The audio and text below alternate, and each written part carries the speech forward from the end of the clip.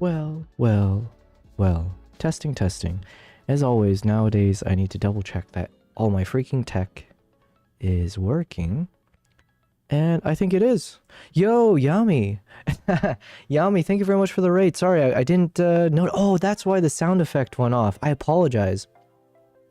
Yeah, I apologize because I should change my overlay or that scene. So if someone does that, you're the first use case. At least it should pop up there as well. Thank you very much, Yami. I do appreciate, of course, your support. I apologize that I wasn't there in person. I'm assuming you've already left. You said you just started. I got a dip, sadly, already, but have fun. Thank you very much. It was very fun watching your stream. It's good to see that you are a gamer in addition to being a photographer. Maybe, perhaps I can also, at some point, be a quote-unquote gamer. So yeah. And for any of Yami's viewers who are here, thank you very much. Yeah, welcome guys. This is day 113. I'm just starting off. I'll say I'm about 96% back to health.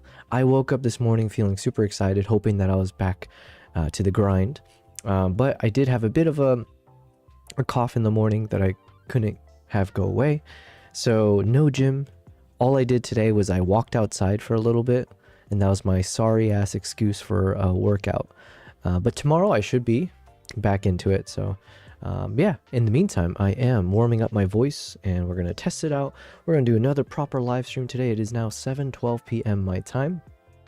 And the goal is to essentially go until midnight again. So what is that, like a 5-hour stream? That's the goal. So wish me luck. I will set up the TikTok live in a second. We're going to continue testing the TikTok side as well. In the past few times, I actually would try to go live on TikTok at the same time as my normal stream. However, there's just a few extra buttons that it meant I had to juggle as I'm starting the stream.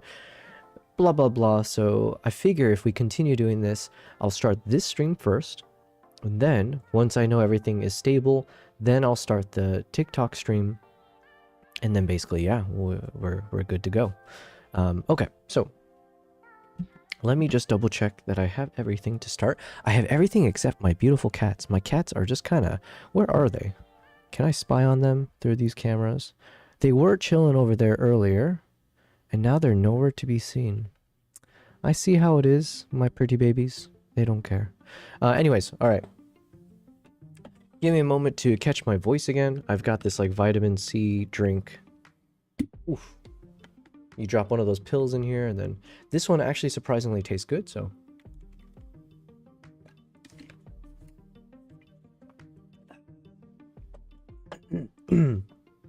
All right. Welcome, guys. So this is day 113. I have a full day of work, fun work that I'll be doing on stream. And what is that work? Well, let me load up. I'm going to power up a few things on my computer here so we're prepared. We're going to be doing a bit of photo editing and video editing. So we were doing a bit of that yesterday, and I'm going to continue in the spirit of that. We're going to continue going down that road. And this time I'm going to do my best to start focusing on my previous travels, right? So in the past, I want to say 2 months of streaming, 2 to 3 months of streaming, we got quote unquote distracted by the Nikon ZR. And I'm saying quote unquote because it's not a true distraction, right? I was happy. This is one of the best opportunities that I was given. So no complaints. But the kind of side effect of that was that I haven't had as much time to edit my videos for my YouTube channel, specifically for like my travel vlogs and stuff like that. So we're getting back into it. There's 2 things that we were starting to do yesterday. I'm going to continue is work on photos. So we're going to have a proper photo editing stream, and then at different points switch over to the video editing. So where were we yesterday? Oh yeah, I'm already there. Yesterday, we went all the way until, this is basically the last day of the trip to Sri Lanka. So I haven't done any actual photo editing. Yesterday, we were just kind of culling. I don't know what the right term would be.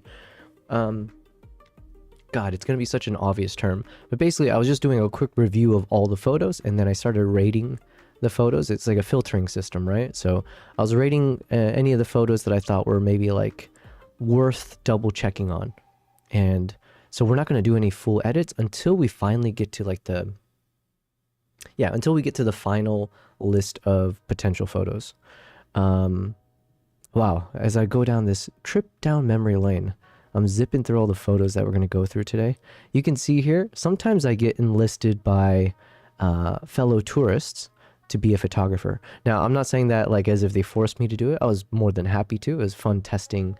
You can see here, this is in Sri Lanka. They have this whole, you know, one of the appeals when you're in Sri Lanka is you do this like stick yourself out of the train while it's moving type maneuver, which I guess is somewhat dangerous, or you just got to be very careful, because there were definitely times when you could get hit by like some of the trees, like the tree branches or stuff like that. So yeah, actually you can see it kind of right there, you know, not that this would ever kill anyone, but these are things you got to keep an eye out for.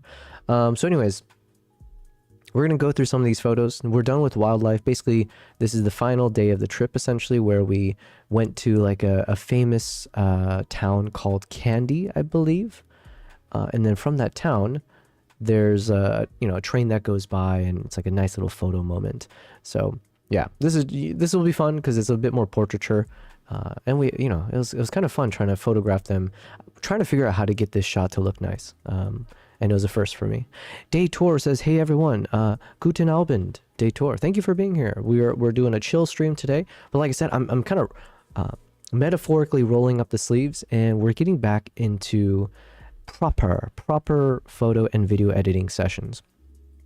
And we're gonna take slight, deviations. We're gonna get distracted. There are a few things I'm gonna be distracted by, including a few videos I think I should watch, because I'm trying to buy a clamp that I can attach a camera and a cage with the magic arm to a moving vehicle for my live stream. And I'm just trying to double check what are the best solutions, because the vehicle will be bumpy, it'll be shaky, it's gonna require the best quality. So I'm using something right now for this camera here. This is actually fixed on a clamp in like a magic arm system that I've got, but obviously this is a very stable camera. We're not in a moving vehicle, so it doesn't really count for really knowing if it's the best quality. So anyways, I'm gonna have to watch some of those types of videos as we work. But like I said, we've got this fired up, and we've got our DaVinci Resolve ready to go. So I did a few more quick little edits here to send over to a prospective editor. But yeah, this will be one of our next videos.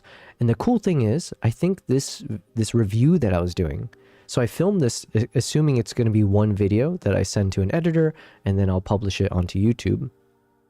However, I ended up filming myself for about 30 minutes as I was kind of observing the backpack, going through all the features. It was like a first glance, right? So this is my first time actually kind of properly breaking the backpack apart, dissecting it.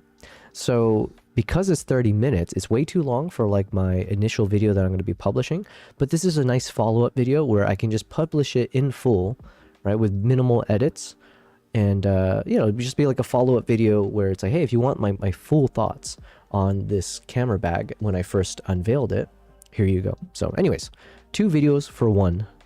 So that's one thing we're going to work on, but not on this stream. On today's stream, let's switch back over, and I think we should start working through Mongolia. So we are going down like that, what did it say, trip through memory lane, as if it's an old memory. But in the first month of my live streaming journey, I focused on creating part 1 of this Mongolia travel vlog. It was so much fun for me. I hope it was fun for all of you guys. It was obviously, I was testing out for the first time how to be a live streamer. So there's a lot that I was juggling at the time to kind of see if, 1, am I able to be a live streamer? And 2, am I able to make good travel videos, travel vlogs, and so on? And, at least in my world, I thought to myself, you know what? It was nice. I was happy. And we're doing both now, right? Oh yeah, before I go too much into it, let me see how to set up my... Let me see how I can set up my TikTok live again. So I click on go live. We'll go to photo, video, photo editing, and film making stream. Or what do we call this? Let's edit some photos and videos to... That's it, yeah. Let's edit some live photo editing session. There we go.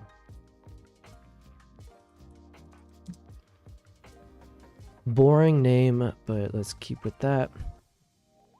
You know, the good thing is, as I'm testing out this TikTok live, I'm not as picky about what do I have to make the title, what do I have to make the description. It's just like, let me just make sure I actually am live, and we're gonna have fun with it. So let me click on go live. Let's go to the scenes. I'm gonna test a few things here.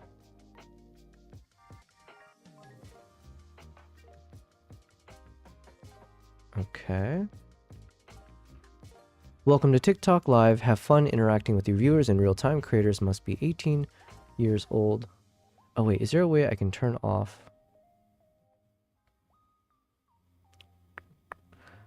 Viewers must be 18 or older to recharge and send gifts. Remember to create a safe viewing experience, blah, blah, blah. Okay. I just need to figure out how do I make it so I don't hear the music on the monitor. Oh, because that's super loud. Hold on. There we go. Okay. I'm just doing some things behind the scenes, guys. Don't mind me as I set everything up. And then, what's the last thing I need to double check here? Oh, yeah. We got to go into my chat. Let me just do a test message. Testing. See where it pops up. Okay. Hello. Hello.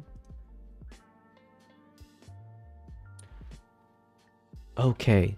All right. So I think today's stream should be pretty stable. Last time I was running into some issues. I tried to test out the 4K stream, and unfortunately, that didn't work out as expected. So hopefully this time everything's going to be fine. And let me switch over to this editing view. Okay. Testing, testing. Here we go. All is stable. Test, test, test. And let me set this over here. You guys have no idea what I'm doing. Don't worry. It's nothing fun. I'm just trying to make sure everything is set up properly as we continue to test how to do live streaming across multiple platforms. So right now we're testing YouTube, Twitch. We used to test Kick. Oh yeah, I forgot to do the test again. I want to test Kick again. It's just that every time I try to start the live stream via OBS, it causes issues. So I might try that at the very end of my stream just to see if it crashes OBS still. And if it doesn't, then I will get back to streaming on YouTube, Twitch, and Kick. And now we're doing TikTok Live, and we're also doing YouTube in vertical format. So we're doing a lot of testing here. Hopefully you guys, it doesn't break the viewing experience for you guys. But at least on my end, it is a little bit hectic, but we're having fun with it. So, okay. Give me a second here as I need to monitor everything all together. Boom, boom, and one last boom. Right there. Boom, boom, and boom. All right. Oops. Thanks for your patience. Here we go. So like I said, we're going to do some proper editing. I don't know where I want to start. Do we start with the video editing or photo editing? Well, since we have this guy loaded up already, let's go ahead and review real quickly. And while we're reviewing, let me go over and turn on the AC. So let me first make sure you guys can hear this okay, because usually I have to start this separately. Hold on. There are moments you never... Cool. All right, let me just play this out in full while I walk over and turn on the AC. There are moments you never forget, when you witness something primal, ancient, unstoppable.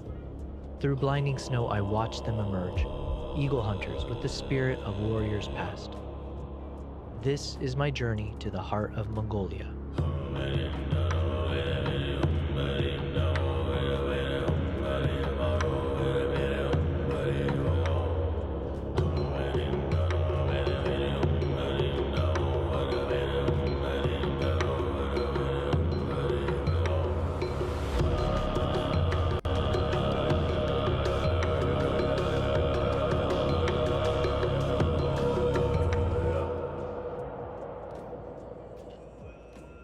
Welcome back to my channel, where we share the best of the world with the rest of the world.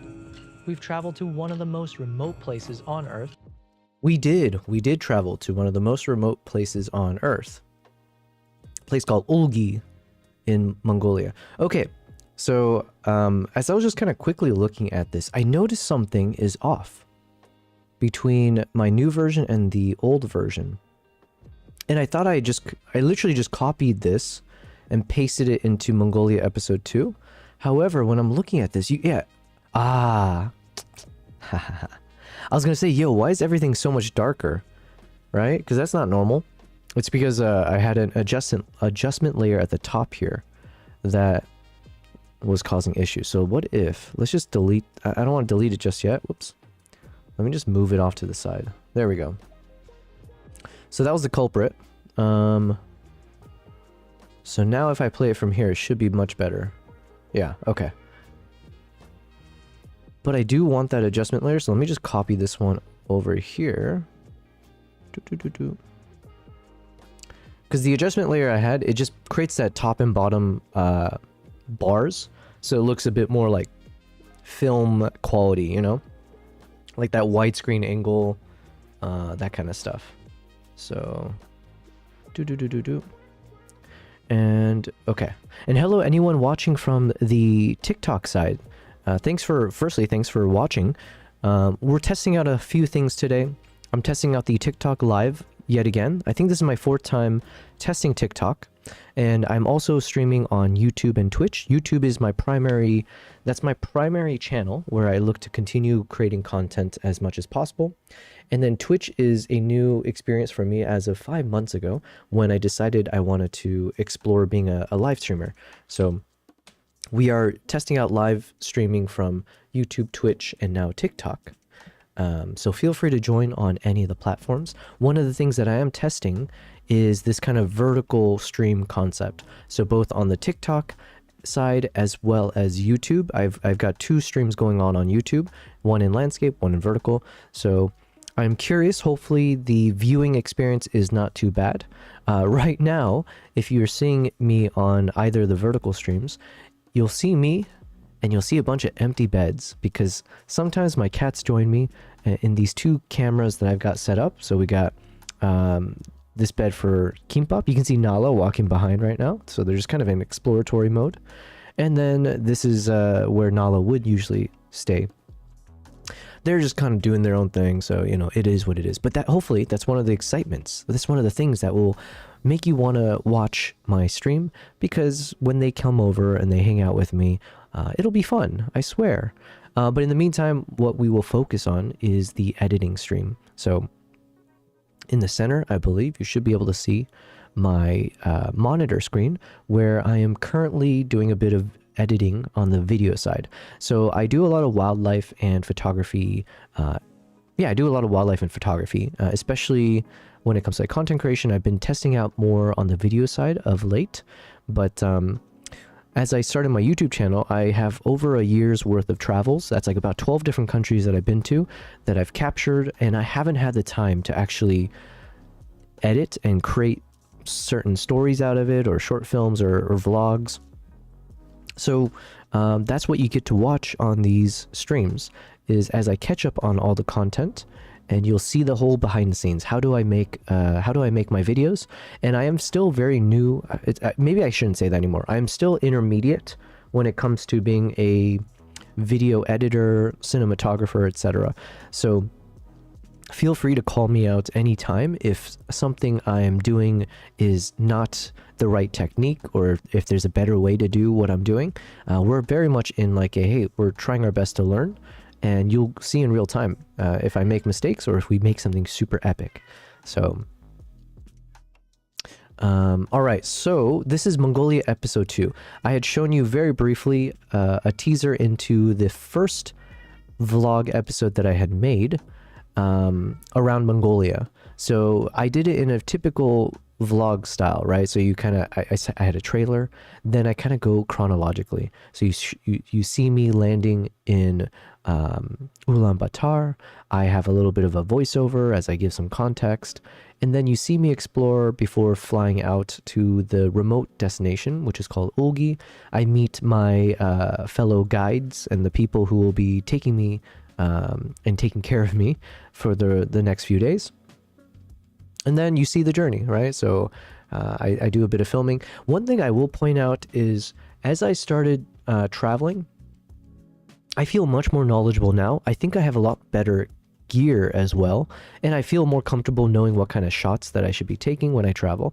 But a lot of these shots that you'll see in literally the year of content that I'll be posting, just give me a little bit of grace in if you feel like, oh, this is like poorly done, or why didn't you get this type of shot? Why aren't you very comfortable on camera? You know, because some of these things you're watching as I got more comfortable, as I learned what works or what doesn't. Daniel1DX, thank you very much for liking the stream over on TikTok. For those of you who are engaging with me on the TikTok side, well, firstly, thank you. If I miss a message or if I miss something that you've done, I apologize in advance, because I'm still getting used to the interface of this like TikTok live studio, and I don't have any sound effects, or I don't hear anything in my headphones. I don't know if there are like built-in sound effects for like different alerts, but I'll do my best to monitor things now as we go forward. And also my voice. I've been sick for the past like 5-6 days, and I'm at about 95% health, but one of the things that are lingering is a bit of congestion, so at times I will need to blow my nose and be disgusting. So actually, let me take that time now. Hold on.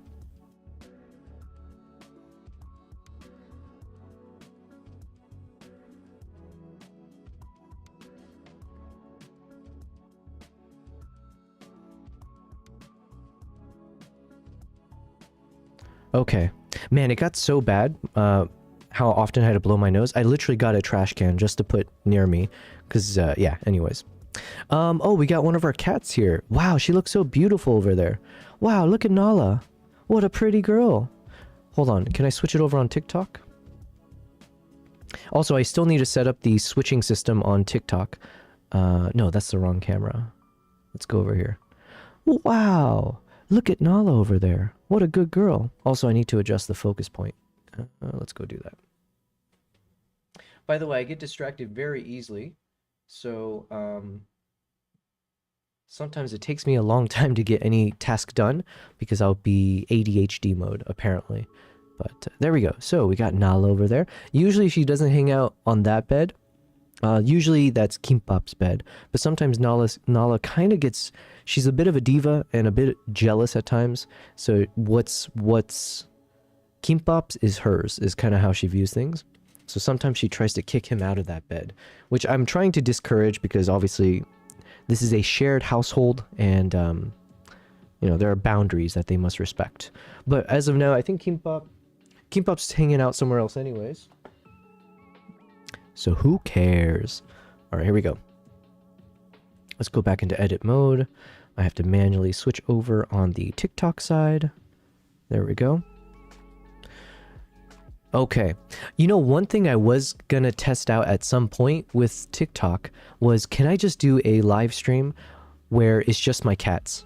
Like, forget hearing my voice, seeing me anywhere. It's just like, yo, you guys are here to see my cats. And I was like, could I just do a live stream on TikTok with just cats and ASMR type thing? I actually did think about that. Yo, Honyasu, thank you very much. Honyasu with the raid.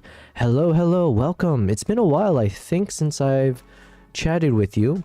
So thank you very much for the raid over on TikTok, not TikTok, on Twitch. Honyasu, Happy New Year, in case my memory doesn't serve me well. I think it's been a while since I saw you, so thank you for being here. I'm back to streaming now every day. At least 5 days a week is the goal. So yes, you'll see a lot more of me, and I'm trying to roll up my sleeves and do a lot more work-related streaming. So yes to everything. This is the first time this year, you said. Well, thank you very much for being here. Hopefully you've had a good start to the year, the first 20 days of 2026. Unfortunately, I've been sick for the past, like, what is it, 6 days out of that 20? I've been fighting a little bit of the common cold. I was telling someone earlier, but it's kind of pathetic that I've been defeated by the common cold. But, you know, here we are.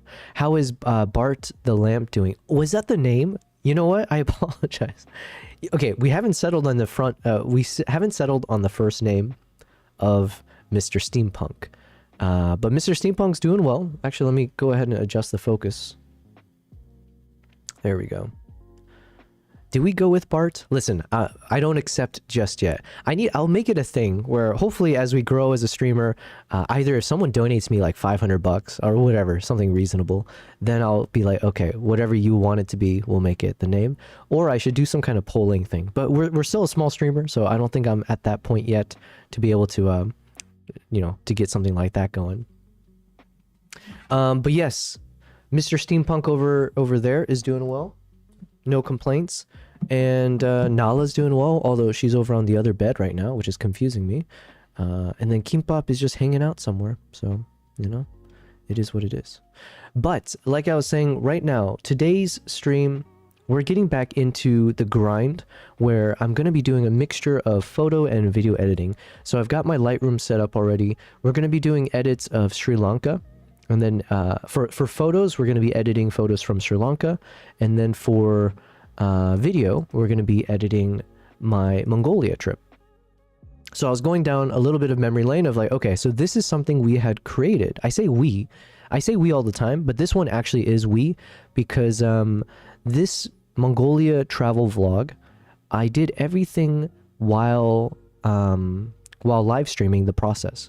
So this video was made in large part thanks to the viewers, right? Those of you who had hopped in at different points, you guys provided so much input to me in terms of like what to do better, how to improve the microphone, how to do my voiceovers, the music choices, the text font that I should use and what not to use. So yeah, it was very much a collective effort. Hopefully you guys check it out and enjoy. Oh, and before I forget, actually, let me play out one of these moments because I need to take a note for myself, because I was going to make this into a YouTube video. I need to clip up this video into a lot of different YouTube videos. So let me go ahead and play. What should we play? Let's play this one here because it's been a while. And let me reduce the quality. Okay, it's already half. Cool. After meeting Arctic's crew, we prepared for our first outdoor adventure to get a taste of life as an eagle hunter, observing how they train their magnificent birds.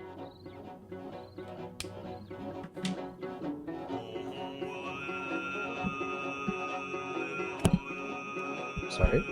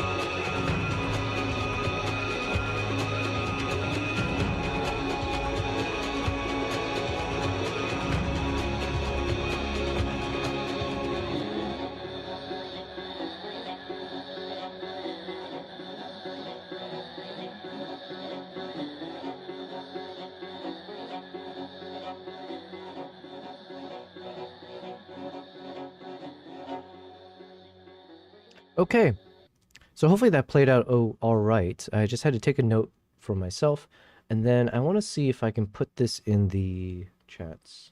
But yeah, Honyasu, it's a place called Ogi, or in the Altai Mountains, which I think is in the northwestern part of Mongolia, if I'm not mistaken, which there's a high chance I am. Um, Honyasu said is actually a nice thing when people just come with their name every time. Like whenever new chatter comes, just ask them to name the lamp. Oh, that's a good idea. There's so many good ideas I need to employ as a streamer, and either I forget or it's just like on a big laundry list of things I should do that I haven't had time to like kind of figure out. Unfortunately, I'm always like swamped, and that's a me problem, not anyone else's. But that is a good idea, and I want to keep that in mind now in terms of like how do I get a good name for Mr. Steampunk. Speaking of which, we got Nala hanging out in her bed now, so she's being a good girl. Hold on, let me bother her real quick. There you are. Good girl. Yeah. Yeah, yeah, yeah, Nala. Oh, oh, oh. What a pretty girl. What a pretty girl. Okay. Kimbap is still MIA. What the heck, man? Let me adjust the focus point. There we go. And let's go back to editing mode. Oh yeah, oh yeah, I think I put it in there. TikTok, I don't know if I'm able to put can I put links in TikTok? I don't think so. I think I tried before. Now I don't want to get in trouble because I think I need to be able to stream on TikTok for, I think, was it like 1 week straight without any suspensions or things like that, which apparently is quite easy to get. So I want to do my best to avoid any issues. But in case you enjoyed that little tidbit there, this was from a previous video I published on YouTube. It is episode 1, basically part 1 of a trip to Mongolia that I went on a few years ago. And yeah, it's a nice little story where I wanted to kind of document my adventures as I went to spend time with these Kazakh eagle hunters in the middle of nowhere. Basically, this is what I called the Wild Wild East. And these are nomadic people, so they're eagle hunters by culture and tradition, and then they basically migrate all throughout these parts of the lands near the Altai Mountains, and they have herds of yaks, cows, sheep, or whatever, and they're basically like, I guess, farmers, maybe for lack of a better term. And yeah, so I got to spend some time with them when they're in their winter home, and it was at a time when the weather went all the way to -40 degrees Celsius. So freezing, frigid temperature. So hopefully you guys check out that video. Go to my YouTube channel on Yobel Prize. You can see everything. Obviously, I'm skimming through it, including we had one death of the horse at the end, literally frozen by the cold. But it is a labor of love, okay? I had so much fun putting this together, so I hope you guys will enjoy that video. I linked it on the Twitch and YouTube side on TikTok. Hopefully you guys will check it out in your own time. But yeah, it was a really fun experience as I was trying to find a way to make this travel vlog feel more than just a travel vlog. And I won't always be successful at that. It just depends on the trip and what kind of footage I have and how, you know, creative we can feel in the moment. But this was one of my proudest videos that I put together. It was because it was fairly long, right? I think it ended up being like 18 minutes, 17. Okay, so about 17 minutes. And I felt very good that we made everything tight. Like, there wasn't too much like wasted space or time or dead air or things that should have been trimmed out. I did my best to time each of the segments to different soundtracks that we had found that was related to like more Asian Mongolian like soundtracks.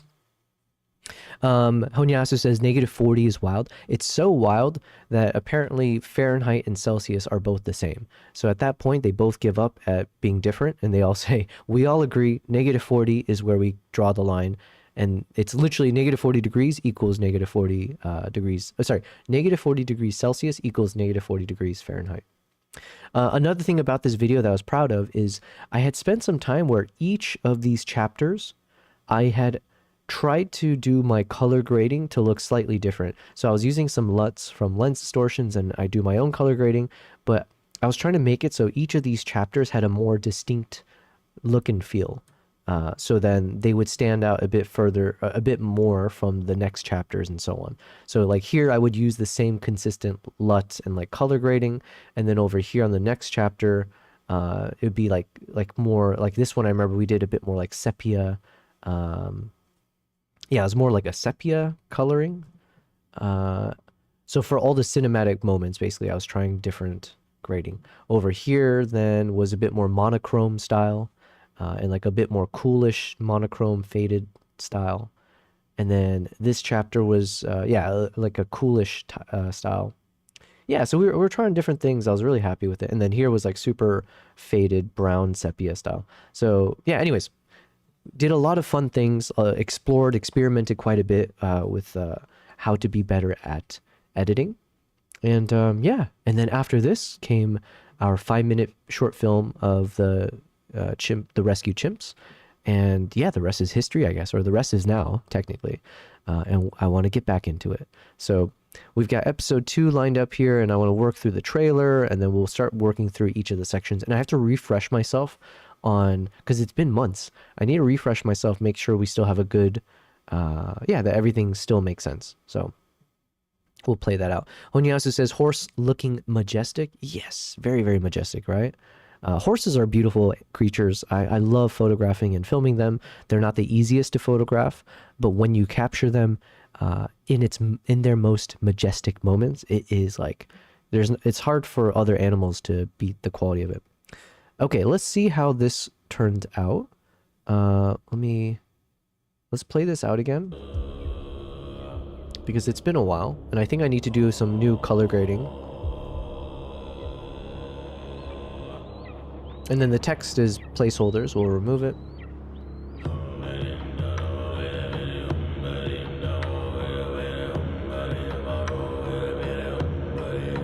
Ah, okay. Here, let me play some background music because I have another thought that I need to capture. So my thinking here is, because in the past episode, we had a voiceover where you hear me speak. I say stuff, I was like, there are moments you never forget, blah, blah, blah. What did I say? There are moments you never forget. When you witness something primal, ancient, unstoppable. Through blinding snow, I watch them emerge. Eagle hunters with the spirit of warriors past.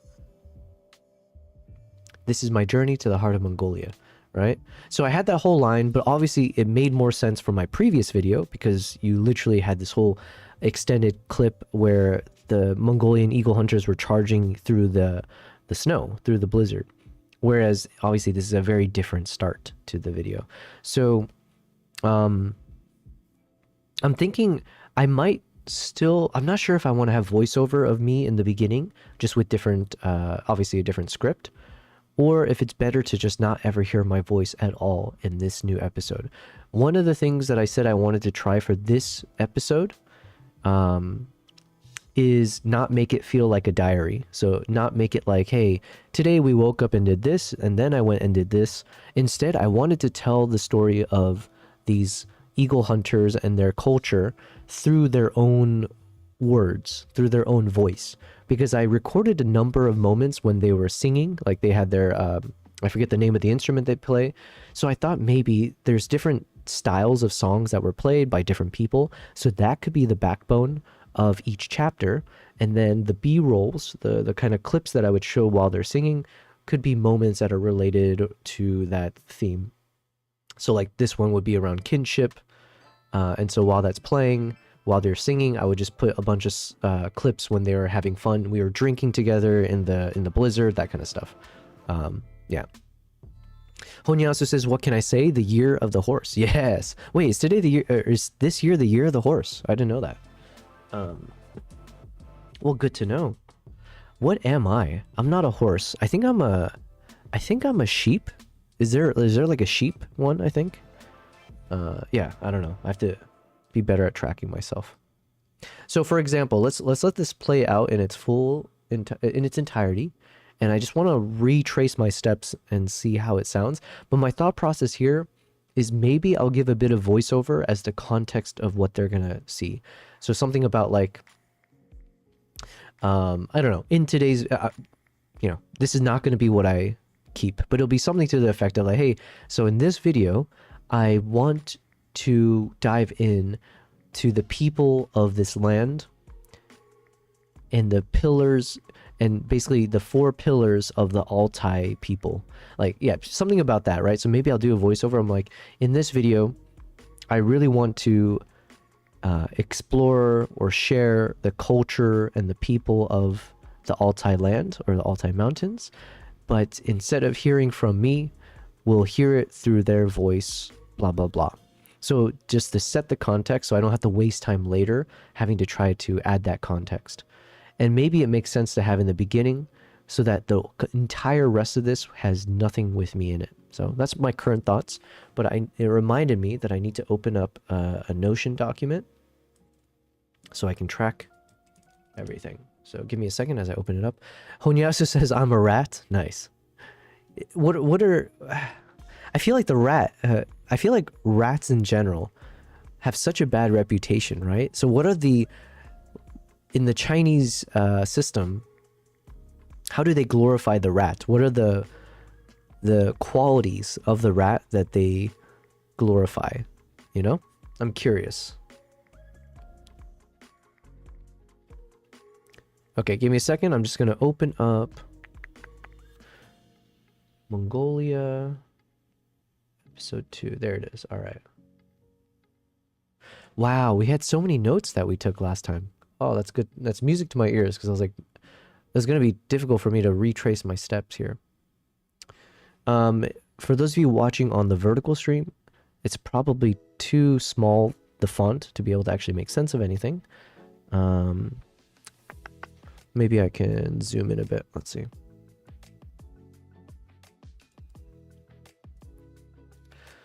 Okay, so episode 2, we had explored different titles. So what did I say? Wild Heart of Mongolia, The Way of the Eagle Hunters, The Way of the Eagle Hunters, Songs of Mongolia's Wild Heart, or Wild Heart of Mongolia, Songs of the Eagle Hunters.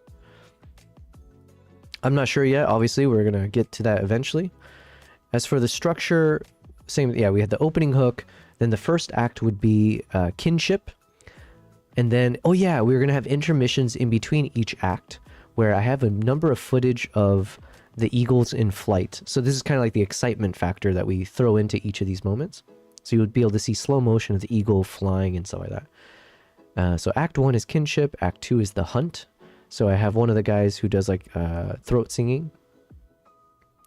Then act 3 would be homestead, which is more about, oh yeah, I have one of the there's a lady that we met who was the wife of one of the hunters who sang for us as well. So maybe things about like the family and like bonding in that sense, or like the homestead. So I have some footage of the kids and stuff. And then act 4, resilience, where Aibo sings a song. Aibo was one of my main guides, and it's a bit more dramatic sounding. So then for that one, it could be some footage that I have of like the winter environment and how they stay resilient in this kind of harsh environment.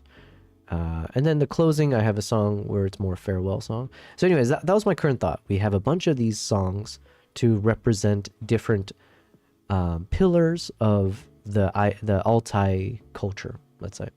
So in theory, it's a nice idea. In practice, it could be much more challenging because I just have to make do with whatever footage I have and see if we can make it tie in all together. Honyasu says, people born in the year of the rat are charming and popular people who thrive on social interaction. They are fun and interesting people with lively personalities who have a lot of energy, so they find it easy to make friends. Ah, yes, because rats populate, or there's like, yeah, I guess rats are very sociable or social creatures in the sense that it's like a big family structure or something. Is that what it is? Honyasu says, I found that on the internet since I don't really care. Nice, nice. Yeah, I clearly I don't care either, so. Okay. So let me now play this out. Let's see how it feels.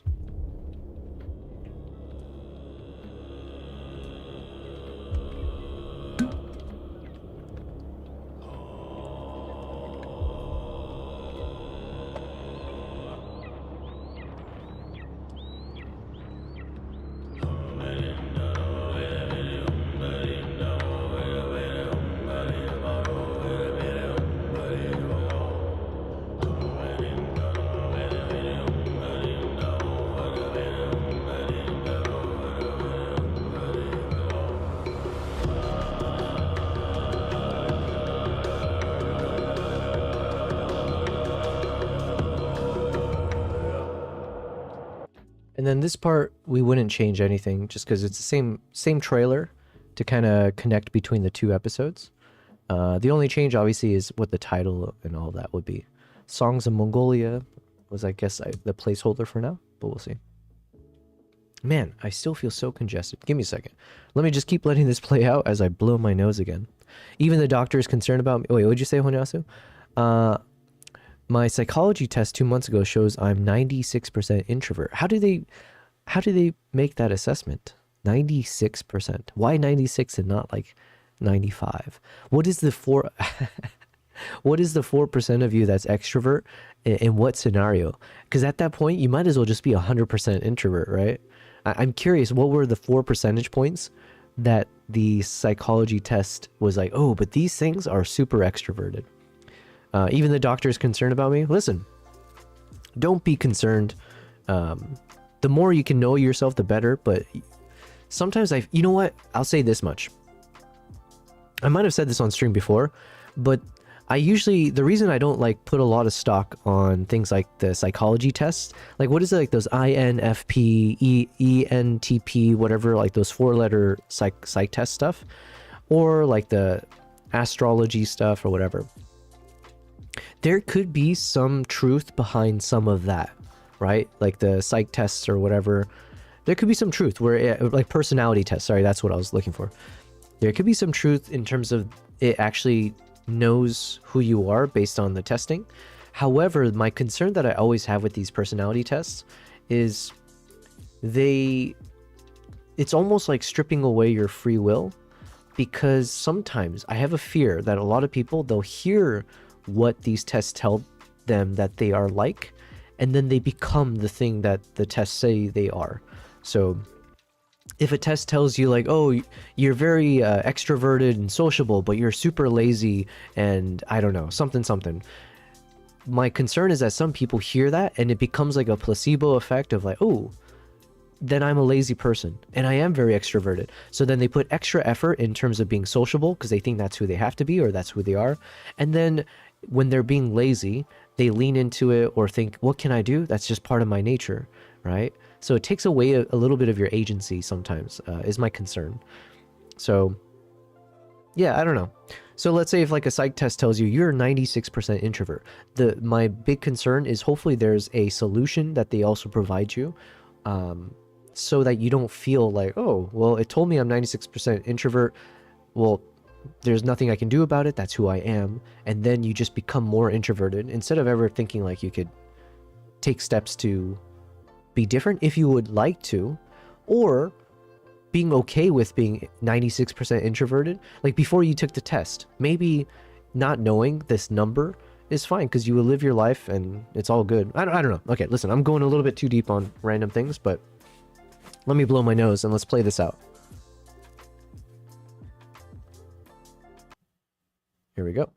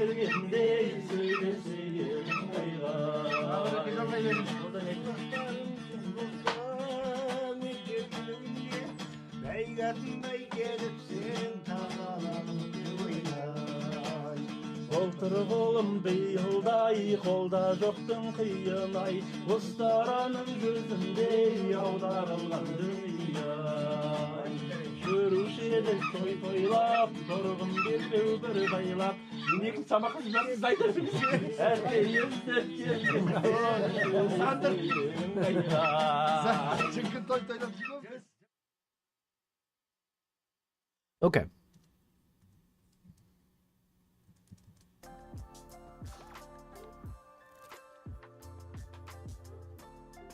Let me just double check. I have to keep double checking, making sure the audio levels are fine. But, alright, so now that I reviewed that, I feel like pretty good about it. There's a few things maybe I would change. As I'm looking at this, we had also... I had the title come in a little bit later. Like the chapter title, right? It came in like really towards the end here. Which means if we front load the whatever we say here to take over, then I don't need all this extra space here. Also, the title is really hard to see, so I'm thinking maybe I need the title on a black screen. So I think... Where is the title?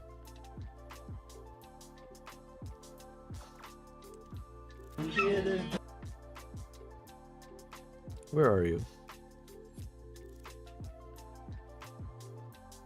There you are. Okay.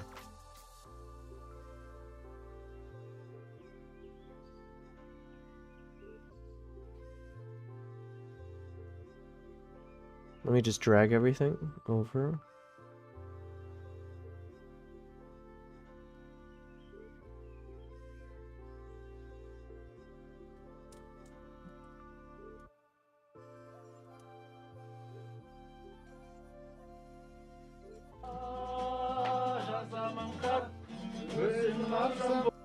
Oh yeah. And then I think I had some thought where I would maybe start each of the chapters with like some kind of quote that also gives a bit more weight or like a little bit more context to the titling. So yeah, we're trying so many random things here, and I don't know what the right answer is. Like, does one system work better than the other? Oops. So let's try this first. Hold on.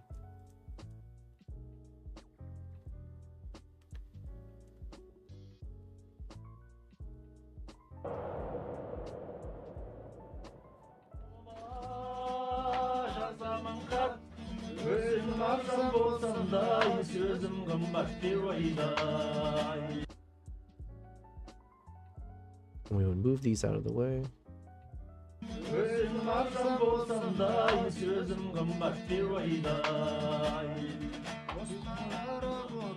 Something like this, maybe I would put it... Yeah, maybe I start like that. Hold on. Okay, let me start from the beginning again and freaking blow my nose one more time. Jeez. This is never going to end.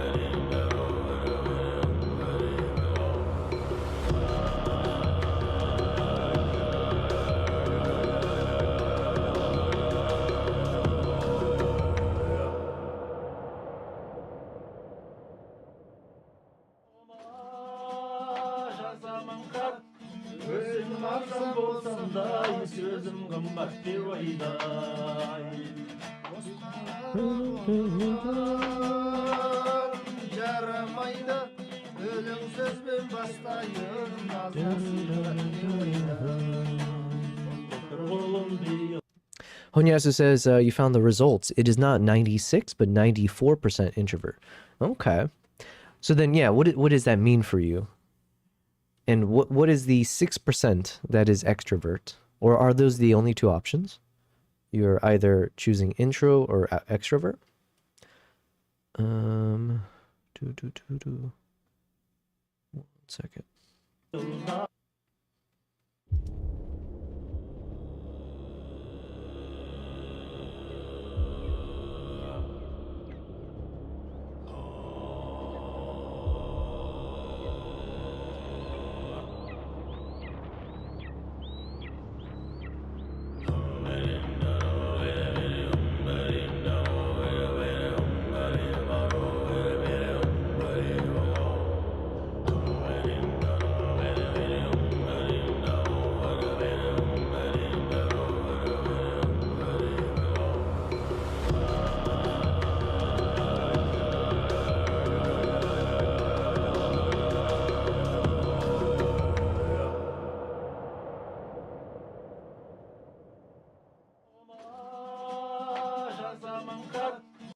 Okay, so let's say we do something like this.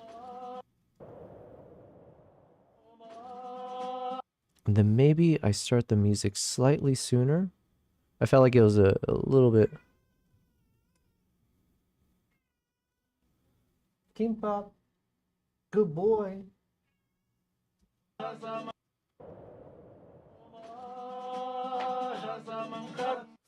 And then maybe I'll start the... We'll start this a little bit later. Let's see, something like this maybe? Hold on, nope. I didn't want to do that.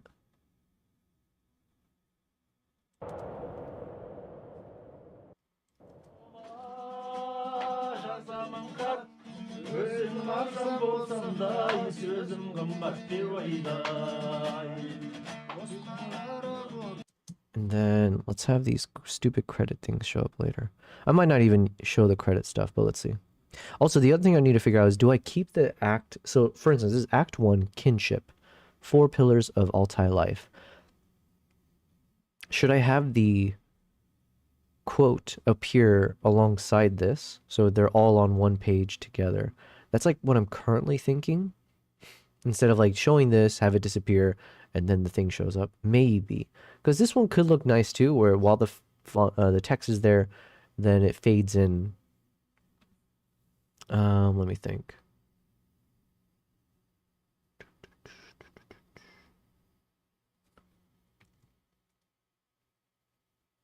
So alternatively,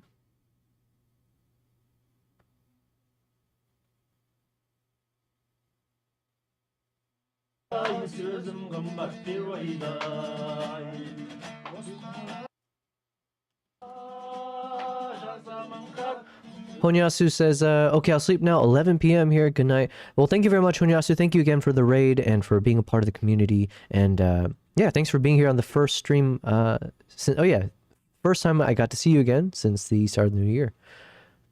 The test, as I remember, was draw something, describe what you mean about human interaction, some story question, like you were in the middle of a forest and you found a house like that. Gotcha.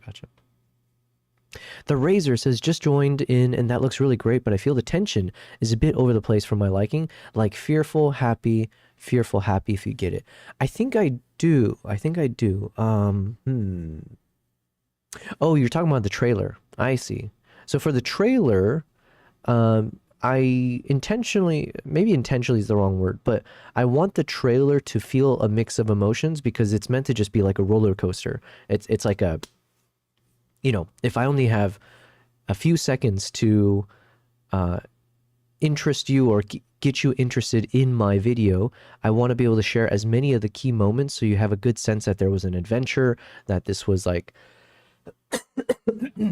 excuse me, I'm still getting over a sickness, but yeah, like I'm trying my best to kind of make you feel like you're on an emotional roller coaster.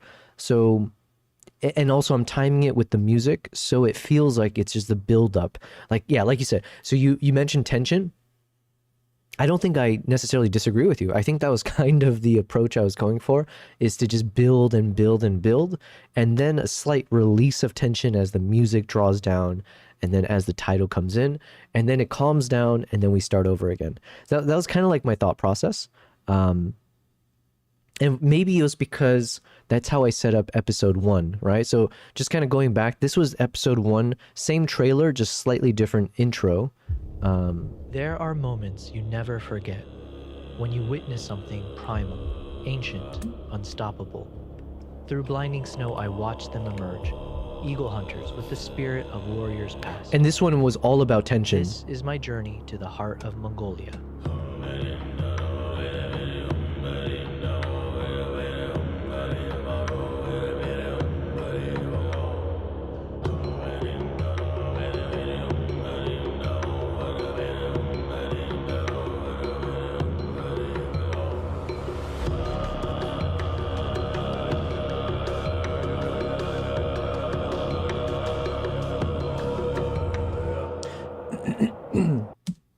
So it's basically the same trailer, just a slightly, not slightly, very different intro to the trailer, because that'll be like what separates episode 1 from episode 2. a few things I guess I will talk about just because it was fun. And as I go down this kind of quote unquote memory lane of when I was editing this, I can share my thought process. Um, so obviously we have this build up, and then when we play each of the clips, so as we go, I did try my best to have each clip feel like it belongs where it's placed. And what I mean is that instead of feeling like it's too sporadic, where it's like, oh, we have a video of this eagle, and then boom, the next shot it's like a video of this person, and then the next shot it's a video of this dog, and the next shot is this video of the landscape. I was trying to segment certain shots to go with certain beats of the song. So for instance, what do we have here? So this whole beginning is one shot, right? So it's just one continuous footage of these eagle hunters as they're coming closer to the camera, and then fading into the very close-up shot as we start off. And the last shot before the trailer starts is a close-up of this eagle. So I figured the first shot that I should show should be another eagle shot, just for a little bit of continuity, so it's not as jarring. And then it's a nice shot anyways, where you see like the close-up of the eagle's eyes. And then here, as we go from one clip to the next, I was also trying to combine it where you see here the eagle's got its beak open, and then the next shot is another eagle shot, but also the eagle has the beak open, so there's a little bit of connection there as we go from here to there. And then the beak closes, and then here the next shot was because we have a shot of the eagle flying, so and you can see kind of, it's a very, very quick shot while you're watching this, but you see there's a little blinking dot. You're like, hey, what is that thing? It's like, oh, it's a GoPro attached to the eagle. So then I wanted the next shot to actually be footage from that GoPro. So it was like this kind of extension of like, why does one shot come after the next? So close-up eagle going to close-up eagle. Eagle opens its mouth. Next shot, eagle's got his mouth open. It's flying. You see a little blinking thing with the camera, and it's a connection to the same moment, but now from the camera angle. And then even these moments, I try to time it to the music. So for instance, I'll play it out here. So when you hear the little percussion sound in the soundtrack, I timed it so when the eagle turns its head, it sounds like almost it's going synchronized with the beat. Yeah. So yeah, these are some of the thought process that I had. Then again, continuing with the eagle. Now, even this I was thinking through, right? So sometimes I overthink things and there's no reason for it because nobody cares, or the impact is like minimal or maybe negative at times. But it's just the way I process things here. It's how I enjoy working on my projects. So even here, excuse me, as we have this shot of this eagle and circling, now we have this other shot of the eagle, and now you see in the background there's a person riding the horse.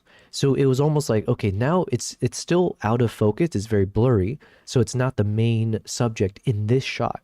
But your brain, when you see this shot, you're now registering that there's a human in the shot. Previously, it was only the eagle by itself. And now you're getting a little bit of an introduction to the human. So then the next shot is when I start switching. I'm starting to transition and introduce the human character into the trailer. So instead of it only being eagle, eagle, eagle, now we have eagle plus like a half of a human. Then we have like 50-50 eagle and the human, almost, right? The focus is still on the eagle, but now you clearly see this human, and you're seeing them now finally connect, right? They're getting back into like, becoming like 50-50. And then here, this is a 50-50 shot, right? You have both the eagle and the human in frame equally. And then as the music changes, so there's another beat change here, that's when I switch gears. So this is kind of like the first section of the song. And so I'll play it from there to there just to play it out. So let's say from here.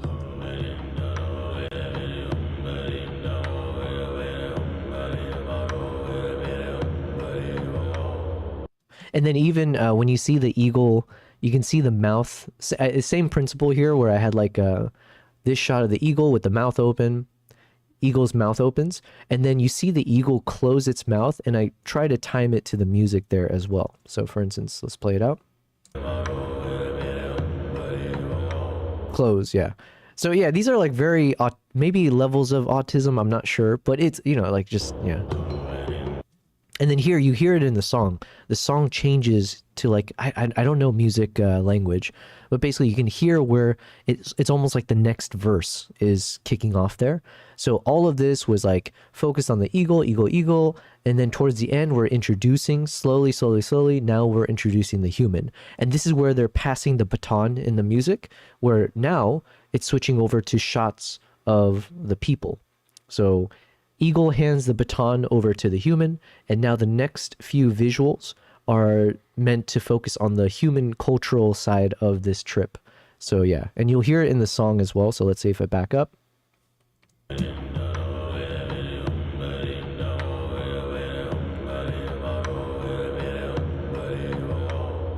Next verse.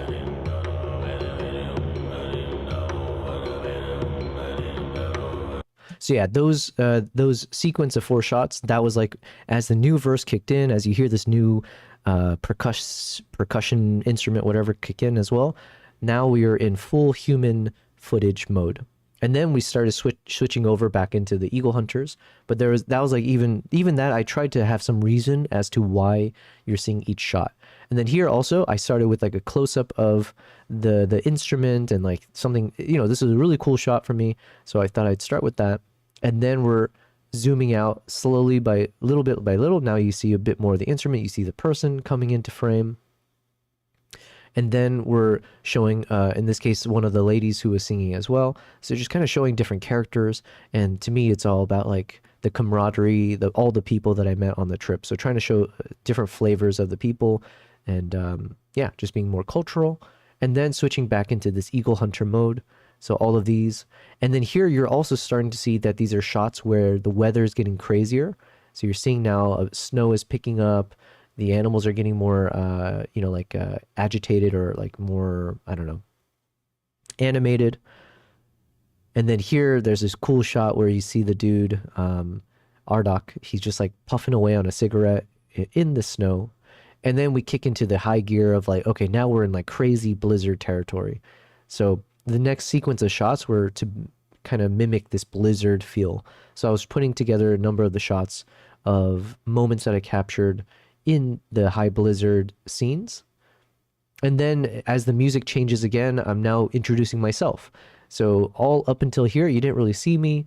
And then I started using the dog as the way to connect back to me. Because the dog is obviously not as much of a wild animal as some of the other things that we saw. So we went into like this kind of domesticated animal shots, and going to the dog, going to me. Then it was more of like showing me now. So towards the end of the song, as the song is like kind of ending, as we're reaching the climax of the song, I wanted to introduce myself into the equation, not to be a narcissist, but like to then kind of remind people that this is a travel vlog, that, you know, hey, here's you tuning into my YouTube channel to watch this video, because it's my trip, right? So it's not just like a National Geographic thing. It's a little bit of like, hello guys, reminder that this is a flavor of my personal story that I'm trying to make a bit more engaging. So reintroducing me into the equation here, since I was on camera at times and I do a bit of voiceover. And then this is where we do like machine gun of a bunch of the different shots to kind of mix it all in. And then, yeah. And then the last 2 shots here, you know, it shows me looking into the camera and then ending back with the same footage that we started with. But this is one of the cool shots of like the 2 riders in the snow. And then we cut to black and there we go. So anyways, that was kind of like the thought process. Sorry, Razor, you didn't ask me to break down everything for you. But since you had asked a question, or you mentioned something, I figure as I'm refreshing myself on this journey of learning how to make films for whatever it is, travel vlogs or something more serious, I just wanted you to know that I do treat this seriously. I have a lot of fun making these videos. It also took me like 20, how many days did it take? I think it took like 20 something days for me to make this video, because I was doing it during my live streams and I was taking a lot of advice from people and just kind of learning the ropes. But yeah, if you continue watching my streams, this is what you can expect, is an almost autistic level of, yeah, just like very, I like to pay attention to a lot of details, even the details that shouldn't really be paid attention to. So I work very slowly, but I have fun with it. Hopefully you enjoy it as well. Kavai says, hello, my BD to TD, my BD TD. I'm assuming that means my birthday today. Well, happy birthday, Kavai. Thank you very much for tuning in on your birthday. You said, I'm gonna film my LED snowboard very soon at the nearest ski resort. Any tips for filming it? What? You got an LED snowboard? So does it mean like the rim of the snowboard is lit up? I'm assuming, right? Yeah, it can't be other options. I don't think. Any tips for filming it? I feel like this is where all the action cameras shine, right? So maybe, I don't know how, yeah, I don't know the first thing about snowboarding. I've only done it once. But definitely if you got like one of those Insta 360, like a 360 camera for sure, I feel like you should be wearing that, or if you put it on your helmet. You've got the Insta Go, I think I own like the Insta Go 3, Go 2, which you can clip onto like your hat or a magnet and stuff like that. Yeah, I don't know. Action cameras for sure. That's all I got. Or if you can enlist... Oh, you should hop onto the trend that I've seen of snowboarders or like people out in the snow where you stand still and then you have a friend coming down towards you, and then as they approach you, you do the little hard brake, which kicks up all the snow and it covers you in the snow. But then you show it in slow motion. It looks super cool. I wonder if I can find it. Razor says, laughing emoji, and definitely enjoyed that. Well, thank you very much. That is part of the enjoyment I have of doing these streams, is I do like sharing my thought process. I like sharing whatever bits of knowledge that I have, just as long as you have the caveat that I'm not ever saying it from a... I didn't go to school for this. I'm not like some professionally trained or expert around this, but I am an expert at being myself. So I can always share my thought process of how did I make this video? How did I make the photo? And if you guys find value out of it, then all the merrier. But yeah, like I said, we're working on episode 2 now, which is going to be a completely different style. There's going to be no voiceover from me, except maybe at the beginning to provide the context. And then the rest of this is meant to just be like, hear the music of, you know, the actual music that I captured. Kavai says, yes, I made it myself, so attached a waterproof LED on the brim. You have the Insta X1 and the snow breaks. I've done that before. It's very cool. Yeah, those videos are awesome. I guess you want to film at night though, or I don't know, are there rules around when you can... I don't know if you're going to like you said a ski resort or something, right? Oh yeah, so I'm assuming you can't snowboard at night for safety reasons. But if there's a little tiny hill, you can... listen, I have no idea. I've never really... I'm not a snow person. As much as I love the snow, I just haven't had much experience with it. Razor's asking, is Insta X1 strong enough for the dark? Yeah, so I think we're in the same thought process there. But I think because of the LED is that's the main thing. So it's almost okay that if it's super dark, because then the LED is much more contrasted, right? Yeah, I don't know. I don't have any good ideas. Oh, but you know what you should do, Kavai, is maybe you can do those like creative shots, or if you can have a friend photograph you going down the mountain or whatever, the slope, with like a slow shutter speed. So then you can get that really cool effect, right? Of seeing the LED drag down the slope or something. I don't know. Here's an example at the end. I made this many... hold on, can I copy this? Let's see.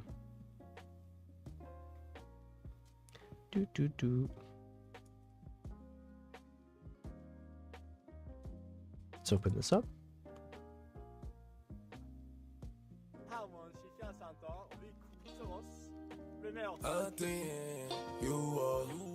Something special. Oh wait, okay, let me mute it just in case I get copyright struck.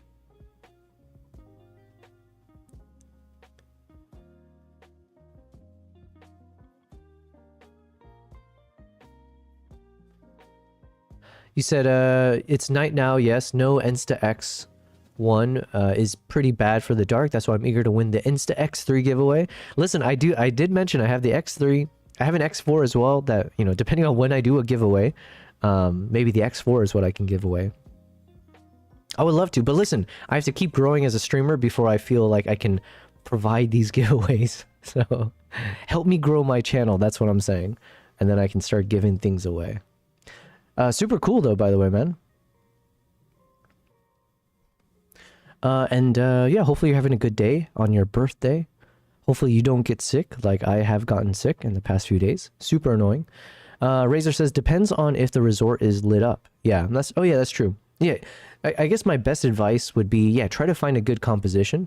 So if there is some nice lighting coming in from the ski resort, and if you can have that in the background, that could be nice. But also it's your birthday. Just enjoy, man. You don't have to film anything. Unless you want to, right? But just have fun with your friends. Relax. I think the resort isn't lit up. Gotcha. Good idea. I'll try the slow shutter speed. Yeah. I think the slow shutter speed could be interesting. Yeah. Listen, I have no creativity today, okay? I've used up all of my brain power just to not be sick, and I'm failing even at that, so. But yeah, so that is what today's goal is. I'm trying to figure this sequence out, and in my mind right now, I'm thinking I will do a voiceover in the beginning to give the context and be like, hey, I'm making a part 2 where I'm gonna take you through the culture of the Altai people, but not in my own words. I want them to, yeah, I'll share it through their words, basically through their songs. And then let's work on this real quick.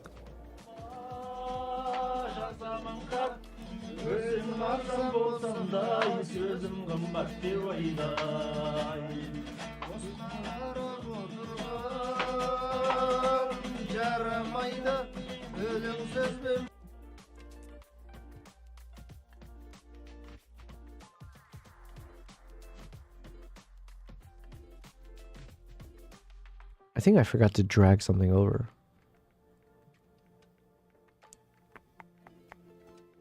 Whatever, let me delete all this for now, because I have it in the other video. My big question right now, and I guess I'll make a duplicate of this, and then see. What would it look like if I...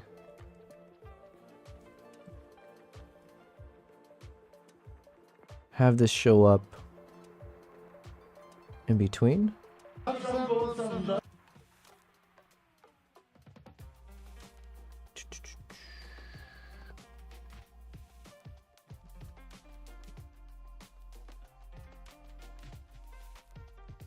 But the thing is, the text is so small above it that it could look a little bit out of place. I don't know. Let's see.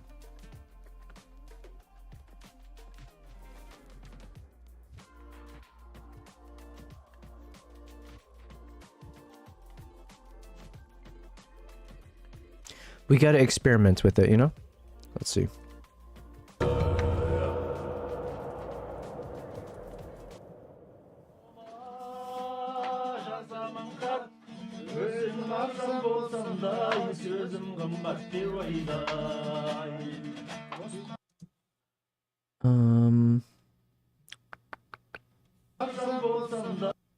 I think I want this to start a little bit later.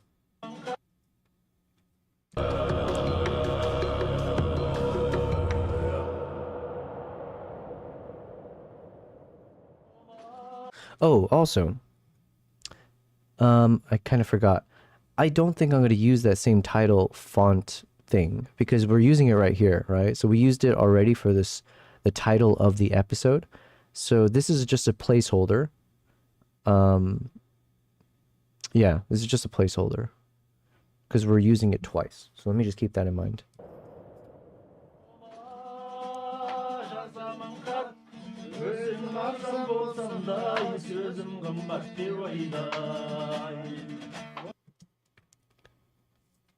Or I change the title here, but I'm not sure.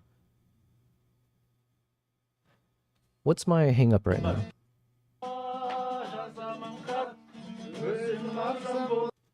Also, the way this shows up, it takes so long for everything to load. So I do think I need to replace this with the simpler title structure. But it's probably the same. I want the title here, kinship. I need to say Act 1, basically like chapters. Act 1, kinship, the 4 pillars of Altai life.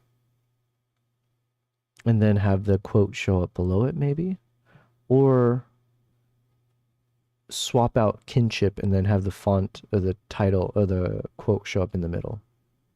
Okay, I think that could look nice, potentially. Let's test this out. Put the music back on. So what does this mean? I need to...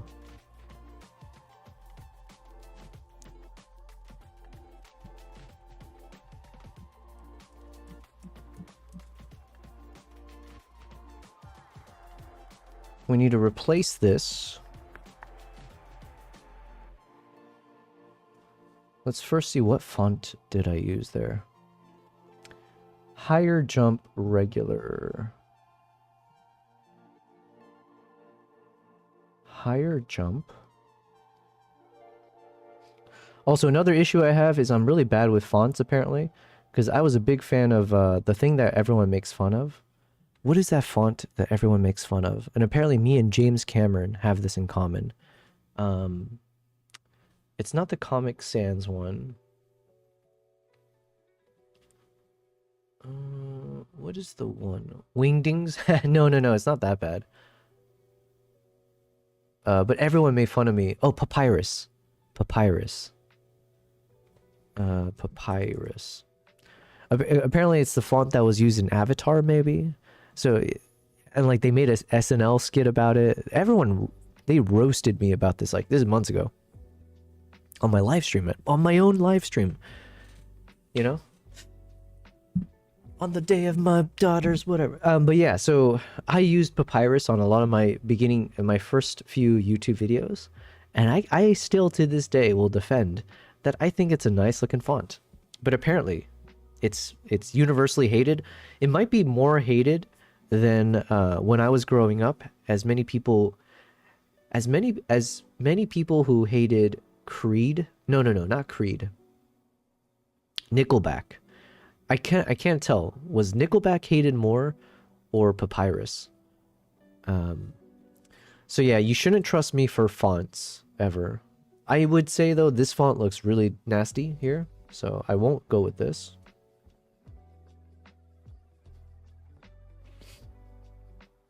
It doesn't look as bad here though. That's the thing. So let me drop this down. Let's name this kinship. Let's switch it to higher jump. Actually, no, let's keep it first. Let's see how it looks. Oh, and then on the flip side, this looks terrible with that same font from earlier. Crikey.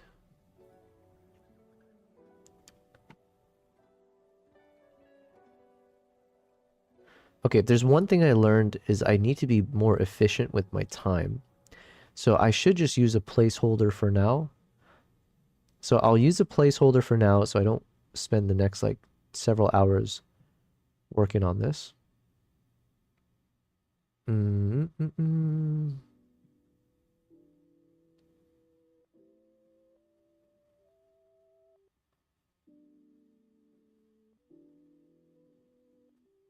See, I like this font, but I feel like now I feel traumatized or PTSD, where people are going to be like, oh, you just like the Papyrus font. Because I feel like it looks like Papyrus.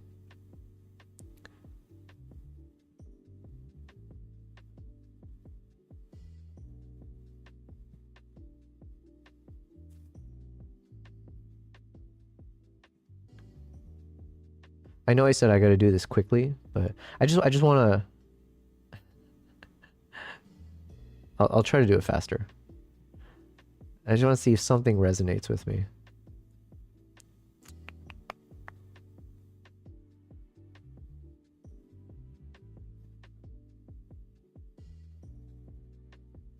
And now it's like I'm saying this word too many times. I feel like this word is fake now. Kinship.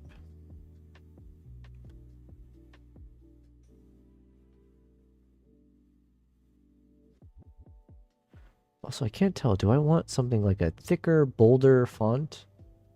is it better to go with something lighter? Jesus.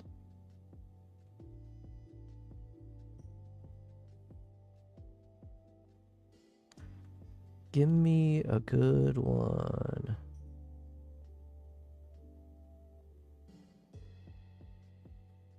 Okay, I'm gonna go with this one for now. This is probably the one that I will not end up using, but let's just stick with this for now. So we got this, goes in the middle. Then I need something to say Act 1, and then 4 pillars of Altai life.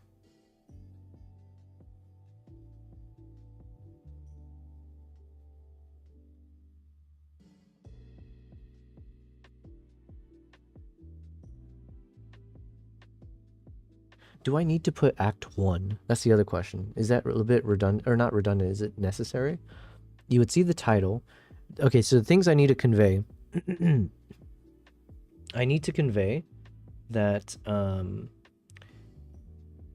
there's 4 pillars, as it says, right? So there are 4 kind of themes that I'm going to try to get across in this video, and we're on the first one, called kinship.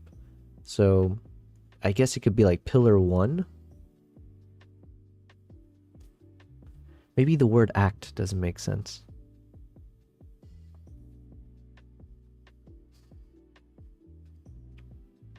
Four pillars of Altai life, kinship. And then the next chapter would say 4 pillars of Altai life, blah, whatever it is.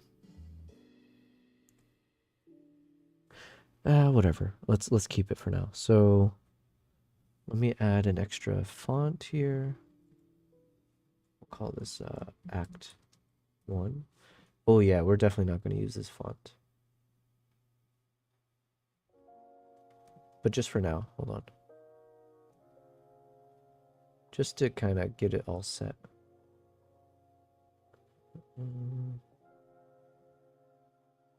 Actually, I don't mind the font that's being used right now. What is it?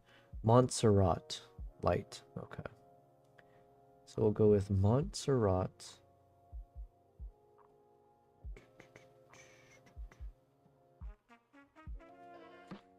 Light.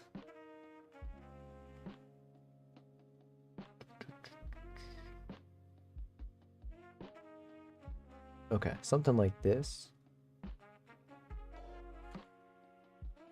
And then let's create one below it. Razor says, with this font, you might like to increase the spacing in between the letters. If you introduce it right, you might not need to name it every time. Which font are we talking about here? The Montserrat one or the one in the middle, which is a bit blurry right now? Whoops. Nope. 4.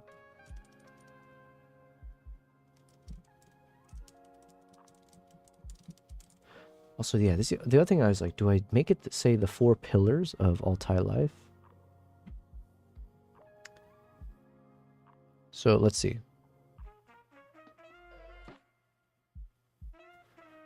The middle one. I see. Okay, okay. Well, listen, I'm probably not going to end up using this font. Because I don't know how well it's going to work once you put a big quote with this font. But to your point, let me see. Can I spread the lettering? How do I do that? I think it's tracking. There we go.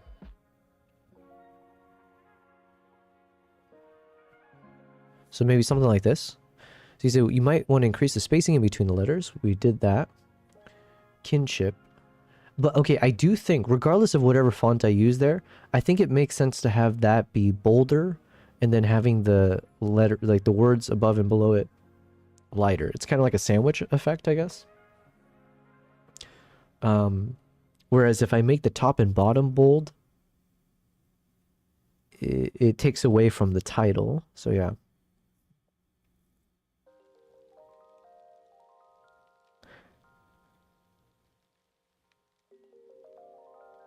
Yeah, okay, let's say we do something like that. And then we might want to space it a bit. I'm not sure. I don't know. I struggle so much when it comes to this, like anything to do with fonts or whatever. But my thought process is, okay, how would it look?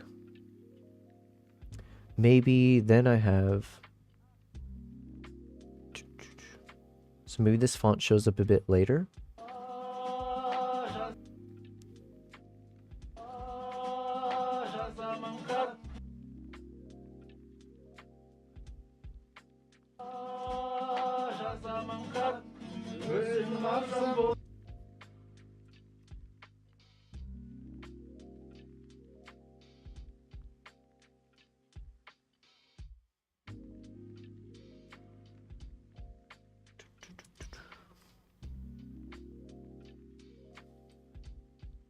Whoops.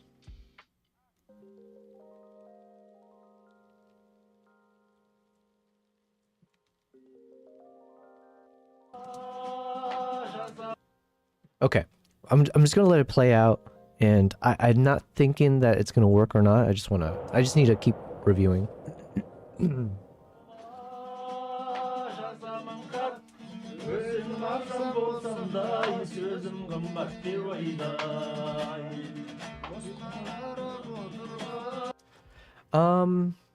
It's not bad. I mean, okay, font. So the font aside, I'm just thinking more about the function, I guess. Does it make sense to show Act 1, 4 Pillars of Altai Life, have the title show up a little bit after, and then replace the title with a quote? And if I do that, does it make sense to have a different font style for the quote? So that, I don't know, it's either I keep the same font for both the title of the chapter and the associated quote, or because it's a quote which doesn't serve as much of a value as the title. So if the title is the top hierarchy and then it's the quote, then maybe having this quote be a different font could make sense.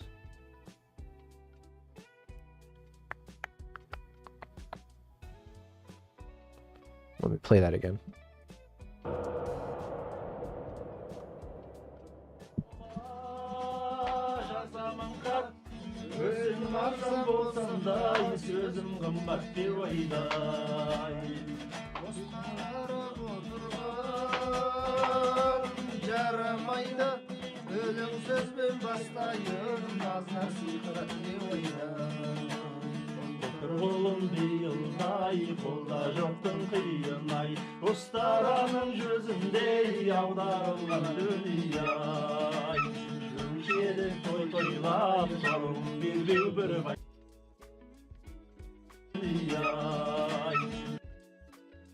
And then here is when we would start playing out the rest of this. So let me delete this for now.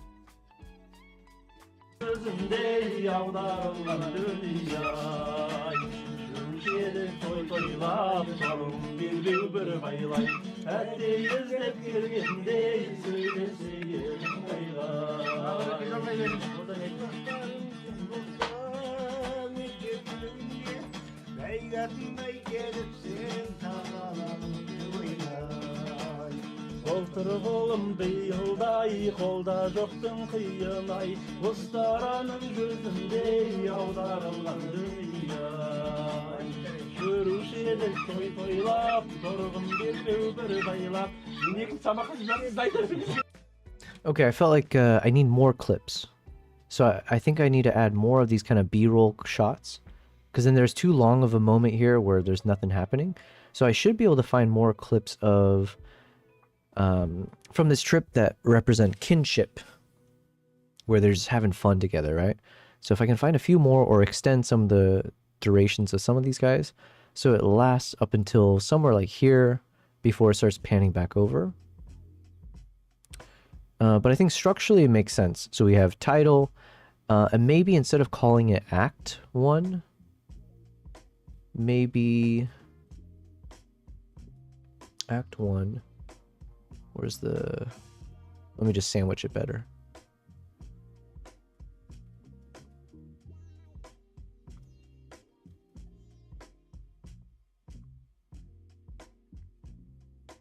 Okay, so it'd be like...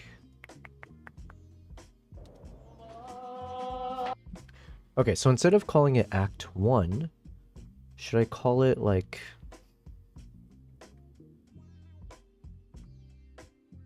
Either I call it Song Number 1, because the only issue I have is that when I say the word act, it feels a bit more... There's more gravitas, there's more weight put behind it.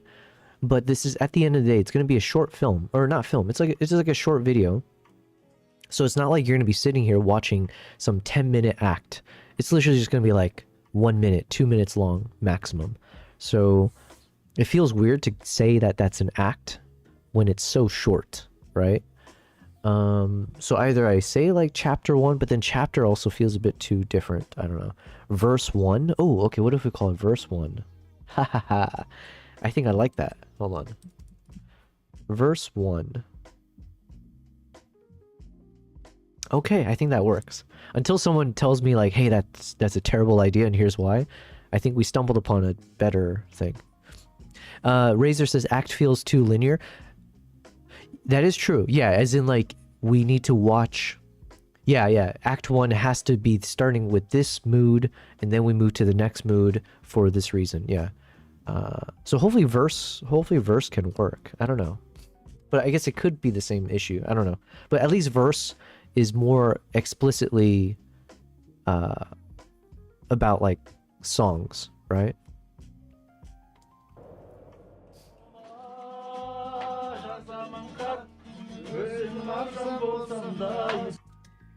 Where'd the title go? Oh, did I delete it somehow? Oh, I think I might have wiped it out. Whoops. Let's bring it back.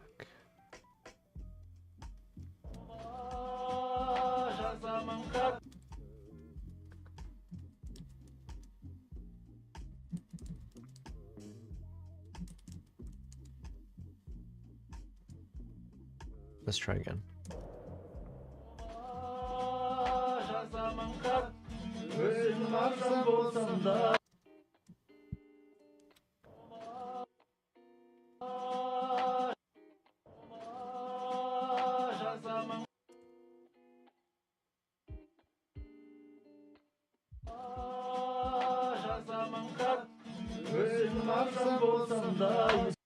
Okay, maybe something like this. Let's see.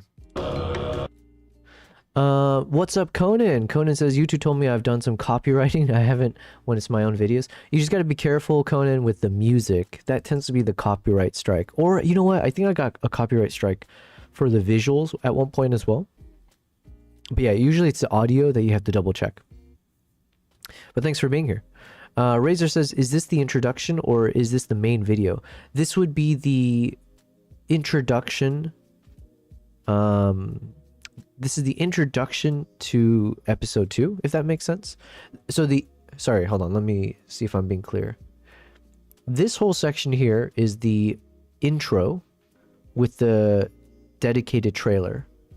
And at the end of the trailer, the title of this episode will show up. I don't know what the title is, it's a placeholder.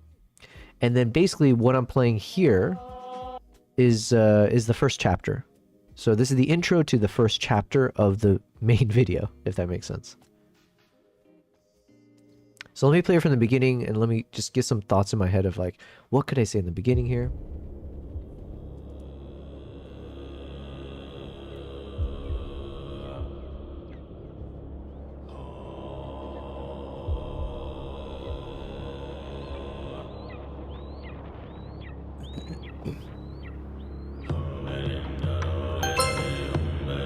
Hi, YouTube people.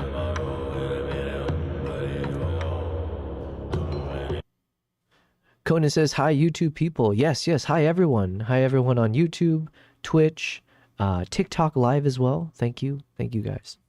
We're just doing a bit of video editing today. And then I'll switch over to photo editing soon.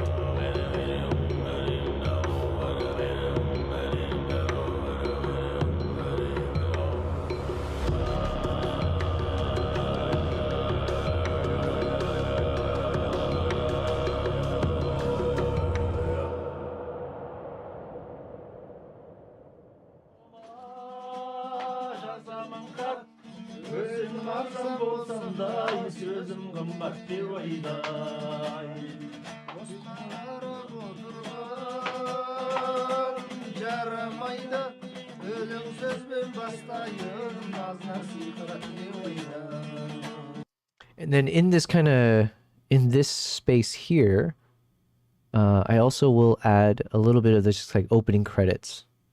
Where was it? So like the gear provided by Nikon, Grand Stores, trip arranged by Beck Travel. So I'll keep this part. Let's copy this over.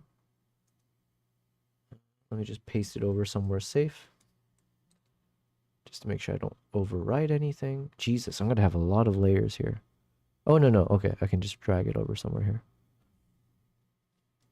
Kona says, oh, you're on TikTok now? Yes, I'm testing out TikTok Live. I was testing Instagram Live as well, but I think I'm going to reserve that for once I start traveling, and then I'll do the Instagram Live. I thought I heard Irish singing. Nah, that's all in your head. This is straight up Mongolian. Although Kazakh, I guess. It's the Kazakh people in Mongolia. All right, let me see if I did this correctly.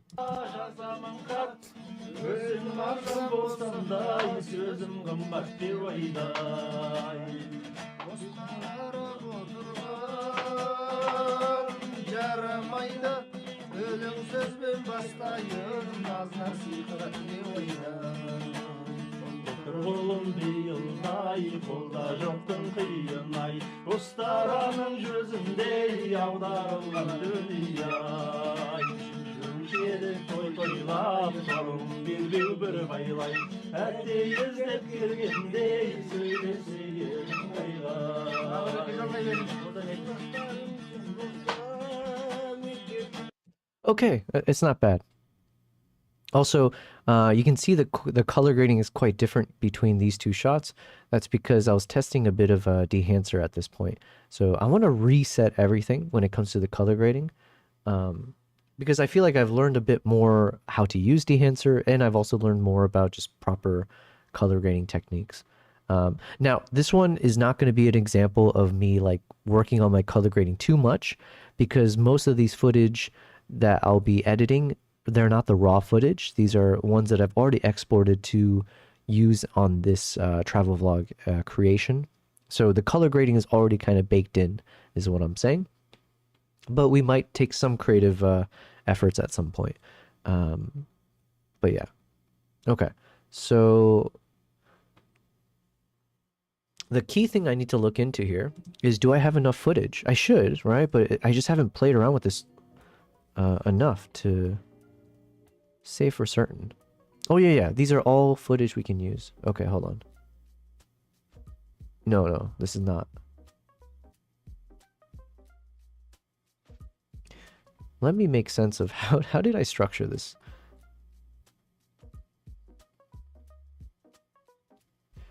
All right, so if I recall correctly, I think this is all of the clips lined up that I could potentially use.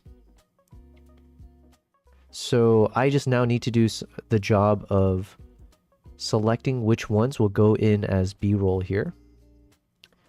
So let me just refresh myself. What do we got? So we got this like opening transition as we walk into like all these guys. And again, keeping in mind this is kinship is the theme. Conan says, I'm gonna head out to the other chats. Yep, enjoy. Cheers. And then, hold on. Why do I have this covering it? Oh, it's a bad shot. Okay. So kinship, right? So we got walking into this room, everyone's drinking, cheersing, playing music. So a lot of these kind of camaraderie scenes, but we need more. Give me more.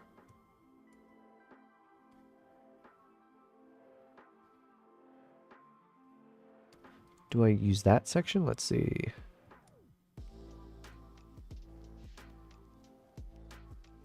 No, that's good enough.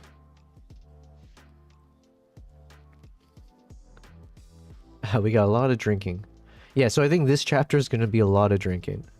Which is, you know, it's good. That's kind of by design. So let me bring these ones closer. Shots. Let's see.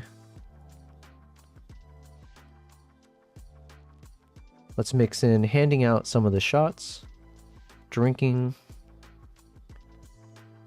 pouring more,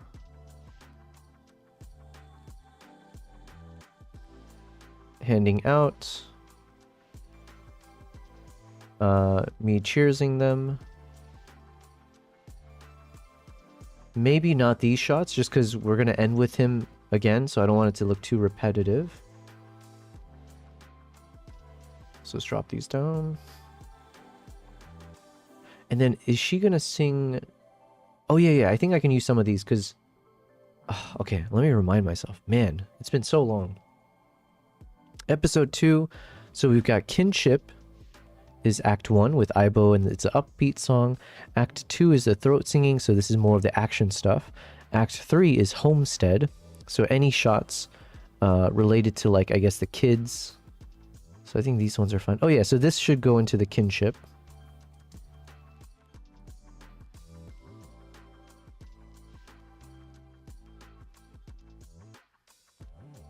Alright, so let me drag these guys over. Oh, so we do have plenty of good shots.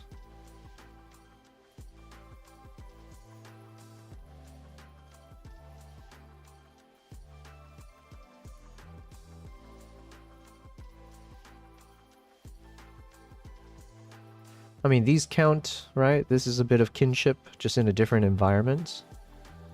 Drag these over.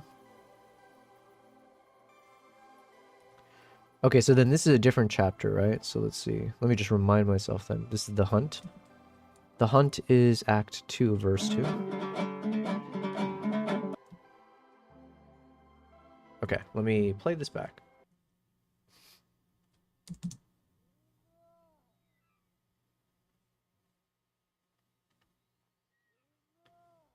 So basically I need to figure out like what kind of soundtrack do I want to play in these intermission scenes. I have no idea yet. It's probably just like either some kind of drone music, like something ambient, or yeah, it could be like something that sounds more Mongolian. I'm not sure yet. Because I don't want the songs in between to take too much. I don't want it to dominate over the actual singing that I recorded. So. But the thought is like in between each verse, we'll have these little intermission moments where it's just showing a bit of the eagle in flight or just some moments that I captured as a, yeah, there's no theme to it. It's more just meant to be like, oh, here's some nice little moments that I want to share.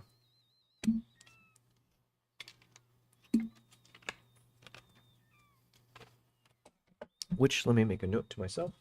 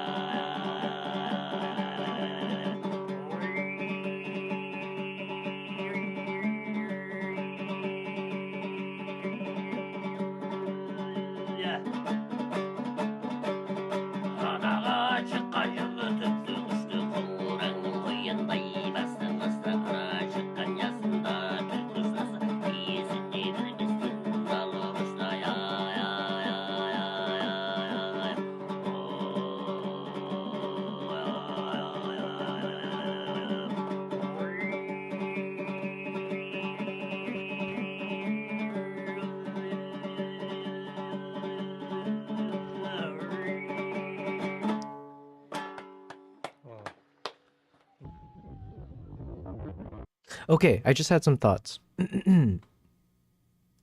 I'm thinking in between each song, when I have these like eagle intermission moments, right? I'm thinking what I could do is instead of letting it play with like a background music, or yeah, because I was thinking like, how do I make sense out of these moments? Because it's a bit jarring, right? You go from like these songs with some b-roll to represent a theme around the hunt, kinship, homestead, whatever, right? And to then jump in between each one with these like eagle shots, if without any context, it just feels a little bit off, right? So now I'm thinking maybe these little palette cleansers, these little intermissions, I can actually do some voiceover. I might change my mind, but this could be where I do a bit of voiceover to kind of reflect on the previous theme that we just watched. So let's say this one we just saw the hunt, and then there'd be a lot of B-roll showing the eagle hunters out on the hunt, kind of just showing this activity that they do. And then in this, while this is playing out here in between, then my voiceover will kick in again, and I'll provide the context where I'll be like, okay, I don't know, whatever I would say, like, oh, okay, so that was a really lovely moment. Here's the context. You know, I met this guy. My Aibo took us to meet this Mongolian throat singer, and who sang about blah blah blah. And here's my thoughts, especially around the theme of hunting, because I know it's a big thing. Blah blah blah. I learned a lot about how much it's a big tradition and how much of a role it played in the history of these Kazakh hunters. Blah blah blah blah blah. So you'd hear my voiceover kind of as you're seeing these nice visuals of the eagles in flight. I think that could be the nice way to continue making sure the video makes sense. Because initially I was thinking I would have zero voiceover, just let the songs play out. But in these intermission moments, which I do want to share, um, yeah, it could just be a little weird to not have any text or just having music and having the eagles play out. I think. Yeah. Okay, so that's my current thought. Let me just keep letting it play out.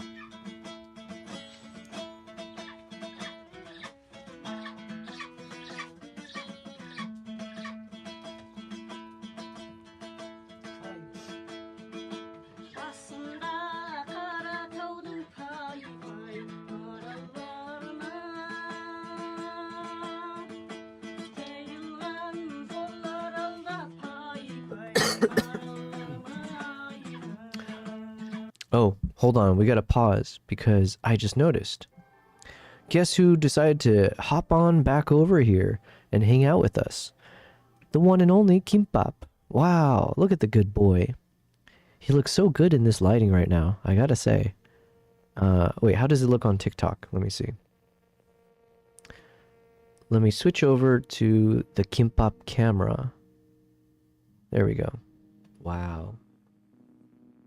Okay, I'm gonna take a quick little intermission to say hi to Kimbap. Um, let me make sure the music's playing. Cool. All right, let me go say hi to Kimbap real quick. I'll be right back.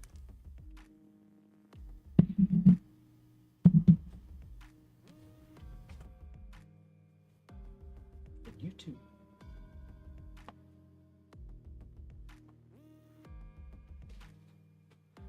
Oh, actually, can I test out the let me test out the shotgun mic. We'll do a little bit of ASMR again.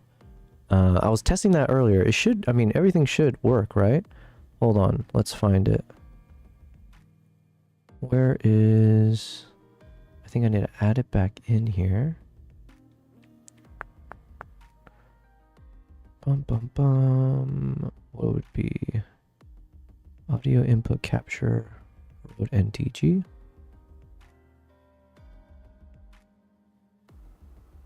Okay, and then... Let me do the same thing over here.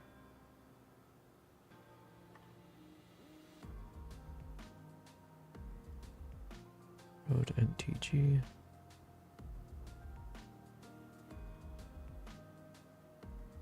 Okay, and then on the TikTok side, how do I do that? I switch microphones. Where do I go?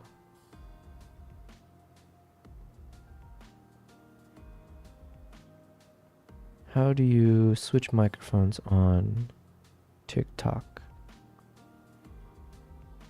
Ah, there we go.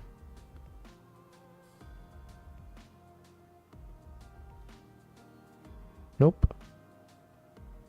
Okay, so we won't be able to do it on TikTok. Whatever. Hold on. Let me go say hi. I'm making a big deal when we're just trying to say hi.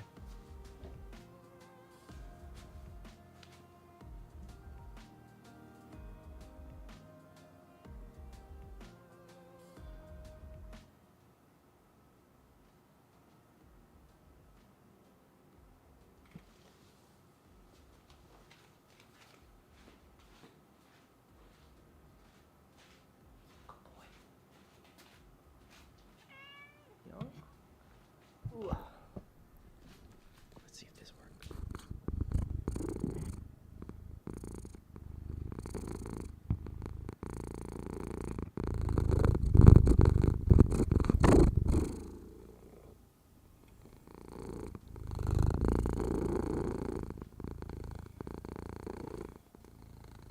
Good boy.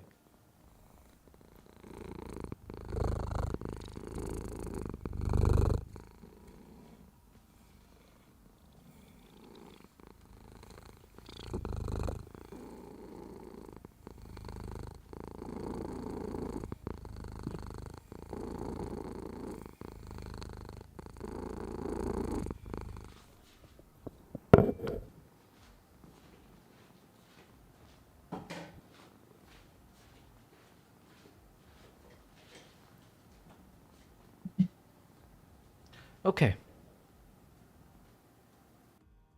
I don't know if that picked it up or not. Only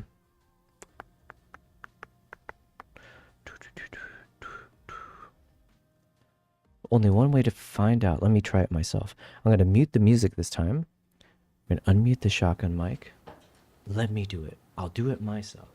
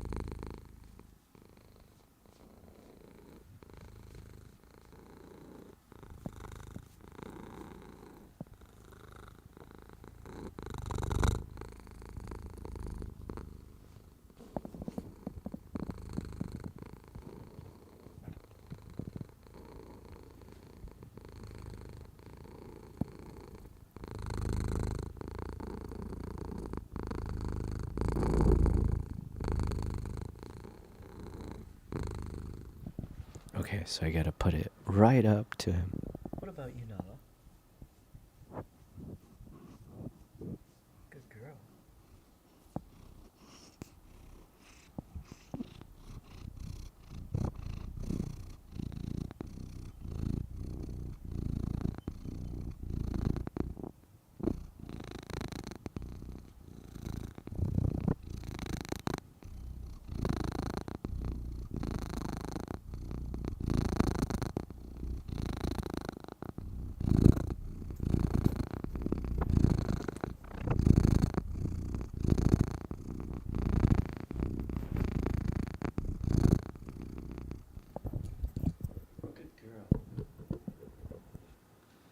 Okay, ASMR test successful. Always successful. Hopefully it sounded good on the mics. Yo, what's up, Mindful Grinds? Mindful is here. Hello, bro. Another day in the real life. The purr cam. Definitely was some good purring. Thank you. Thank you for confirming. I need to figure out how to set it up on the TikTok stuff. Since we are now testing out TikTok live, but I couldn't figure out in this limited time how to set up the proper microphone there. But hopefully you guys could hear it okay, at least on the Twitch, YouTube side of things. I need to figure out a way to just get that microphone set up always properly, just ready to go there. Dylan Spencer says, what are we learning? Yo, well, one, we are learning that hearing cats purring close up is a thing of beauty. It should cure cancer, honestly. That's how good it sounds. But really, we're doing a bit of photo and video editing. So thanks for being here, Dylan Spencer. I feel like I haven't seen your name before. well, we're a small streamer, so I tend to recognize if there's someone new. But either way, thank you for being here. I did literally just take a break to say hi to Kimbap because he was MIA all day. And now look at him just hanging out over there, looking all beastly like a king, you know?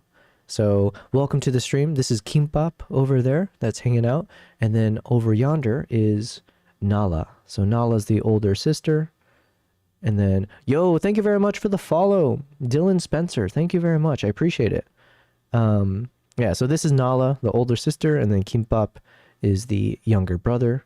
And then over here is Mr. Steampunk, but I haven't come up with a good name. Someone had mentioned that I should ask people what I should name Mr. Steampunk. We'll eventually land on a name, but for now, Mr. Steampunk, the light source. And let me put the music back on. We're going to get into some editing mode. So right now I'm working on... Oh, actually, here, since if you're just tuning in, I always like these moments to be able to share a little bit of my work, and hopefully it will entice you to continue following me on all platforms and all that fun stuff. So we're working on episode 2 of my travel vlog series in Mongolia. It's going to be a 2-parter. Let me play the trailer for the first part, and if you like it, hopefully you'll watch the full video on my YouTube channel at Yobel Prize. It was a labor of love that I created on the live stream. Let's go ahead and play it. Let's see. Something primal, ancient, unstoppable. Hold on, I realized I wasn't sharing my screen. Let's do it again.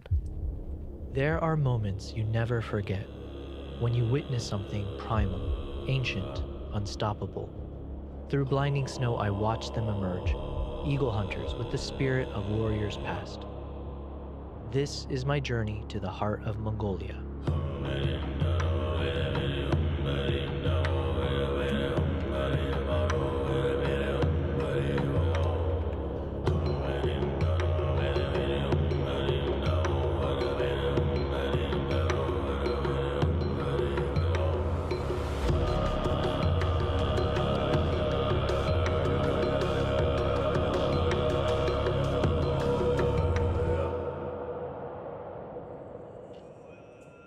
Welcome back to my channel. Welcome back, and welcome to the channel if you are new. Dylan says, this is sick. Thank you very much. I am sick, literally. I've been sick for the past 5-6 days, which is just honestly unacceptable because it's the common cold that has gotten me. Can you imagine losing to that? Unfortunately, that's where we are. So as pathetic as my physical body can be in the moment, I hope that you enjoyed the video instead, and hopefully that's enough to kind of entice you to continue staying. Mindful says, I'm so jealous, honestly. I guess you just have to do it. No excuses. Just go and make it happen. Jealous about what? Do tell. My cats? In which case, yes. Yo, Primal Nation, thank you very much for being here. Hex. Primal Nation with the epic emotes as always. Let me put the music back on. Hopefully, Primal, you had a good stream. It was fun to kind of tune back in. I need to get into a habit of doing that more often, but I've just been so all over the place. But yeah, hopefully you had a good stream, my friend. Mindful says, I was just chatting with my wife about feeling trapped. No finances to travel to capture documentary work, kids, family stuff. Listen, sometimes being trapped is not a bad thing, all right? So, you know, like think about some animals, you know, they live longer, let's say, in certain enclosures or certain sanctuaries and things like that. Not to say that you guys are animals or that we're all animals in that sense, but sometimes having a bit of like enclosure, some barriers or boundaries that we live within actually helps us to be more grounded, live towards a certain, you know, like there's pros and cons is what I'm trying to get at with terrible words. And there's always a double edge to everything, right? So as much as hopefully you guys are inspired by my travels, the work that I create. It doesn't all come for free, you know. There's a cost to everything, and so I am sacrificing quite a bit to do those travels to make this work, and I'm not in a I'm not in a corporate job anymore, right? So there is a lot more pressure in my mind to make sure that what I do can be sustainable for me long term. And now I have a bit of a cushion, and I have some income, like, you know, I've been doing work stuff that provides income to me, but there's still a lot of missing pieces that I'm still struggling. I say struggle, but it's not in a bad way. There's a lot of things that I'm still trying to figure out in the next 2 years that I've given myself to see if I can continue doing this, whatever this is, as a full-time, forever job, which is a passion. So, yeah, hopefully it is inspiring though, but just know that, you know, there's a lot that goes into it that's not meant for everyone. But every day that I do this and realize how much it's not meant for most people, it's like another moment of encouragement that I think maybe, call it autism, call it whatever, but I think I have the right mentality to be able to do this, like, you know, 24/7. So Dylan said, oh wait, sorry, Primal says, he didn't say that. That was just me clearing my throat. Primal says, it's going well, still streaming, just a little bit of South Park right now. Nice, dude. I need to catch up on South Park. Some boundaries are passable and some boundaries are there to stand for protection. Yeah. Dylan says, I don't know if I can curse because right now we are streaming on TikTok and I need to get through their probationary period, I think, in order to unlock some other features of TikTok. But I will say, heck yeah.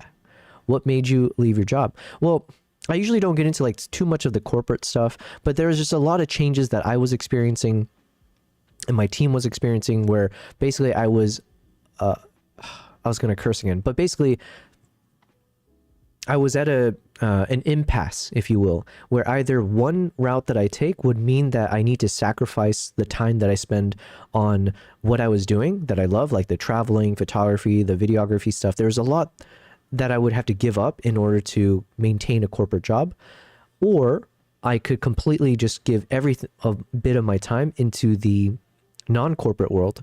And because I was at an inflection point in terms of where I was with my content creation space, the successes that I was starting to have with like some of the travels, the wildlife captures, which you can find on my Instagram channel, by the way. Although I do try to point people more to my YouTube channel, but I'm going to promote both right now. Hold on. Instagram is where I started, and then I shifted over to YouTube recently. But yeah, so I was at an inflection point where I need to spend more time in my passions, not less. But if I stayed in corporate, it would have meant spending less time doing the things that I love, at least for who knows how long. And I decided it was in my best interest to try to go all the way out to left field, spend the next 2 to 3 years just spending all my money, spending all my time pursuing this passion. And then if it fails, if I run out of money, I was like, okay, fine, I'll go back to corporate. And thankfully, I'm in a good enough position. I say position, but I'm in a good enough place where I do feel confidence in myself, my skill sets. If I need to go back into corporate, I know I can do that. But while I'm still young, I wanted to really just push myself here. And I honestly have zero regrets with it. Primal says... No, Dylan says, literally the same thing just happened to me. Gotcha. Well, listen, hopefully we can support each other. If you're a streamer as well, let me know. But yeah, if you're on this journey of trying to make your passions your living, I'm living it every day in terms of like trying to make it a permanent thing. And it's really fun. Honestly, it's been the most enjoyable past couple years that I've been doing this. Primal says, I'm almost at that thinking point with my job and drawing. Gotcha. We should always have these kind of conversations, to be honest. Like, you should never feel too complacent, too much, right? It's always good. It's good to always kind of entertain change or try to see how it can, be a catalyst to get you to like another new chapter in your life. So, and right now, I don't know what we would call my chapter, but I am very much mixing up a bit of like live streaming, still doing my wildlife travels, but a new thing is also learning how to be a filmmaker, and can I actually be a guide, so take people with me on my travels. So yeah, I'm doing a bit of everything, and if I have one through line or like a motto that I live by, I say this a lot in my YouTube channels because I'm trying to make it a thing, okay? We're trying to make fetch happen. I don't know if young people will say anything like that anymore. But I always say that I aim to share the best of the world with the rest of the world, and sometimes I add at the end through my lens. So that is kind of the North Star for me. So everything that I capture, what brings me joy and satisfaction is that feeling when I'm able to share a bit of my thought process, my mind's eye on something, visual, artistic, whatever, and feeling that people resonate with it in a positive manner, right? So anytime that happens, that's like the kind of thing that keeps, what's the word? It's the motivation factor for me that makes me want to continue doing this. So in order for that to work though, I need people like you guys, right? All of you guys in the chat, those of you guys who've been supporting me, to keep letting me know, to always let me know if the things that I do makes you feel positive feelings, because then that's the fuel to keep doing it. But in terms of what I'm doing right now, I'm getting back into editing some of those travel vlogs. So we've got about 12 different countries, 100 terabytes worth of footage that I need to go through from the past 2 years of my travels, and start making sense of it. How do I make them into some cinematic moments? Can I turn this into like a cinematic vlogs or cinematic moments or short films? Yeah, and a lot of this is aimed towards going into my YouTube channel. So Crash, thank you very much for liking the live on the TikTok side. I appreciate it. TikTok's been really fun for me to start testing out, so you will see more of me on TikTok. I keep telling the story, and I need to tell the story, and I need to clip it so I can turn it into a YouTube video, because that's something I'm testing out. Is I want to make some shorter YouTube videos, where it's a bit more informal. It's more me talking head style as opposed to like the footage that I capture. I'll say it one more time just because, you know, we're still new to the TikTok sphere, and it's a TikTok story. But yeah, I am not a TikToker. Like, as in I think I missed the cut in terms of my age. I'm very much a millennial, so I'm in my early 30s. And so TikTok to me was a foreign world. And then to make matters worse, when I'm editing, or not editing, when I was ever on TikTok, I live in Dubai, right? But I'm from the States, but I've been living in Dubai for a number of years. So all of the content that is fed to me in the news feed or whatever it's called, it was always in Arabic. So like it's an Arabic language, it's Arabic speaking content. So it wasn't like, there was no easy way for me to like switch it over to like American content or like Western content, whatever you want to call it.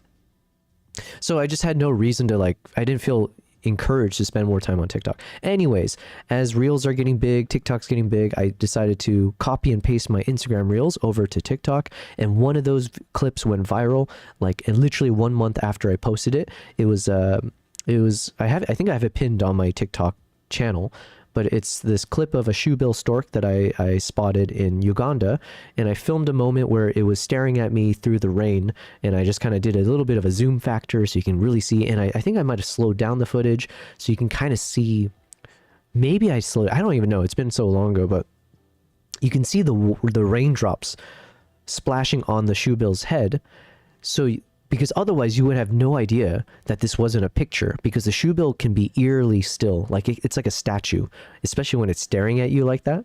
And so thankfully the rain can show you that this was not a still image, but actually this guy's doing an eye contest with me. Excuse me.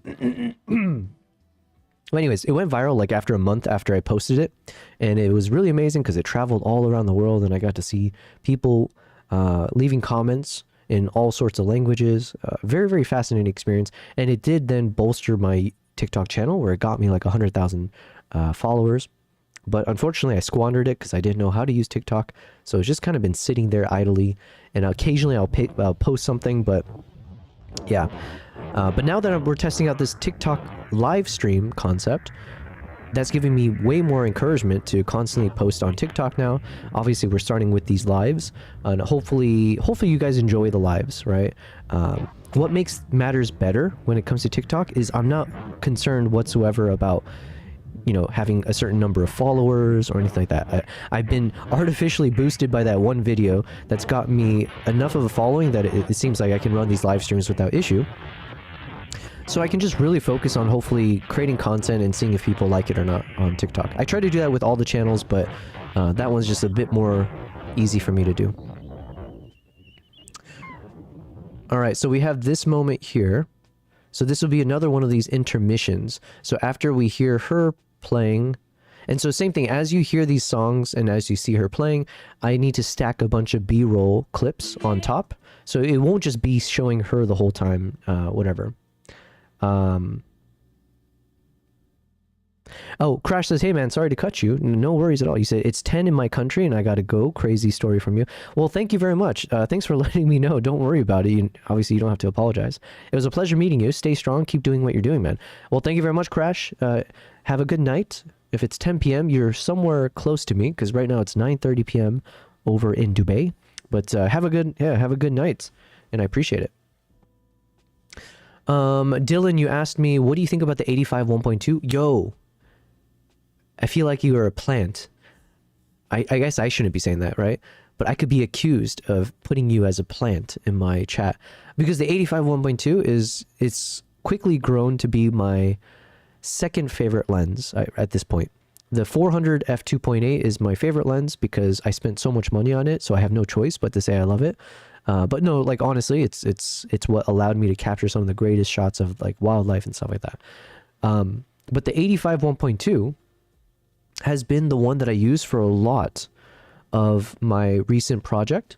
I'll take a moment now, actually, let me just show you. And Dylan, I believe you're new to my channel, so I'll take a moment to show you just very, very briefly, because I know other people might be sick of seeing these chimpanzees, because I've been working on these chimp footage for months now. But yeah, I had a recent trip to Uganda. I love Uganda. It's one of the places I go to the most. But as part of that trip, let me see.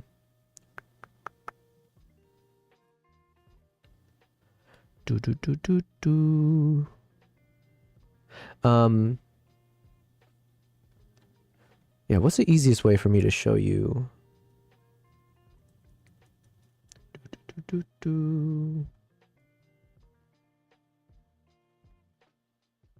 I'm just going to open up on my computer here. And if you want to check it out, it's on my YouTube channel. It's called Island of Second Chances. I made up my very first short film. It's like 5 minutes long. Hold on.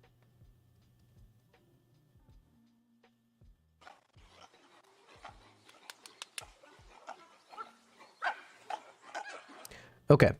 I found what I can share. So let me just open this up and I'll drag it over here.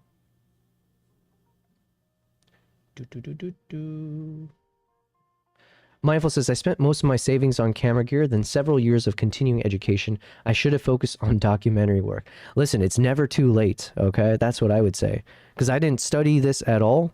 So there's a world in my space, sorry. The way I think of it as like, most people my age would have been like, oh, you're supposed to go to school to get into whatever industry.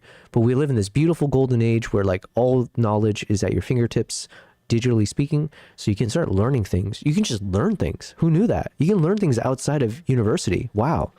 But yeah, that's the world we live in, right? So I hope I can encourage even from that standpoint, because this video was my very first attempt at making a short film, right? Everything was shot by me, edited, not composed. I took from a sound library, but like, yeah, I did all the sound mixing. I did the scripting, shot list, blah, blah, blah, right? And I'm very, very proud of this video, and it's 5 minutes.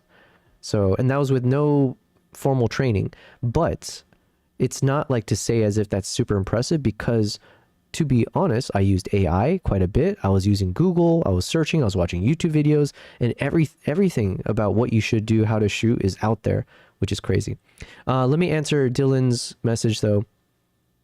So Dylan, I just want to show this because I was taking the 85 1.2 out, and a lot of these shots I captured with the 85 1.2. So I think even these moments here, 85 1.2, I think some of these close-ups as well. I used a mix of like the 400 f4.5, the 85 1.2. Yeah, those are the two lenses that I used the most for these chimpanzee shots. So when I was super far away, 400 4.5 was perfect. When they were anywhere closer, I was always going towards the 85 1.2. And then for some of the shots in the beginning of like the chimps in the forest, that was with the 35 1.2. But yeah, the 85 honestly just became like a perfect shot, perfect camera or lens for me. So I think this was all 85. Let me see.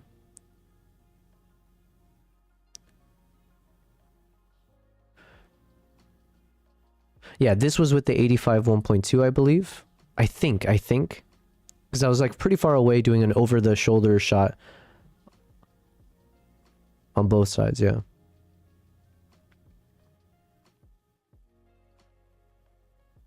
Yeah, so to your question, 85 1.2 is absolutely a lens you should consider.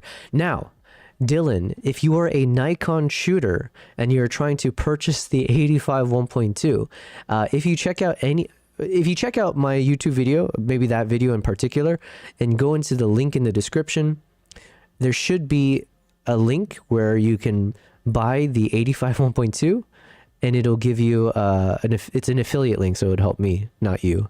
But yeah, you're a Canon shooter, it's okay. I forgive you. But if you got any Nikon fans out there, tell them to use my links, basically. But yeah. Honestly, 85 1.2 should be absolutely added into everyone's arsenal. Because like the 85 1.2, usually you think of it for portraitures, but then I started testing it with wildlife, and especially for like low lit scenes. So I've been doing a lot of travels in the jungle with like gorillas, chimpanzees, and the 85 1.2 really shined. One of my favorite shots I took of a gorilla, silverback gorilla, was with the 85 because of that extra light that you get. Yeah, you can get shots that are otherwise impossible for most other photographers who are maybe going into the forest with like a 2.8 or a 4, 5.6, blah, blah, blah. With that 1.2, oof, it's a thing of beauty. So, but the one that I'm trying to get these days is I need to purchase the 35 1.2. After shooting the chimpanzees with it, I was like sold. It was so much fun. I shoot mostly portraits. Well, then even more reason, honestly. Even for portraiture, I feel like the 35 and the 85 would be my go-tos. If I had to like do a photo shoot, and if it's an outdoor shoot especially, I feel like the 35 is somewhat slept on. Oh no, maybe not, because you say you use pretty much only the 35. Okay. To me, I didn't know much about the 35. What's that one meme where you say like, I'm sorry, XYZ, I didn't know your... Oh, what is that meme? You know what I'm talking about? God, I need to act younger. What is the meme where you say I'm sorry to someone because I didn't know their something? Thank God that they added AI to the Google searches. The meme you're referring to is known as I didn't know you were chill like that. No, not that. That's not it. Okay, that's wrong. What is the meme where you apologize to someone because you didn't know about their something? It's not the chill guy. I know you know the meme. I think that's it. No, it's not it. Oh, this one. I was not familiar with your game. This thing right here. The meme you were looking for is likely I was not familiar with your game. This phrase originates from a sports post-game interview where Shaquille O'Neal admitted to a basketball player that he previously doubted their skills. I owe you an apology. I was not really familiar with your game. Yes, this is what I was talking about. Okay, so meme, I owe you an apology. I was unfamiliar. Is that what people say? With your game. When did people use this? Dang it. Okay, so it was a Shaq moment, I guess. You know what? It doesn't matter. We don't have to go this far. The point is, why did I bring that up? What was the point? Oh, yeah. I needed to apologize to that the 35 lens, that focal length, because I was unfamiliar with its game. Because it's impressive. And I realized, like, for portraiture, because now you get, like, you would get some clean, you would get good separation of the subject from the background. And then you still get a lot of the background. So you get the best of both worlds. Because like if you shoot with the 50, if you shoot with an 85 or anything like, you know, longer, you get really good separation, but you basically get a close-up. You don't get anything of the background to really help sell the environments, add more to the story. And if you shoot with something wider, like a 20 millimeter, you get more of the environment, so you can see what's going on, but you get little to no separation of the subject from the background. It all just kind of blends in, so you don't get something cinematic. So yeah, I need to add the 35. You said it is decently slept on for portraits. You should check out some of my 35 shots. Oh yeah, by the way, I don't know how to send this in the TikTok side, but obviously for everyone else, I'll send my link to Discord. Feel free to join the Discord community.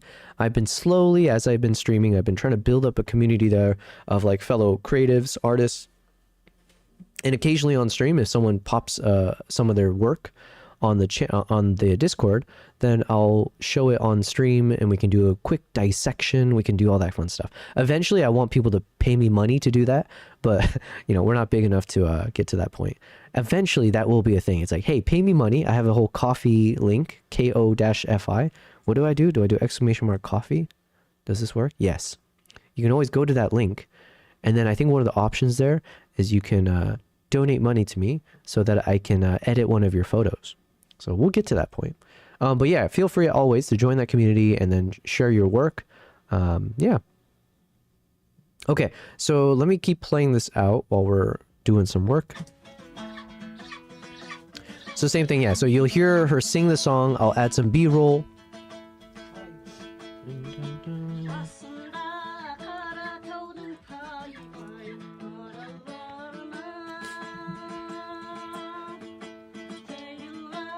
So imagine most of this will have some, like, we'll start with her, so you get the establishing shot, but then once she starts getting into her song, then we'll apply a bunch of B-roll to stick with the theme. So this theme was something about homestead. So I think I have a number of shots of like the children or some of the kids and like more like family moments that we'll put together as like a montage.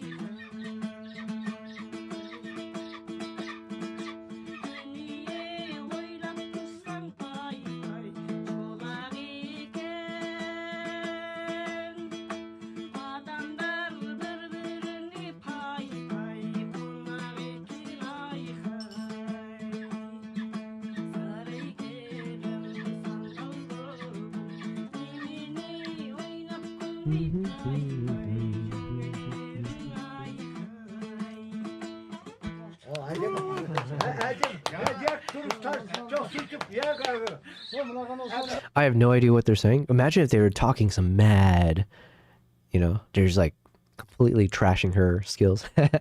I would have no idea.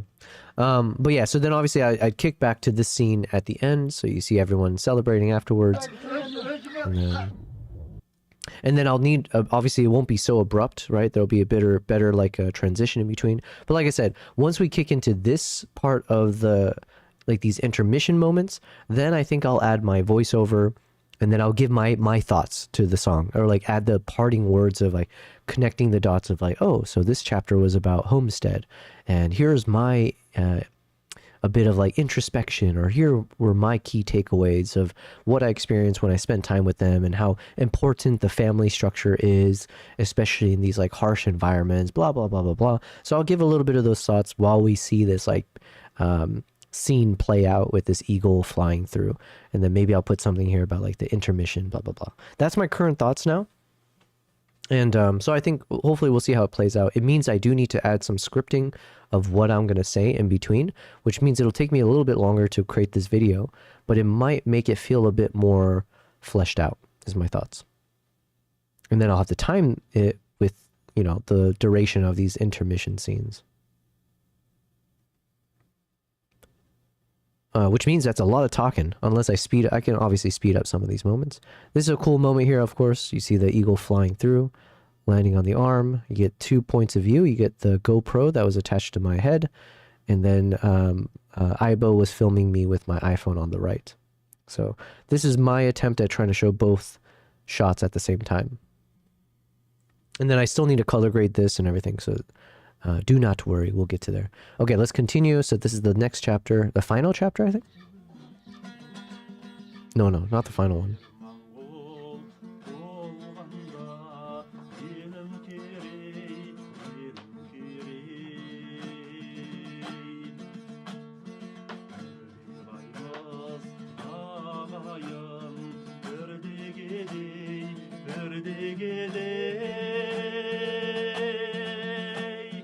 Artık sözge ecelden hevesim yok. Ölüm dese sayraydı gönlüm I think there's just some... Ignore the B-roll here.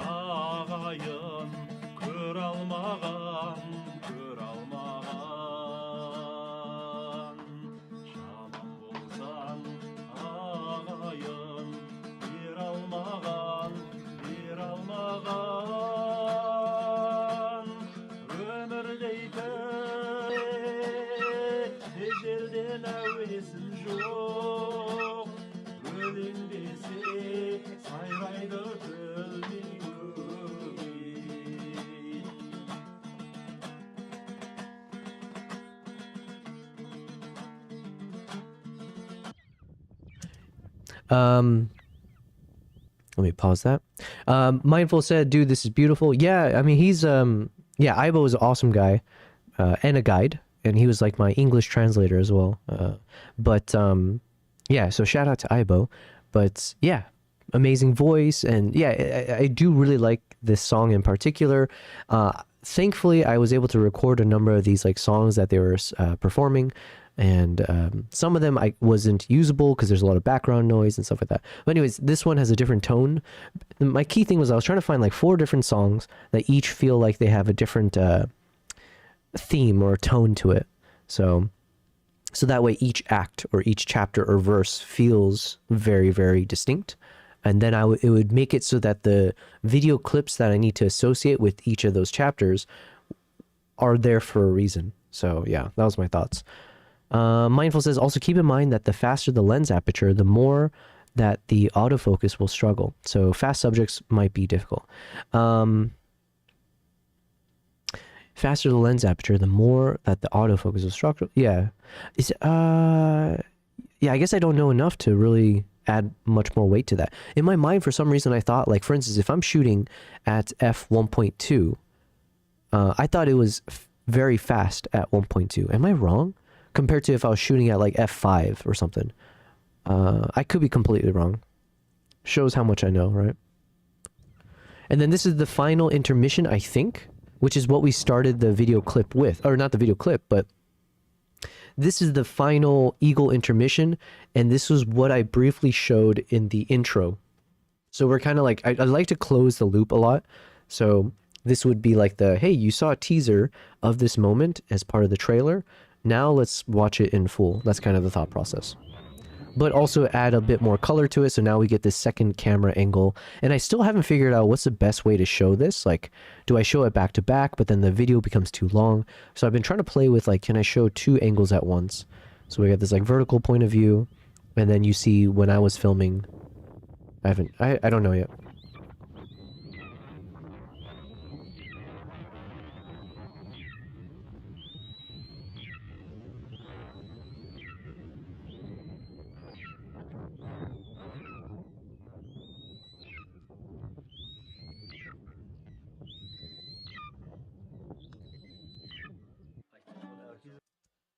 So I don't know.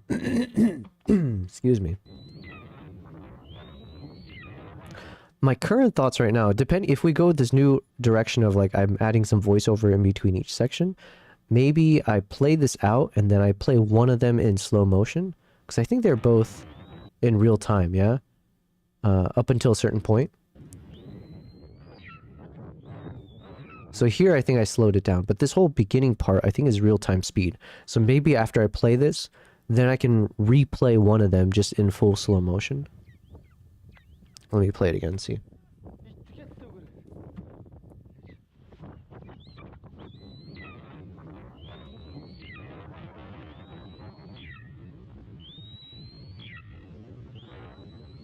Oh wait, no, I'm mistaken.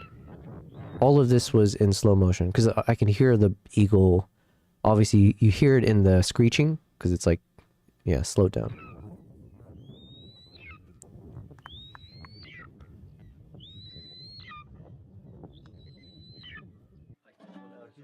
So yeah, I don't know. I don't have a good idea yet, but we'll make sense of this because otherwise it's a much shorter intermission. So I could speak faster, or it could just be like a hey. Yeah, I don't know yet. Okay. Anyways, let's go to the final chapter. I think this must be the last part. He's gonna sing a song about Oh yeah, the closing. slopes of Altai mountains. This song is describes the lifestyle of Kazakhstans. Yeah.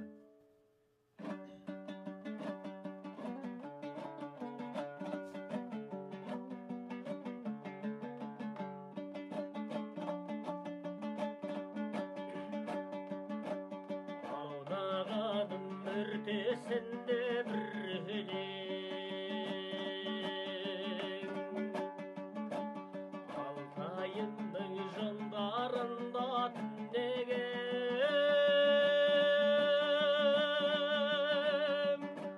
Ағиықтай таң алдында селкеніп, Арлышыңның қыранындай түлеген.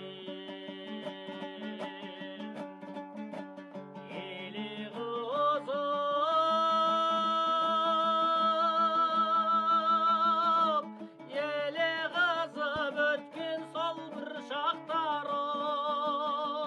ой, заманымның қолын бұлғап өтіп бара жатқан, ай.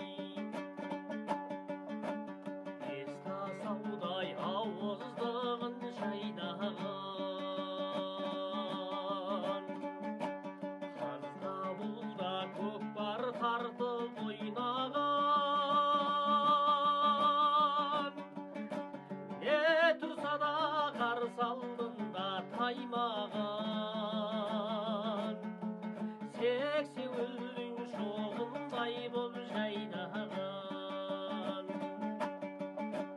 Қайран есіл,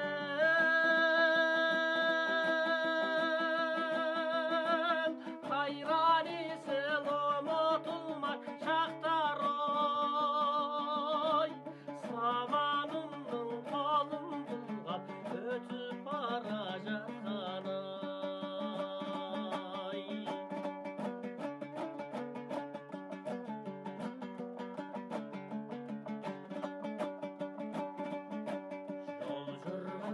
Oh, and then I'll probably cut this one a bit shorter. Mindful says lens speed refers to light allowed to the sensor, so faster lens means less depth of field. A wide aperture makes the lens struggle because of the thin focus distance that would need fine-tuning. Gotcha. Thank you very much. My thought process on this last song is that as he plays this, because it is like a farewell song, it's like the outro kind of, as this plays, I think the B-roll would be a lot of the shots of me basically saying goodbye. So like as we head back to the airport, as I say goodbye to Aibo, that kind of stuff. And then it should play out and then we're done. Okay, so this is kind of like the meat or the bone, I guess, the structure of the video. And then I need to apply the meat to it, right? We're going to add all the B-rolls here. And I need to start thinking through the... Wow, okay, I was thinking how far can I go with this analogy. So if this is the skeletal structure of my video here, we're now going to apply the meat, which are the B-roll shots.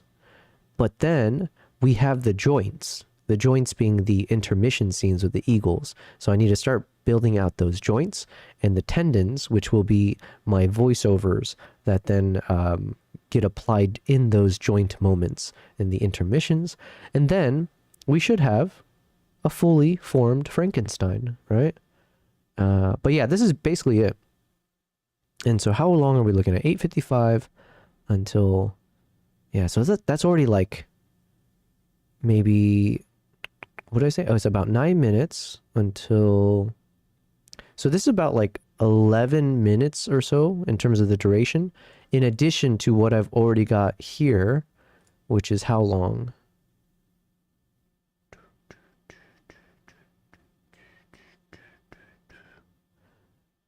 2 minutes over here. So yeah, I think we're basically at a good duration.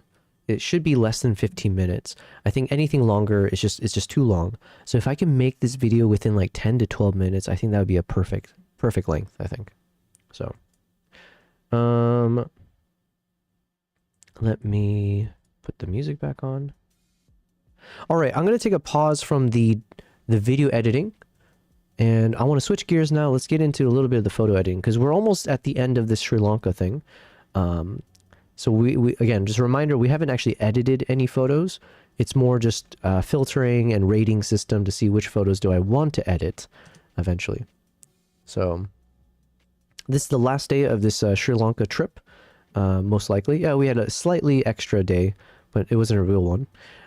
Quick reminder, I was taking a group of photographers with me, so my job was not to necessarily capture things as much as it was to help these photographers capture the best moments. So I wasn't necessarily out there shooting as much as I normally would on a trip. But we have these photos. Let's go through them. And we're just going to do a rating system on it. Mindful says Lightroom Classic is the way to go. Yes, I'm a big fan. This is what I use all the time, you know. I barely use Photoshop or anything else. All right, here we go. So I don't think a lot happened on this day of the trip. I think we were just doing a lot of driving to get to some location. So we have some photos of the photographers. Oh yeah, there was this one lady here. She asked for some money, which we gave, but basically we got to take a few shots of her as she was just kind of hanging out. Oh yeah, what was this? I think this is a tea plantation, maybe? Oh yeah, and this one I was for sure testing out the HLG. I feel like this was the HLG shot. I could be wrong. But again, I didn't get many good photos here. My guess is that this was shot in that HLG mode, but I have no idea how I can check.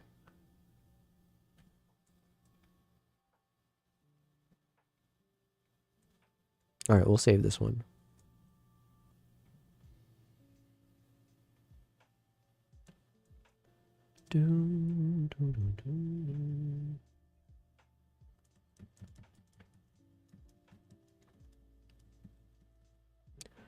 A little bit of nature, but yeah, I don't think I captured anything stunning. It's been a while since I've done like proper landscape photography.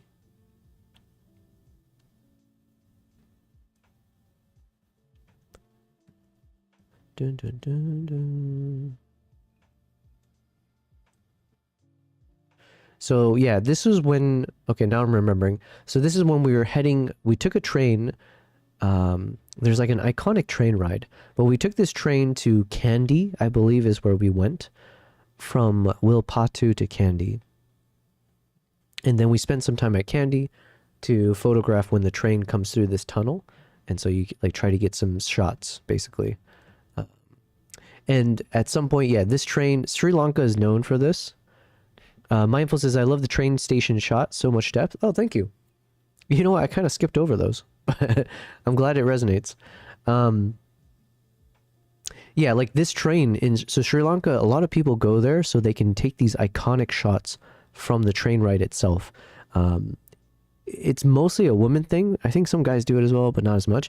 But you'll see some shots like imagine the Instagram girls or the Instagram models, I guess, where you're holding onto the rails and then you stick your entire body out of the train. And you let your long hair flow in the wind. And the train isn't moving that fast usually, so it's not like the scariest, although there are points where you do have to be careful. Now, this is a good shot, but over here we are not Canon shooters, so I would never intentionally try to make a shot of a Canon camera look iconic. But this is actually kind of an interesting perspective. Hold on.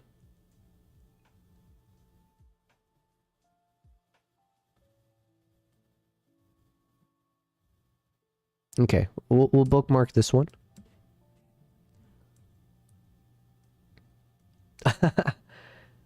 So someone stuck like a selfie stick way out here, and it caught the reflection. But yeah, you can kind of see here, this is like somebody's selfie stick. I'm assuming. Yeah. So on this trip though, there was a number of, I think there's like a group of young women that were traveling together. I think it was like some kind of tour thing. Oh man, I'm getting some memories now. They almost got in a fight with someone else. I now remember.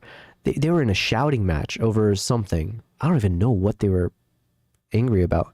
But I guess I inserted myself a little bit to calm the tensions. But then at some point I offered if they wanted me to take their photos when they do like the shot, when they extend out. So yeah, you'll see coming up a lot of photos where I was taking photos of these gals in that moment. So we'll see.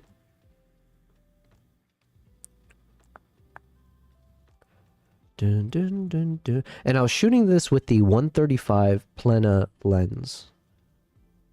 Which I'm a fan of, by the way. But yeah, I just like the 85 focal length more, I think. It's a bit more practical for my needs.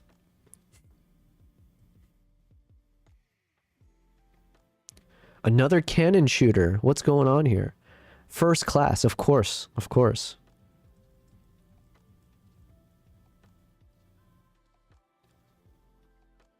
So yeah, this is basically what everyone does. You stick out of the train. But you got to be careful. Mindful says, I agree, the 85mm is so nice. Yeah, it's honestly, it's, like I said, it's my second favorite lens right now, besides the 400.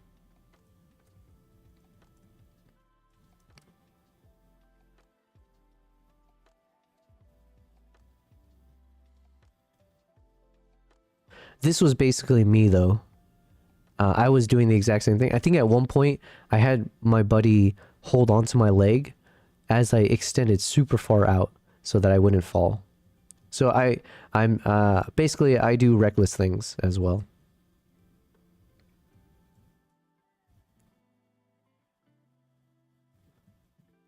And there's a funny moment where this like older gentleman decided to do the same shot as the girls. So he did the same pose and everything. It was kind of funny.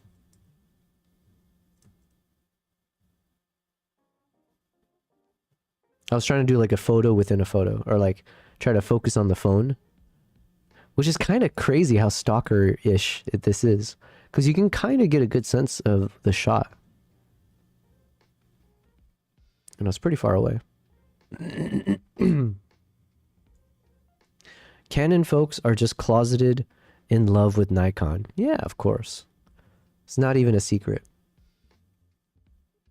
Hold on, let me zoom out of the 400%. This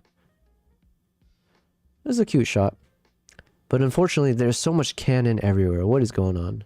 I'll bookmark it, though.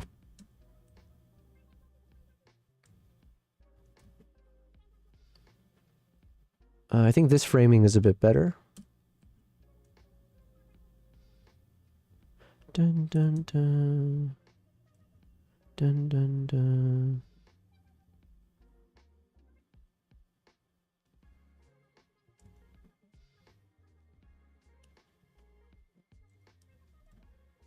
I have the exact same setup. That like super long selfie stick with the Insta X3 at the time.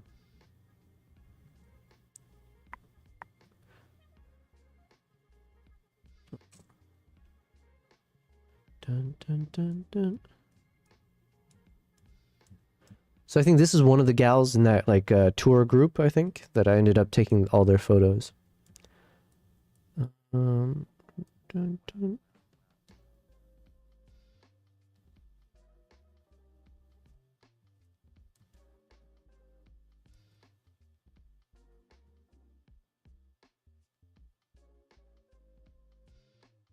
Oh yeah, because then oh man, I'm so bad with names. But yeah, so then she was part of the group, and then yeah, so I remember all these people now in the sense of like they were part of that group that I took photos for. So let's see. I'm pretty sure I already sent all these photos to them, but I didn't like do any like proper editing or color grading. So it was just like meant to just give it to them, enjoy. But now that we're here, we're finally going through these photos. We can be a bit more selective, see if we want to like properly edit some of these guys. But I'm not like a portrait shooter per se, so I'm not probably the best one to know. Yeah, we just go off of gut instinct, right? This could be an interesting framing though, like in this like 16:9 format.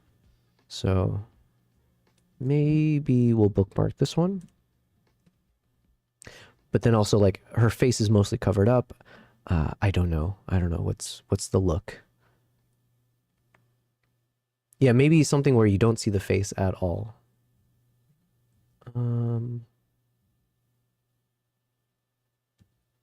No, I think I preferred with the... Well, this is just like an interesting shot. Oh, nice. Okay, this one's nice. And I think it could be nice even in this like very zoomed in, kind of like a close-up shot. All right. Getting somewhere.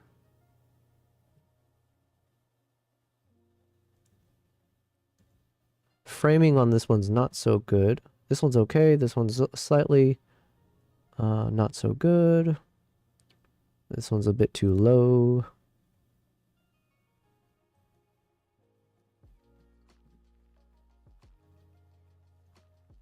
This one, the hair is a bit too messy, right?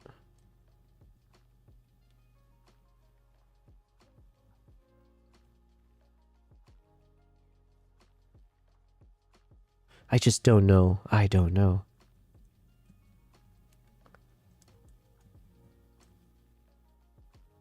I kind of like, maybe not. I was gonna say maybe the dress looks nice because it's all like flirled up and stuff, if that's a word.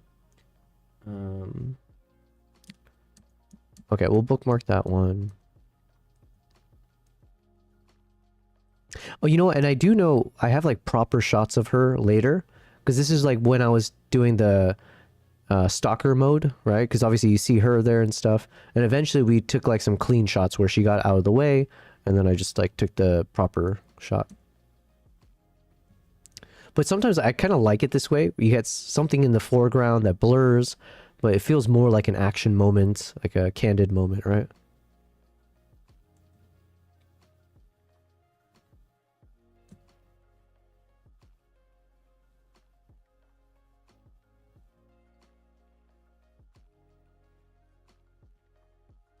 Okay, this is like a cutesy look.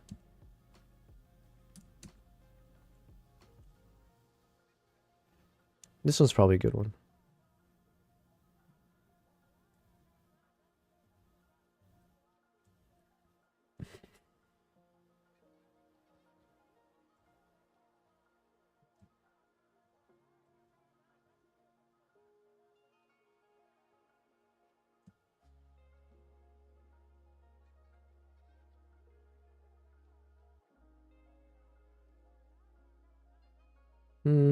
Okay, I think these are fine.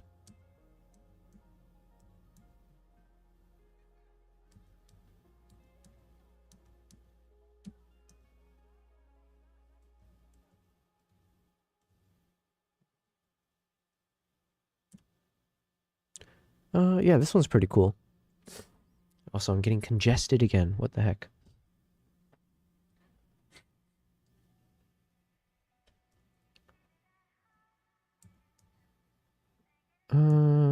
This one is probably better than this one. This one she's doing like proper posing. I think this looks good. This one's better. Hair looks cooler. But yeah, I swear I think I end up with shots where this lady's not in the frame. So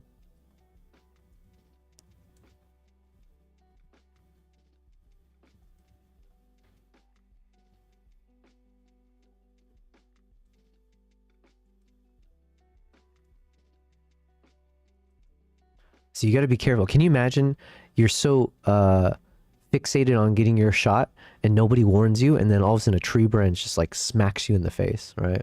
So you gotta be careful. Gotta be careful.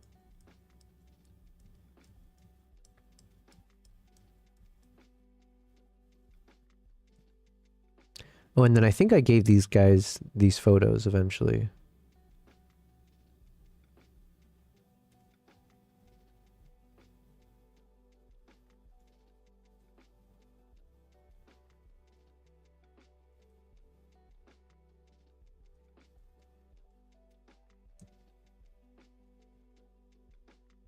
Man, I would love to be in this kind of mode again, where you're just backpacking around the world and just, I think my body just feels too old now to do these kinds of things too much, you know? I don't know. I don't know.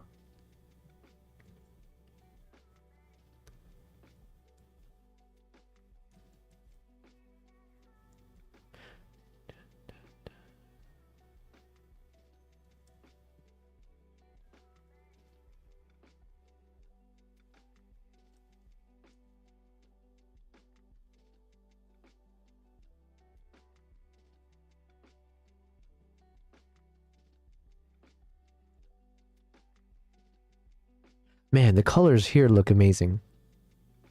Like in this background, the greens, and it's like it feels like a proper vignette forest tunnel.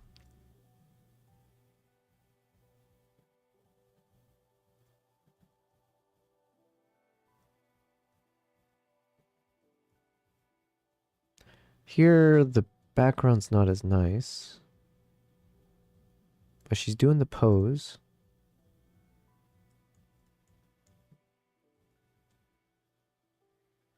Colors look okay here.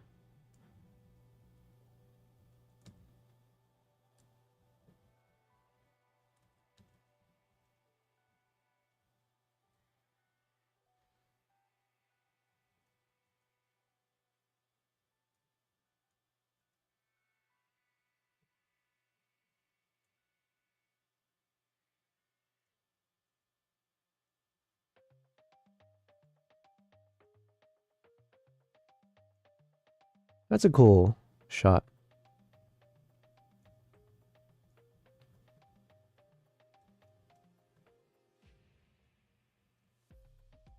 I like this one.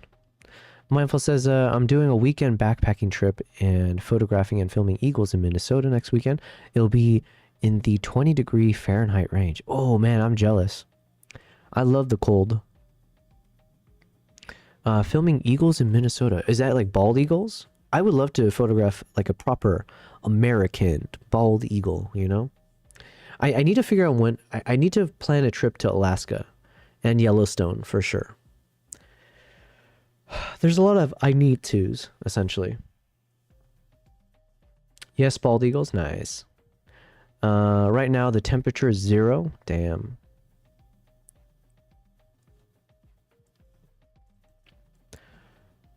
Yeah, although right now the weather in Dubai is perfect. It's like Arizona weather right now. I think we're sticking around like 20. Actually, yeah, let's see. What is Dubai's weather? Dubai weather. In Fahrenheit, we're looking at 70. What was today throughout the day? It was basically hovering around 70 to 68, somewhere in that range. And then currently it's 73, I think. No, it's colder. It's like 60, 66.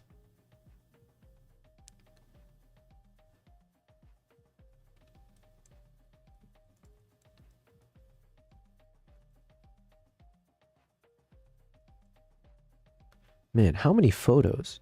It's going to be a little bit of a nightmare to go through all this. So we'll try to be a bit more selective. Because like at the end of the day, it's like I've already sent these photos to these individuals. So I don't need one of each of them doing the same thing. So I should be a bit more selective of which photo I bookmark to edit. Because this is not necessarily meant for anything besides like having a montage of like my photos that I capture from this trip. Yeah, so something like this, right? This is a bit more iconic in a sense, or it's different. It's a cool pose. Let me just choose one. Let's just double check the focus on this. Not that it matters too much, but yeah, this one's slightly better.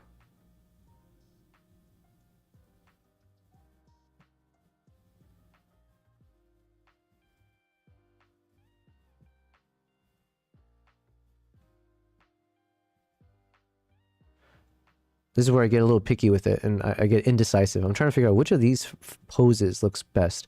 And it's like, it's not just the pose. I'm trying to see, like, how does her shirt add to it? Like, this kind of waviness looks kind of cool, right? I feel like that has some standing. This one, the colors just look more vibrant here, and it's spread out.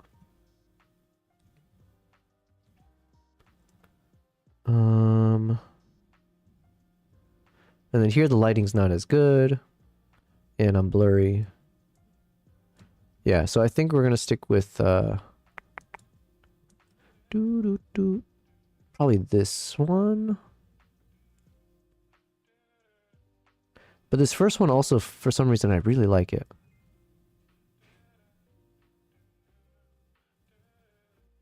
Yeah, I'm kind of leaning towards the first one. But okay, anyways, so we got one of these. Mindful says, the eagles are very heavy this time of year along the Mississippi River, so we're expecting to see tons of them. What kind of lens are you shooting with? People come from all over the world this time of year to capture them. I'm going to have to reach out to you, Mindful, because the irony is I need guidance for my own country when it comes to, like, where should I go? How should I travel for some wildlife trips? But yeah, I'm trying to figure out, ideally I can organize some trips there for scouting purposes without paying as much money. So if I was a better businessman right now, I'd be organizing a few scouting trips where I can invite people to join me, where it's like, at the very least, you're offsetting my cost, but we're all benefiting from, like, shared costs, shared expenses. And I need to travel throughout Alaska, Yellowstone, and, like, see the bisons in the wintertime, or like the bears, the grizzlies, and the salmon season, that kind of stuff.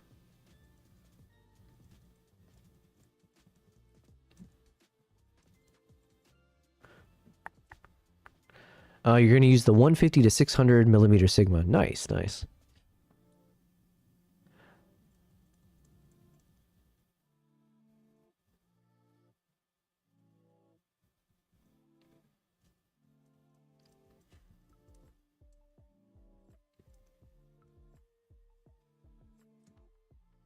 I think I always prefer the ones where you don't see the face, right? It's like the faceless pose. So, like, a shot like this looks better to me.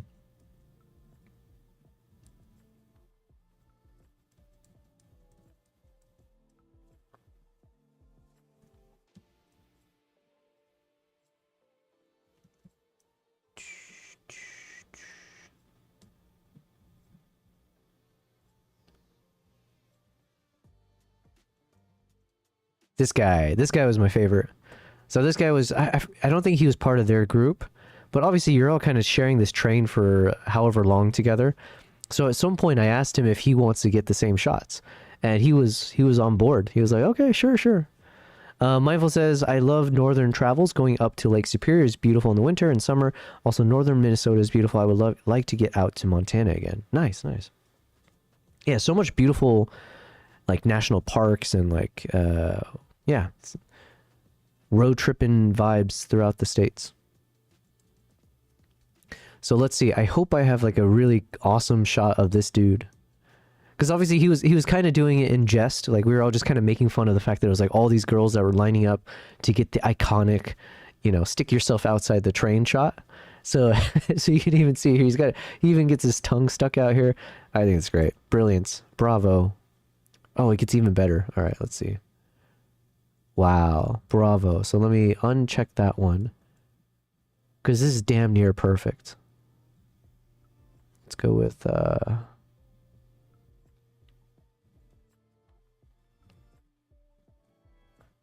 now this is a proper model shot right here. Okay.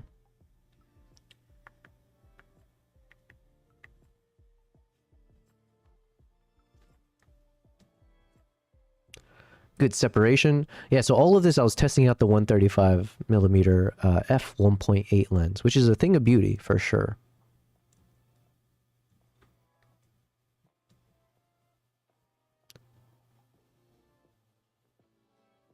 Like, what a crazy camera. We're getting a nice close-up on the sunglasses here.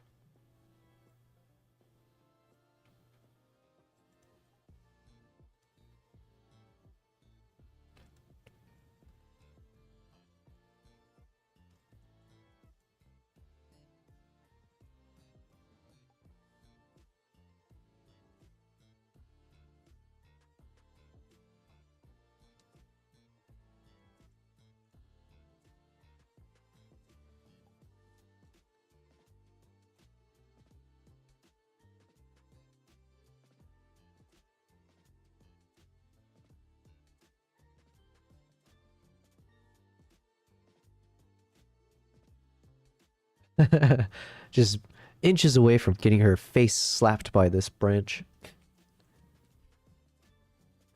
Mindful says, an international Yobel photo and video trip sounds good to me. We'll start saving. I'm planning a trip up to remote Lake Superior Island, where many black bears are sometimes this summer.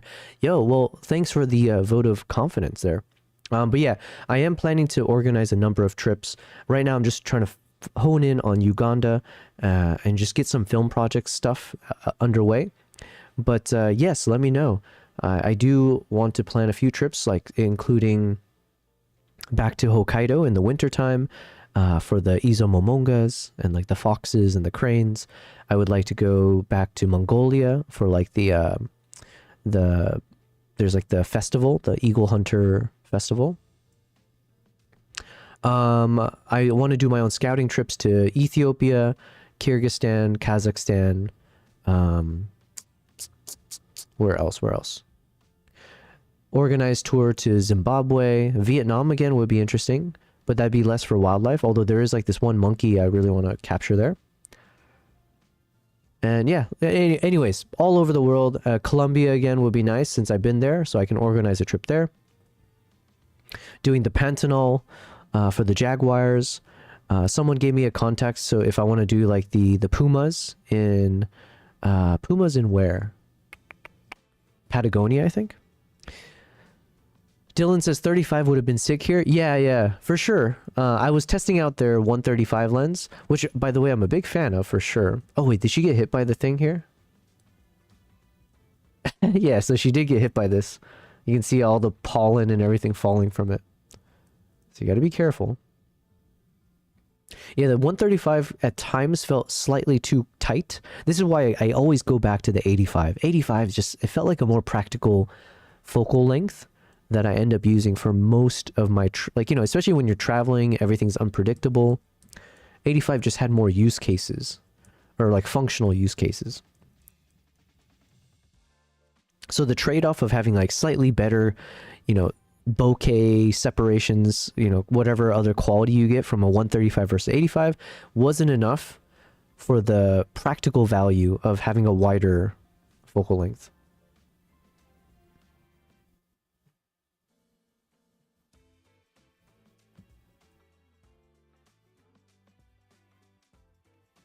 This could be an interesting shot. I don't know. I'm always a fan of like reflections, but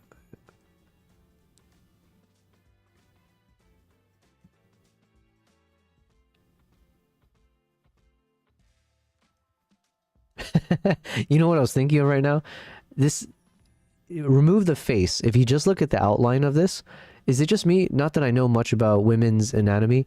Does this look like the uterus or something? Am I thinking the right body part? I don't know. Like, if you look at this very abstractly, like, cross your eyes. Anyways. Mindful says, we watch a lot of Vietnam remote living videos. It seems like a great place to visit. I lived in South Korea for over a year and would certainly go back. Oh, nice. Yeah, Vietnam's a beautiful place to go. Honestly, I would love to go back there. I took a group out there recently, like last year. A group of, I think, 10 to 12. But yeah, that was a lot of like doing photo shoots, like going to certain villages, doing like model shots, stuff like that. Going to like, yeah, doing like shots of, yeah, it's just like really iconic shots. But yeah. What's up, Cyronius? Cyronius is here saying, photo fam. Yes. Welcome to the stream, my friend. Today is the second day in a row. We're back into the grind. I am doing a bit more functional streaming in the sense that I'm like going through a lot of the photos and videos from my trips. So we're getting back into the, you know, you remember back in the day, month 1 of my stream, when I used to edit footage from like my travel vlog series, right? So the first half of this stream, I was focusing on editing for my Mongolia part 2. And actually we made some good progress. I've made some good structural progress in terms of like making sense out of what I should do. So I'm very excited to get back into it soon. Now I switched gears. I'm going into like photo editing. So we're on the last day of this Sri Lanka trip, last full day. And we were on a train ride and I ended up becoming the photographer for a number of different people. So we're just seeing if there's any like super cool shot that I should definitely bookmark. And there's plenty of them, of these gals, so now I'm just like being a bit more picky, trying to see like, is there like a really cool, so like this one looks nice with the nice separation here, and yeah, the hair looks nice. What else? Cyronius is dangerous. Hate to see a person slap into a pole, lol. You say hate, and then you laugh at the end of it. Evil. Well, there was a photo earlier where one of the girls got slapped in the face by like a tree branch, which I guess you could say was my fault. I probably should have warned her, but I think, you know what, it's not my fault, because my job is to focus on what's on the camera and snapping the moment. There should be someone else that warns both of us, you know, like, hey, watch out.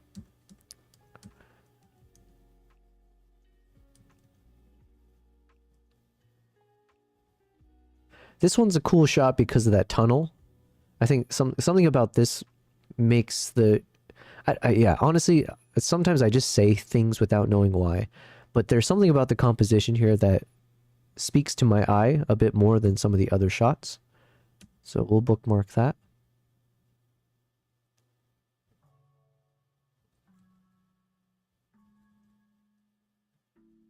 See, and you might notice, like, these faces, you've seen them before, because we already went through some of the photos of them. They liked this so much, they wanted to go back for more. They wanted seconds and thirds of like, yo, can we do more of these shots? Okay, there's another section. Can we get some more? And I obliged.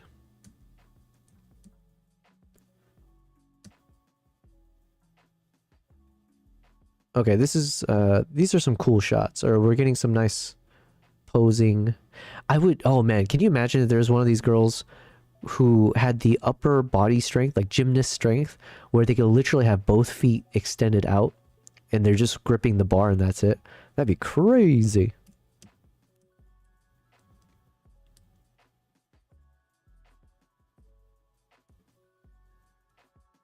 Yeah, if we had a super ambitious person, maybe I should have told them like, hey, kick yourself away from the... Yeah, so do a quick little kick out from the train, so then when they return back to the train, if I do some fast shutter shots, or fast shots, maybe I'll get one where both feet are frozen in time, suspended in air. Mindful says, oh man, nice, I love that shot. The tunnel is so awesome. Yeah, I think the tunnel added something to it, which I can't really voice. Cyroni says, definitely would be cool. Yeah. Nobody was hurt in the making of this shot. Man, this chick was like ripped. Dang. She got muscles in places that you wouldn't see muscles. This one looks a bit soft. I might have missed the focus. Oh no, it's just loading. Okay. I like the composition here, but I wish she was a bit more extended. Oh, okay, here we go. That's a good shot. Yo, now we're talking.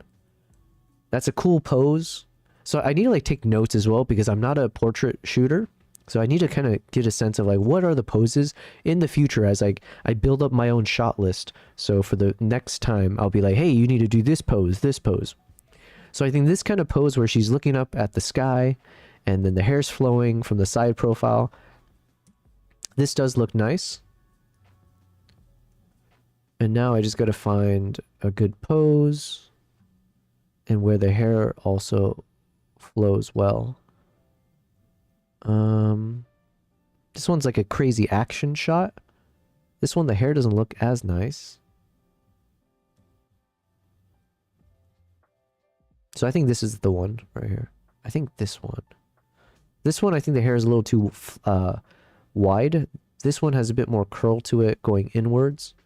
So I feel like this is the winner.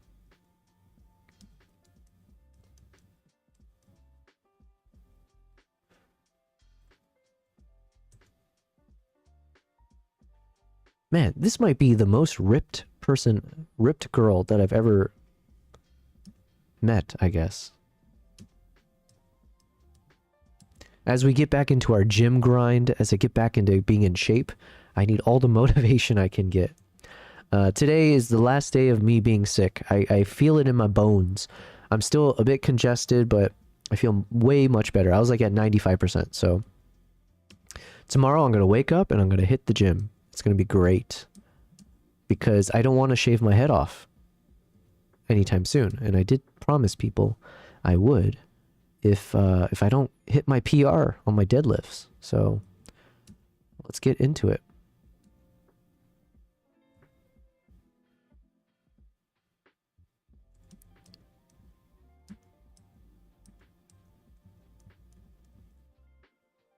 cool hairstyle.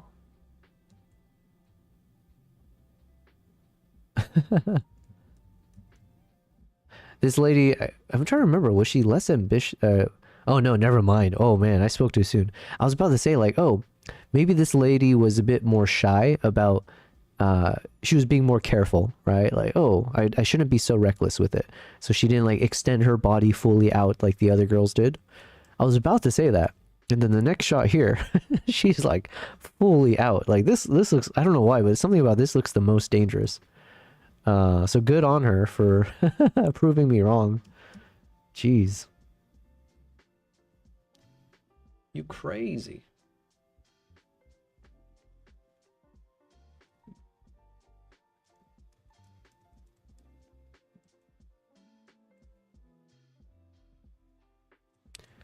Backgrounds are not as cool.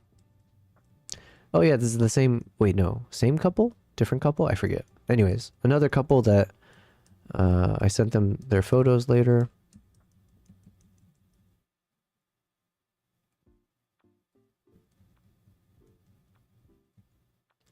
Dun dun dun dun dun dun dun dun dun dun dun. Oh man, you know one thing that's kind of it always happens. It's like a thing. If I end up taking photos of someone when I'm traveling and then they give me their Instagram or they give me their information so that I can send them their photo, I feel like 9 out of 10 times the person that I took the photo and that I'm going to give the photos to, they are so persistent. They are so persistent and insistent and other assistants, right? When it comes to like reaching out to me and be like, hey, where are those photos? Can you send me those photos? Are the photos ready? And it's just one of those where it's like, you know, case by case, right? Because sometimes I'm the one who asked to take the photo. And so in which case it's like, look, I took the photo, I asked. But then if you were someone who reached out to me when I was traveling and say, hey, can you take my photo? And I'm like, oh, sure, yeah. And then, oh, can you send it to me or when it's ready? I'm like, yeah. And then if you're constantly pestering me about like, hey, can you send me? By the way, I know, I'm realizing I'm saying this as I'm on this lady. I'm not saying she did that. I have no idea. It's just a thought that crossed my mind. She might have been one of those.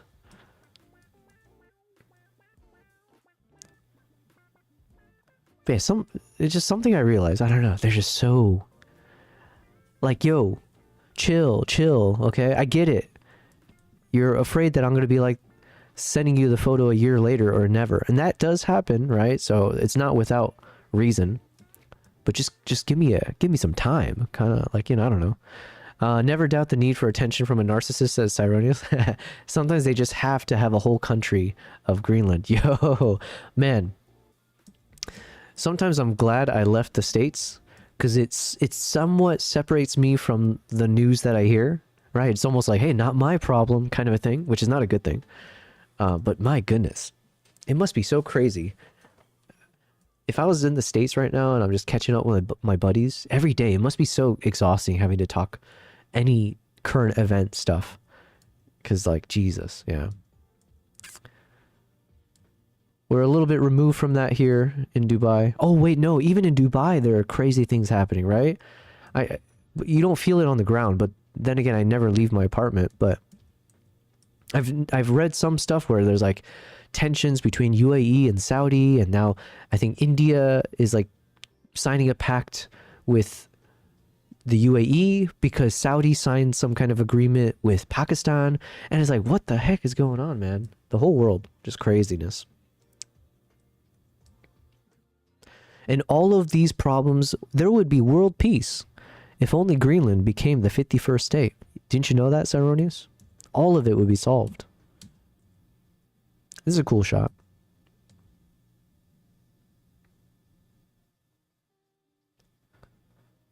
But I know women, you know what, I need to take that away. That's not true. I was going to say only women, but I think it's a guy and a girl thing. You just are very picky with your own photo, whether it's like, oh, there's some wrinkles here, there's something about my face that I don't like. Because like to me, as an outsider, I look at this photo, I'm like, yo, this looks so cool. But then if maybe this person would be like, oh, I don't like my face on this, or I don't like this or that. I don't know. People are so picky. Like, I think these are amazing shots. I think she looks lovely. But yeah, anyways.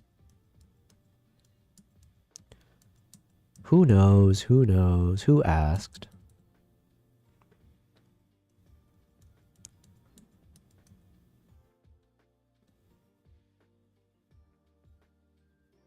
Like, something about this shot looks very dreamy, which I like. Okay, let me blow my nose again, because I think you can hear it in my voice. I'm getting a bit more of that congested feeling. Hold on, let me mute myself. And then I'll read your chat.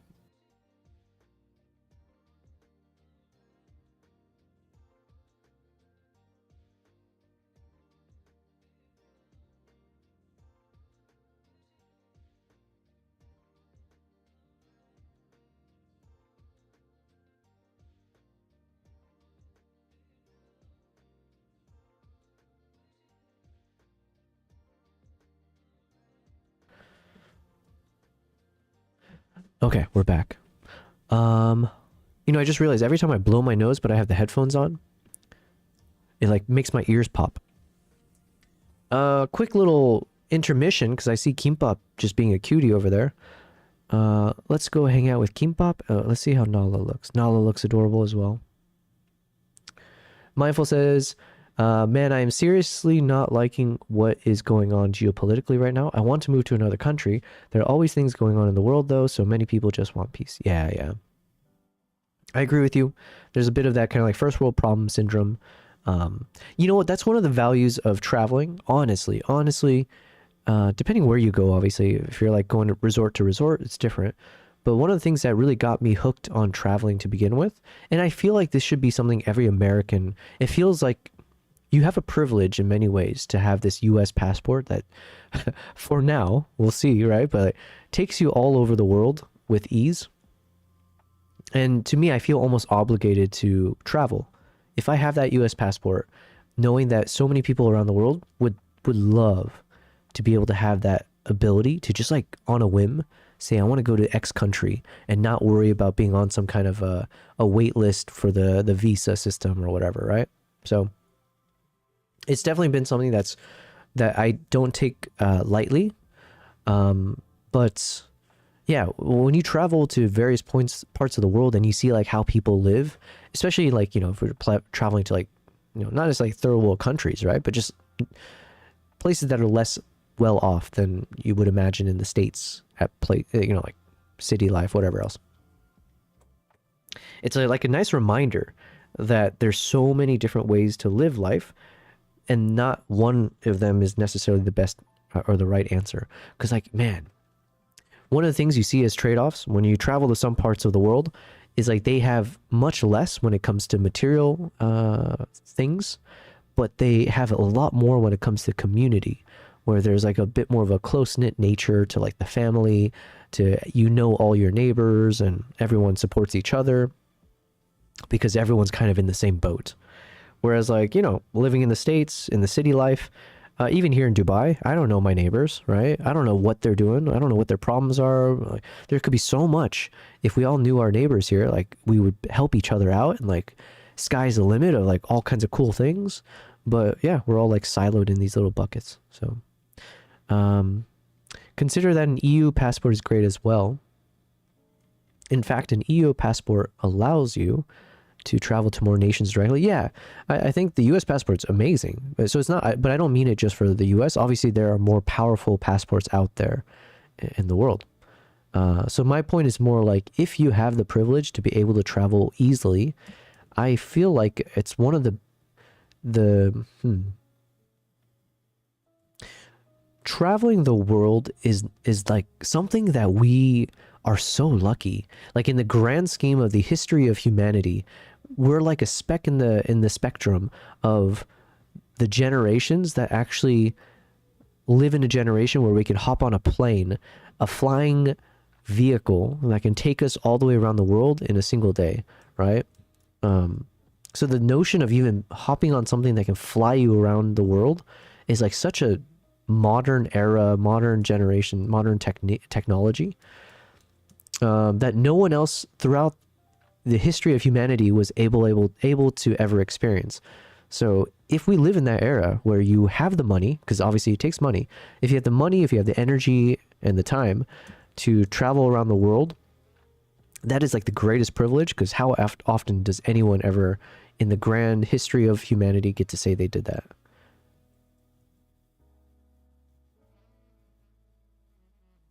This is like a very interesting shot to me. I can't pinpoint why. It feels like a kind of like a social commentary shot, right? Like if I frame it a certain way here, like this, maybe. Something about this feels... It feels like there's something about this that gives some kind of emotions that I can't really pinpoint. And it's not good emotions. It's a little bit of like the... You know? This is the way that you have to live in order to sustain yourself. And it's not like, you know, a life. I don't know. There's something about this that feels interesting that I want to continue editing.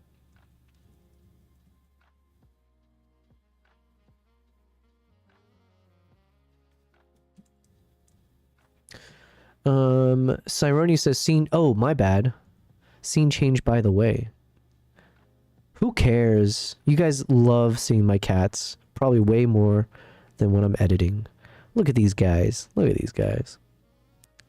Mindful says, you have your cat screen up right now? Yeah, I was talking about my cats. You guys think I'd be so stupid not to show my screen? I was saying, look how depressing Kimbap looks, right? Okay, sorry. My bad, guys. This is the shot I was talking about. One of these guys. Yeah, this feels... Yeah, Kimbap is a social... Yeah, Nala is a social commentary photo right here. I meant this shot here where... Yeah, well, any part of the shot really, but if I line it up something like this, could be nice to edit. Yeah, it gives me emotions, but not all good ones. Emotional damage. But it does put things into perspective, right? Like we said. I hate to be the guy. I feel like I'm always this guy. Because all my friends, people I meet, they're always shocked by how optimistic I tend to be. Like, I generally, like, no matter the circumstances, I tend to be very much one of those, like, well, on the bright side, or, you know, it could have been worse. And I must imagine that that can be really tiring at some point. Because, like, you know what? Just accept the fact that life is terrible right now. Why can't you just say that and enjoy how miserable you should feel? But generally speaking, I am very much like a, you know, I try to think, like, things could be worse. What a life you must lead. Yeah, yeah. And it's like, man, for all the problems that we face in our modern day society, whatever, physical problems, work-related issues, relationship-related stuff, it's like, at the end of the day, if you got working internet, you got a roof over your head, you've got air conditioning, you know, there's like some things like that it's like crazy how much of the world doesn't have that, right? But again, it's not to take away from our problems or, you know, whatever, but this is why I like traveling. It puts it in your face. You can't avoid it. You see it and you're like, well, dang, was I really complaining about that thing the other day? Yeah. All right, is that all the photos? Did we get through it all? Yes, that was all the photos from that day. So now we just have one more day with a few shots. Now, these shots I don't really care about as much because when I went here, we did this kind of like as a throwaway activity. We just passed by one of these beaches where sometimes you'll see this like iconic shot of these fishermen, right? Who are doing like the old school way of fishing. However, one thing I didn't know until we were there is that this is like posed, right? So you just pay them money. Like, nobody fishes like this anymore, is my understanding. They're just kind of chilling there. And then basically if you show up at the beach and you're like, oh, can we get some photos? You pay them money and then they set themselves up on these poles to get their shots taken. And it's like, I'm not necessarily opposed to that. And I know, again, a lot of photographers, that's how they get their award-winning shots. There's a whole industry of this in Vietnam, right? You go to Vietnam and there's all these like child models or like locals with the bamboo hats or people who are like knitting or doing whatever. And I joined some of those trips and, you know, they're being paid for you to capture certain shots of them. And so I'm not like opposed to it. You know, it's like a win-win. They're getting paid money and it's a bit of sharing their culture. It's like showing some traditional moments of that culture. It brings more tourists. It's like a win-win-win. But then like from my side, I think I love capturing candid moments more than like the what's the word I'm looking for? Candid versus posed, I guess. So yeah, so it's like these are cool, but there's no real story behind this, right? King, what's up, King? King says, Joe Bell, since you're in Dubai, maybe getting a pet monkey like Sing Sing. Who's Sing Sing? Listen, I am the monkey. You're looking at him right now. I do the oohs and the ahs. I do them all. And then I got my cats, obviously. First world problems, says Cyronius. Yeah. So yeah, we have these shots, but it's just never ended up being something where I felt obligated to like spend more time on it. Because yeah, there is no story. Like I'm telling a story now, so there's a story, but it wasn't like a compelling story of like, oh, I was over here and we were walking by and then boom, what out of nowhere, we saw these local traditional fishermen suspended in midair and they were hanging on to these things, blah, blah, blah. And here's how they do it. Yeah, there's nothing. It was just straight up, hey, we walk in there, we pay them money, they set themselves up, take the shots, and they walk away. There's no emotion. There's nothing. They're just like, yeah, nobody's happy. It's just like I don't know. It felt weird. But I'll bookmark some of them.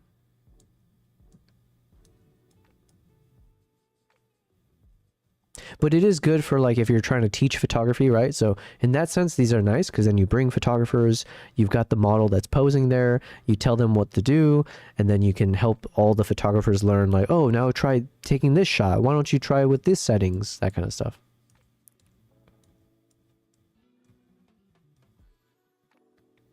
Cyronia says, I have a fun fact for you. You use the Z9 camera body? Yes, I do. I do. Oh, there was a firmware update, which I still haven't updated. I've been so busy. Tell me about this fun fact. And is it fun? Who is it fun for? I guess is the real question. So you can see I was testing something out here because I was getting bored of just taking the same shot. So I was trying to see, can I take a shot with the waves crashing?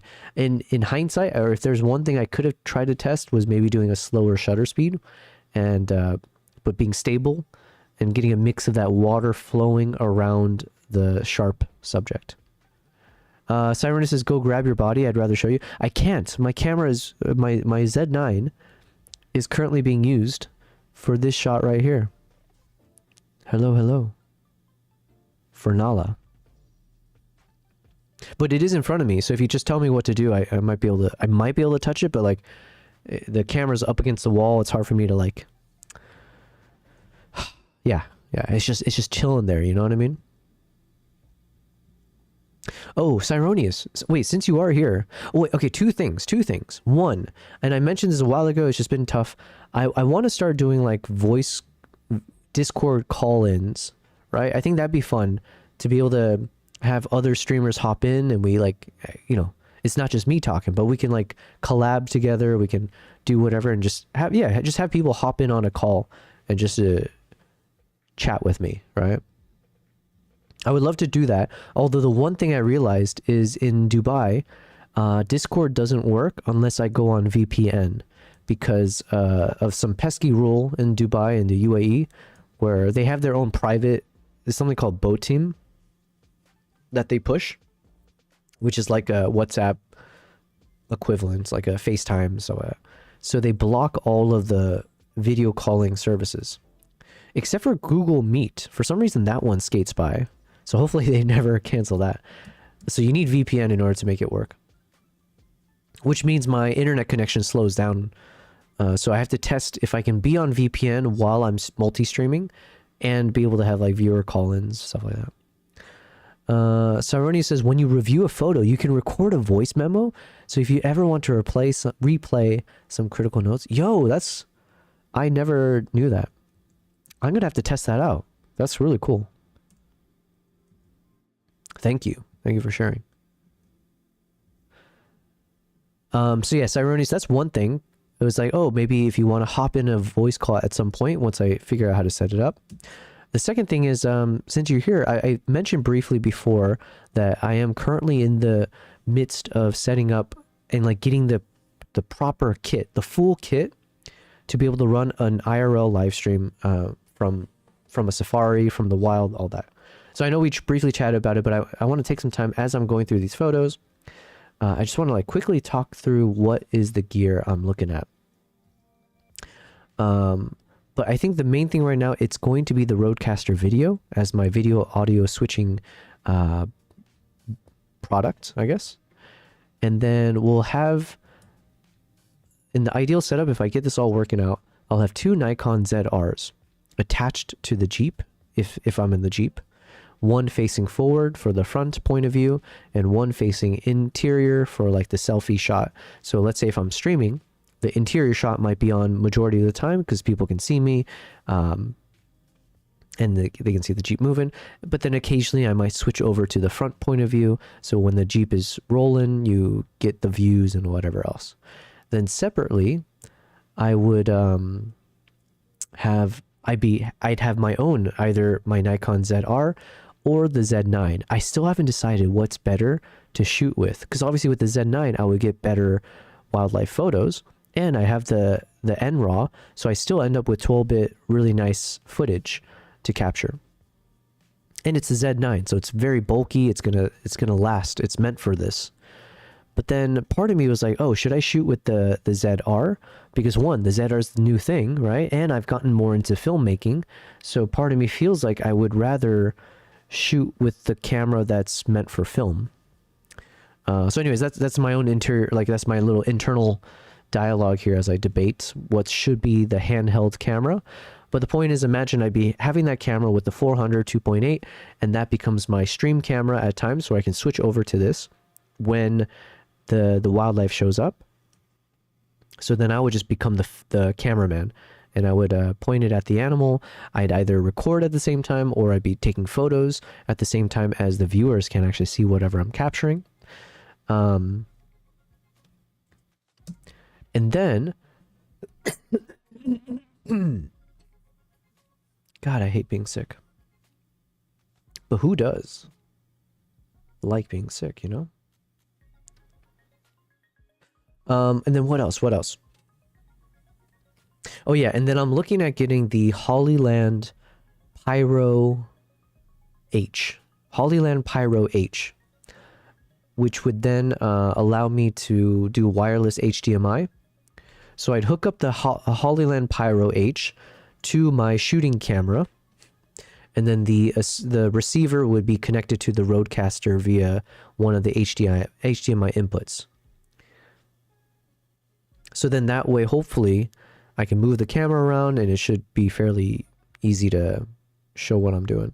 And apparently the latency is not too bad, so it should be good there. So anyways, that's kind of my setup, and then I'd have like some Rode mics hooked up to the Rodecaster, and I'd mic myself up, the other individual, like the driver. And then we'd be using like a Starlink and like a TVU live view. I know you said you have like a Peplink kind of service, so I just need to double check and see like how much of a difference of quality are we talking about, because obviously the live view TVU, it's more commercial, it's commercial grade, and it's more expensive, but it's also very well trusted. Oh yeah, look at this one.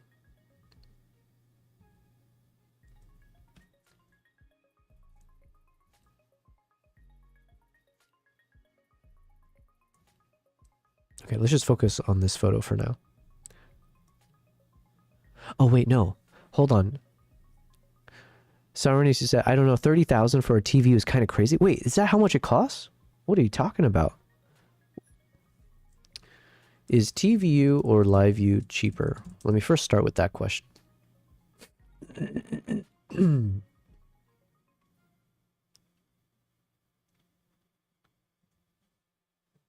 TVU is generally considered cheaper or a better value than live view, especially for basic needs, with users finding live view more expensive. Okay, I'll have to look into that. TVU is often cited as the more budget-friendly option. Hold on. How much does it cost to buy a TVU kit for streaming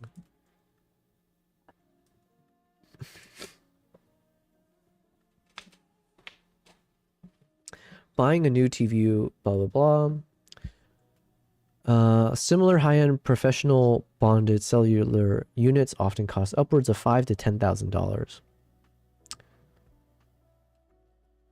Used older models have appeared for around $2,500.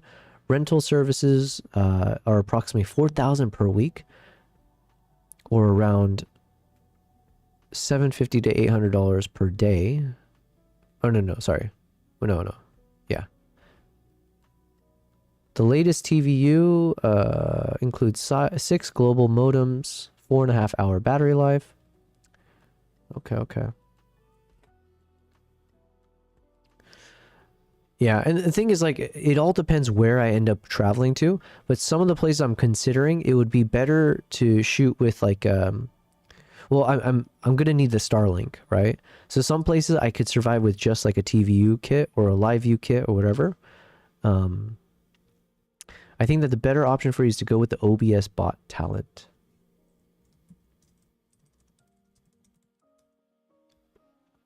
OBS bot.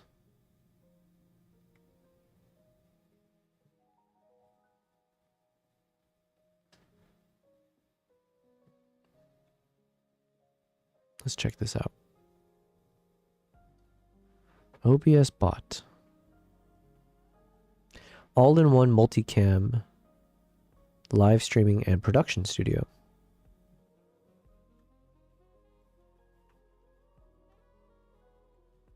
Oh wait, I'm a bit confused. What is this used for? Are you saying I should use this instead of, in lieu of what, I guess, is what I'm trying to figure out. Like, what would this replace?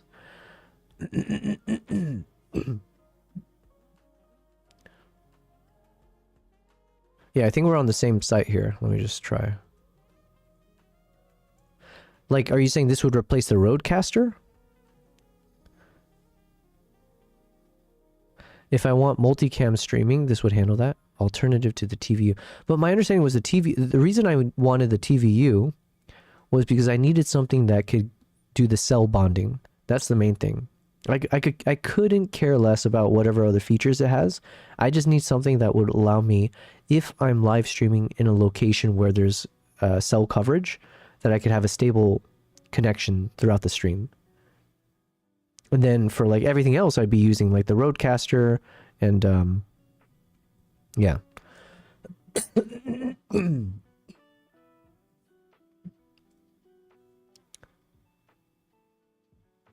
Encoder, switcher, monitor, recorder.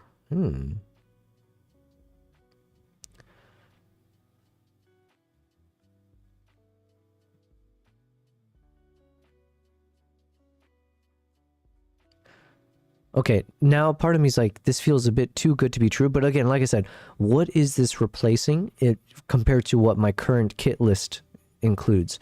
So if my current kit list has a Rodecaster, it's got a wireless HDMI. I've got my Starlink. And then a cell bonding service, which I thought would be the TVU. But the TVU is not a monitor, right? Like I don't use it for that. My assumption was like, I just need this cell bonding thing. It's in a backpack. I put it somewhere safe, and that's it.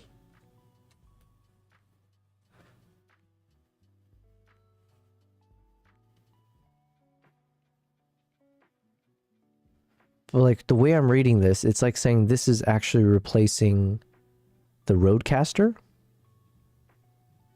Because, yeah, you hook up a bunch of cameras to it. I guess oh yeah, and then I was thinking of, I have a mini PC that I purchased, right? So then I would have the mini PC plus that. If you're doing your mixing of video and audio as a single HDMI out, then you only need the Bella box.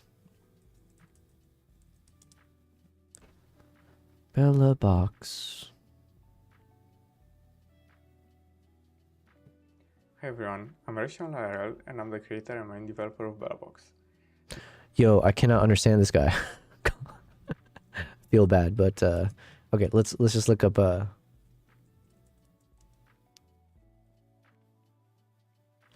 Bella box.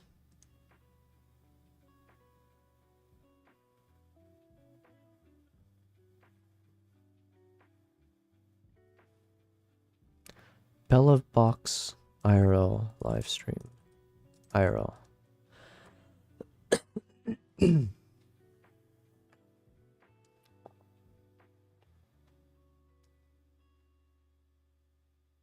Okay, but are you saying this one can compete against like a TVU live view? You said, pause for a second. When you're attempting to stream, what exactly are you going to try to send and where? Does the Roadcaster allow you to send SRT? I have no idea what SRT is. Okay, so here's what I was going to do. It was going to be a Roadcaster that connects all the cameras. So it does all the video switching as well as audio switching, the audio stuff. And then from the Roadcaster, I would have a mini PC connected to it. And the mini PC, link me to your Roadcaster. It's the Roadcaster video. Let me send it. Hold on.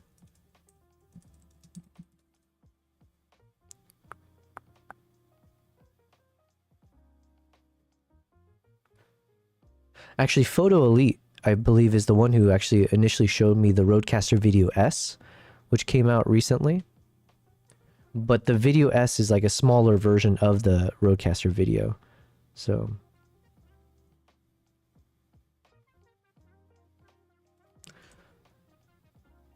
okay, let me think. So yeah, then I would use the Roadcaster to hook up to the mini PC. And the Roadcaster has like live streaming capabilities as well, I believe. But I'll be powering it through the OBS on the mini PC. So mini PC connecting with the Roadcaster. The mini PC, I would then have the OBS running. And then I would start the stream from the PC. And the Roadcaster just becomes one of the inputs, so you can see the videos and stuff. And then I would use the OBS to create some, like the chat alerts, overlays, stuff like that, on top of the video cameras that show up. And then, yeah, so the PC would then be the thing that connects to the Starlink or the TVU, whatever system, to broadcast the stream. You said, Mindful says secure, reliable transfer, SRT. Okay. You said cameras to the Roadcaster to the mini PC. Yeah, exactly. It'd be, you know what? I think at one point I drew this out on Canva, but basically it'd be, yeah, think of the Roadcaster as like right in the middle. Everything connects into the Roadcaster, basically. Cameras go into the Roadcaster. Yo, good morning, BT. BD says, good day, people. Yo, I'm glad you are here as well, BD. Oh my god, wait, BD, I've been meaning to ask you a question in particular. Hold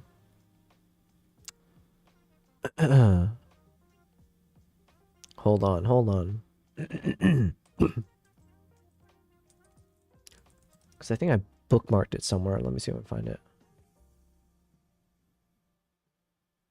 The Manfrotto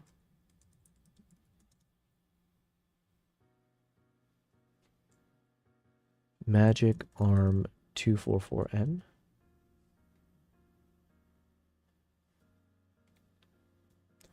Okay, because I was going to ask for your opinion on what is the best like clamp and magic arm system if I'm going to attach a couple cameras onto the roof of a Jeep, right? So if I'm on a Jeep Safari and we've got that roof bar, and from that roof bar, I want to have two clamps where I have two cameras suspended from the roof bar.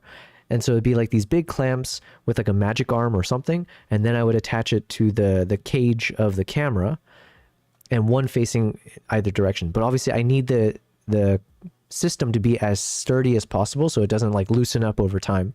I'm currently using like an iFootage with like some crab arm, crab something. I'm using that actually for my cat camera right now for this guy. But obviously I'm not moving it around anywhere, so it's fine. But once we get into like a moving vehicle where everything's bumping around and stuff, I need to make sure I have the strongest clamp system and magic arm system for the camera. So I was looking at like, I know there's small rig, but then there's this Manfrotto one that I want to look into. Or do I just use the one I've got, which is this iFootage thing? But yeah. Saroni says OBS can then send SRT or RTMP to the Bella box, and that is just the SRT LA with hotspots. Okay, can you help me make sense out of that? And this is why I need viewer call-ins, or I have to figure out this whole Discord thing. You're saying instead of getting the TVU or the live view, if I get a Bella box, I can have the exact same capabilities that I'm looking for, which is like some kind of boosted cell bonding service. But then like without, yeah, so then the OBS obviously needs to have some kind of internet to then start streaming. So then you're saying the OBS would need to connect to either a Bella box or a TVU. Okay, so if I didn't have a Bella box, if I had a TVU, that's all I need, right? Because that's my assumption, or that's what I thought so far. You just need like a TVU or a Starlink or a live view or whatever to get you on the internet, and then the OBS hops onto that network and you stream. I don't know anything about this SRT thing though. You said you need something that can send out SRT-LA. Okay, so the things that can send out SRT-LA are like the TVU, live view kind of stuff, right? Does the TVU or live view send out SRT-LA? Yes. Gotcha. Secure, reliable transport, which acts as an LA, the cell bonding technology. Okay.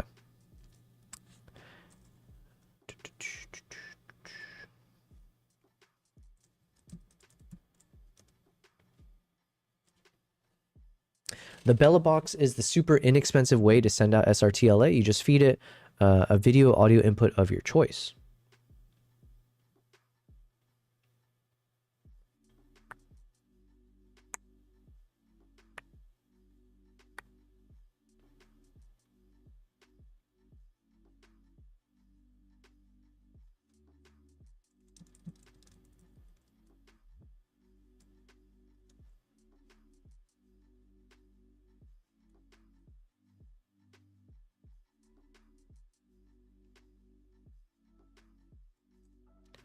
Stream.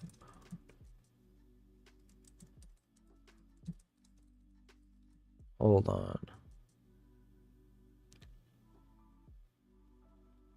Okay. I've been talking to Claude AI quite a bit these days, so I'm testing them out.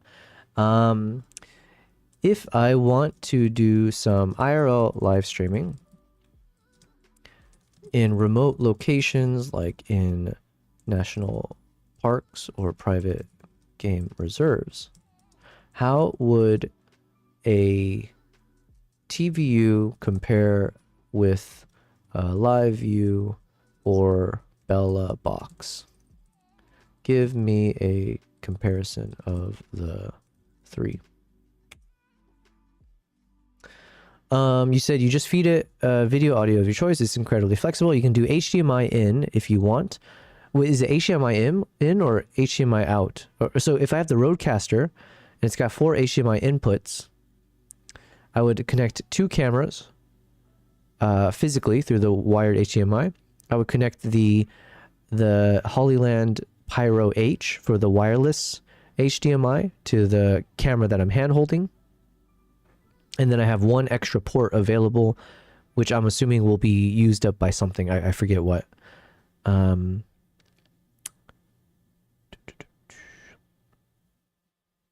So then the TVU or live view or Bella box, that needs to connect into the Rodecaster through the HDMI or through what?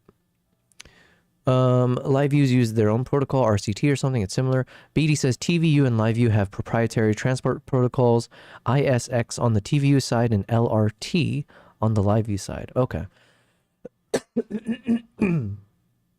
Also, thanks for being here, BD. Hopefully you're having a good day. Wait, oh, welcome. You must be officially in Taiwan. Is that right? Anyways, hopefully you're having a good project shoot or whatever.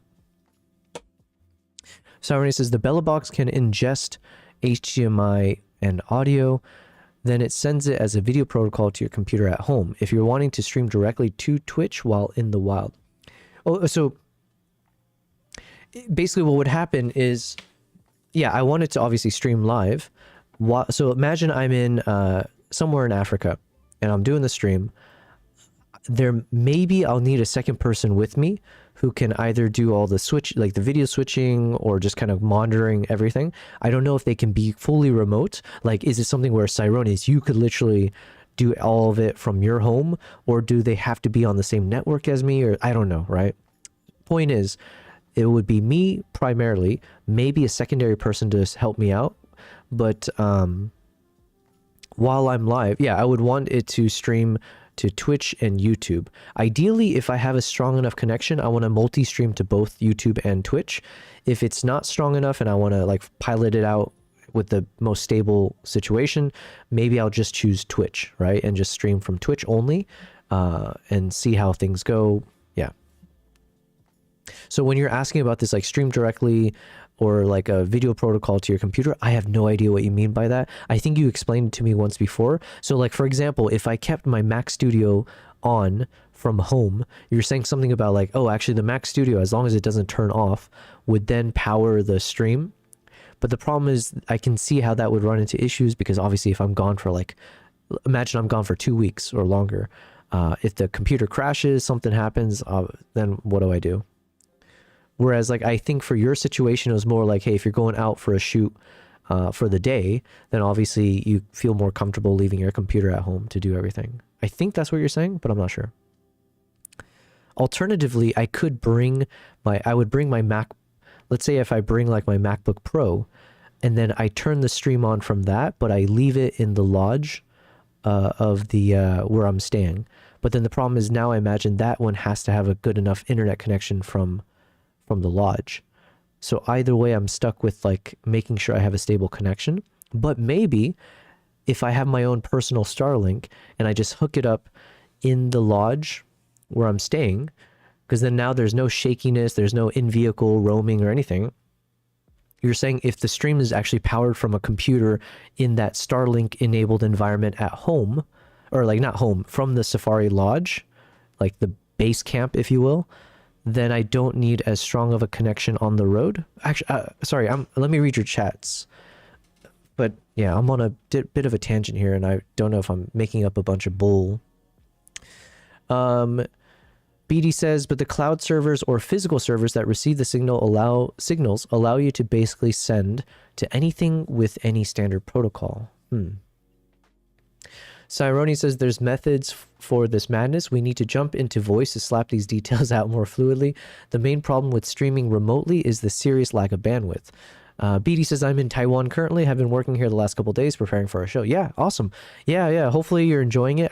I forget if you said this is your first time in Taiwan. I've never been, but hopefully you're hopefully the preparations and the shooting and all that is going well. Saroni says, so the idea is to shut as much data as possible while your connection is either split between carriers or multiple connections, and then it's reconstituted back at a remote ingest when you have a much higher output to multi-stream, etc. Jesus. Well, okay, so in a world where I have Starlink connected to the Jeep, I assume that is like the best case scenario, assuming I have the right plan and everything, where it would just give me, I believe you would get like at least 30 to 50 Mbps while you're in the Jeep, right? So that should be plenty to be able to have a proper stream, whether it's just a Twitch or if I multi-stream, I think. Or if I'm going to certain areas where there's a good enough cell connection, that's where I was thinking, okay, I need to either rent or purchase a TVU, live view, or like this Bella box or something else if I can make it myself. But like, listen, let's be real. I have no idea how to do that. And then hopefully that should be enough that if I have it with me on the Jeep, it should power it. And we've seen some examples of this recently, right? Because some of the big streamers that have done that in like private game reserves where they do have cell towers. So that is like the fallback solution. But I'm curious because now you've planted a thought in my head and I have no idea, I haven't thought it through. But is there a solution where you would have the most stable connection? I don't know if that would make sense. But basically, if I'm streaming from the home base of the Safari Lodge, and then the Jeep, when I go out, it has to somehow connect back to that connection. I don't know. I'm just spewing a bunch of bull. Reconstruct back where you have a much higher output to multi-stream. BD says, yes, first time, it's fine, just lots of work, finishing up pre-lighting. Gotcha. Well, if your travels ever take you through Dubai, let me know. Cyrone says, you can't bond connections and stream to any... Oh, by the way, BD, I am trying to treat filmmaking more seriously in the sense that I'm slowly trying to figure out who do I pitch to if I want to pitch like film projects to get funding, right? So I'm starting to get into that level of research and seeing like how many film projects do I have? How do I pitch it properly and all that fun stuff. So just know I'm trying to treat it seriously now. Cyrus, you can't bond connections and stream to any platform. They all require a single TCP type connection. BD says, lots of safety meetings drove our day to midnight last night. So I've gotten no sleep. Oh, dang. Well, thank you for being here. It's 11:15 p.m. over here. Cyronia says you could stream on a single connection, but reliability would be bad. So what do you mean by this single connection? Is this where you need that cell bonding? Okay, what did Claude say? TVU, broadcast. It's for broadcast professionals. Blah blah blah. Price is around $10,000 to $30,000. That's where you got that number. $10,000 to $30,000. That is way outside the ballpark. Automatically aggregates the best cellular networks in over 180 countries. Syncs up to 4 1080p or 4K HDR sources with 0.3 second latency. Supports up to 125 Mbps. Okay. Combines 12 connections, including Starlink, which is the one I'd be potentially looking at. H.265 encoding, delivers 4K 10-bit. Empowered by blah, blah, blah, blah, blah. Pros, best in class. So TVU is considered best in class for reliability and video quality, multi-camera synchronization. Designed for challenging environments and moving vehicles. Thank you, thank you. Cons, extremely expensive. Overkill for most individual creators. Yeah. Cyrene says, give me a few minutes, going to use the restroom, then we can jump on voice. Okay. If you can jump on a Google Meet, because I think Discord, I just need to turn on VPN. I don't know if that's going to crash my stream quality. Live view. Target market, professional creators, houses of worship, event streamers. Okay. Starts as low as $1,000 for the encoder. Duo kit, which is $450 with 2 bonded modems, or Quattro kit with 4 bonded modems. Okay. International travelers plan is $520 per month for the 2 modem. Okay. Pretty expensive. But yeah, I could... Oh, wait, let me ask. Can I connect Starlink to LiveView or BellaBox? And can I use Starlink without these cell bonding kits? Like, can I connect Starlink directly to a Rodecaster video plus my mini PC to stream? BD says, I wouldn't recommend any live view stuff, only the 300s and above. You are much better off rolling your own with a BellaBox. Unless I get like a 300 is what you're saying? And is it because it makes that big of a difference in terms of like the cell connection and stuff? I'm assuming the latest stuff is like using 5G versus 4G or something. I don't know. Okay, so I'm going to say,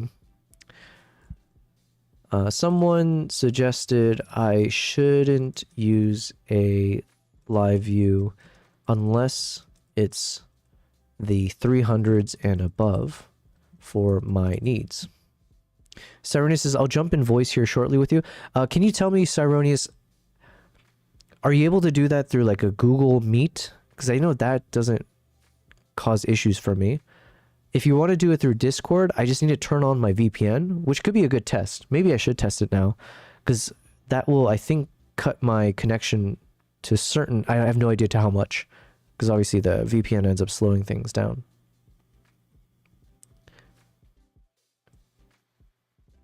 Here, I'll send you a Google Meet. Thank God for Google Meet, because they don't seem to care. How do I do this? New meeting.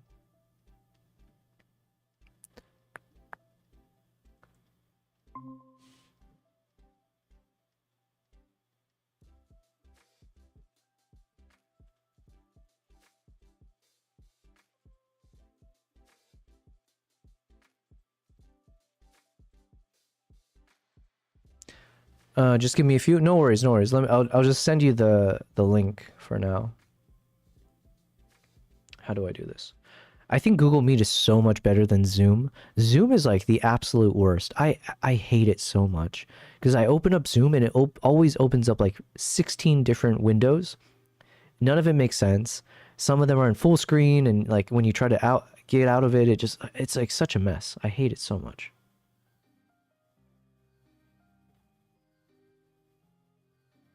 But I don't hate it so much that it deserves so much vitriol in my voice. I didn't mean to sound so angry about it. Okay, hold on.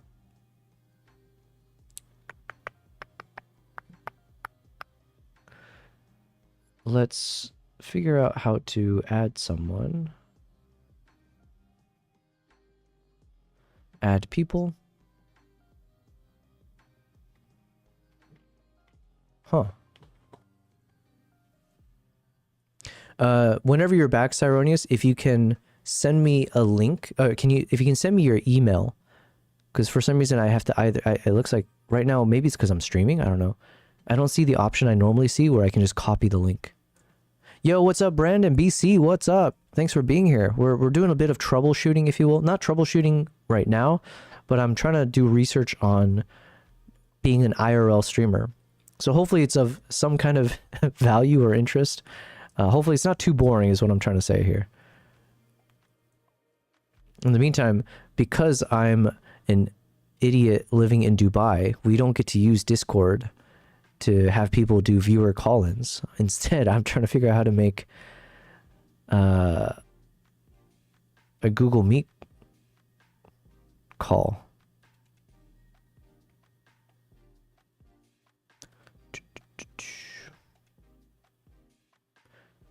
Oh, I didn't know Google Meet allows you to do live streaming.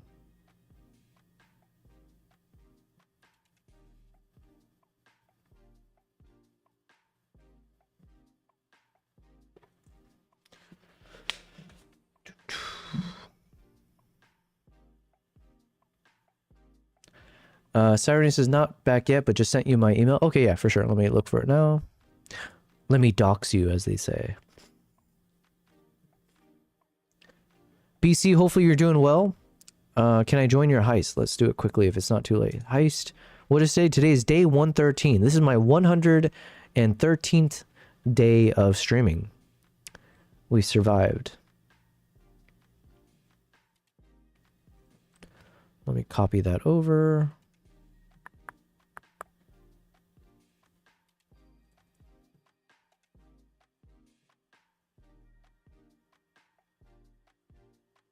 Oh, the other annoying thing about Zoom is that when you can use it for free, but then they limit the calls to like whatever, 45 minutes or something annoying. Okay, so as we wait for Cyronius to hop in and help me out, thank you very much, BD, as well.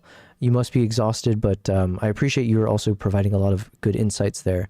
You said it's the difference between a toy and a reliable product. Fair enough. And I do not want to play with toys. We're grown-ups here, I swear. Right?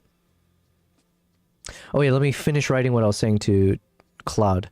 Someone suggested I shouldn't use the live view unless it's a 300s and above for my needs. Travel, IRL streaming, in a moving vehicle, in remote locations. So what would you recommend if I plan to stream as a solo streamer to Twitch, maybe YouTube as well.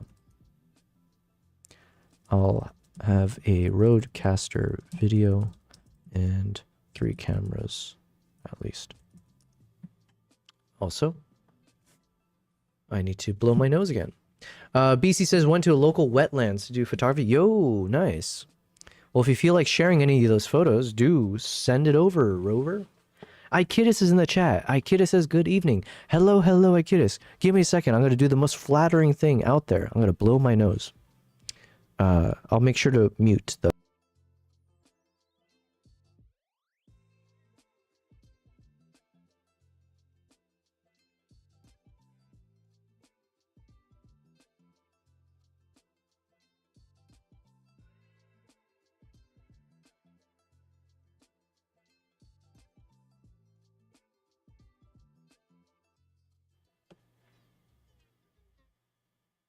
Okay, we're back. Wow. I bet you guys wish you could hear how beautiful my nose blowing skills are. Hope it was good. Yes, it was amazing. I am like 95% back to health. I've been struggling. It's been a real struggle. Can you imagine how humiliating in this day and age, in the 21st century, as we reach the second quarter of 2000s, to be defeated by the common cold? But here we are. It literally has rendered me useless for about 6 days now. It's a shame.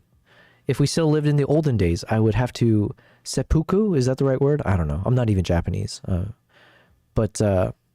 Oh wait, let's hop back over here. But welcome both BC and Ikidis. Thanks for being here, guys. This is my second day in a row of streaming. We're getting back into the grind as I feel more healthy again. But yeah, so today was a fun stream because I've been mainly doing a bit of video editing. We've been getting back into proper video editing. What do I mean by that? We're getting into our travel vlogs. So I've been kind of breaking down episode 2 of Mongolia that I'm working on. And heck, you know what? Let's just play it out again because it's some fun stuff, right? Hold on. As we're waiting for Cyronius to hop on a call with me because he's going to do some troubleshooting for me. 1 second. Let me pause the music. All right, so this text is still filler with a placeholder.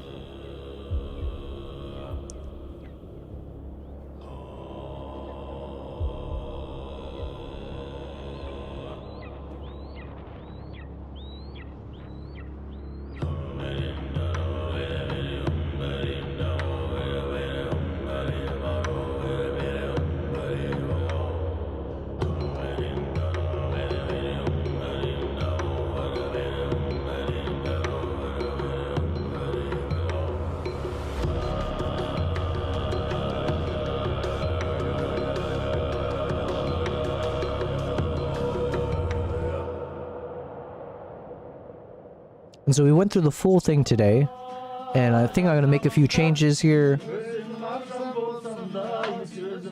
Ignore the fonts for now because it's placeholder.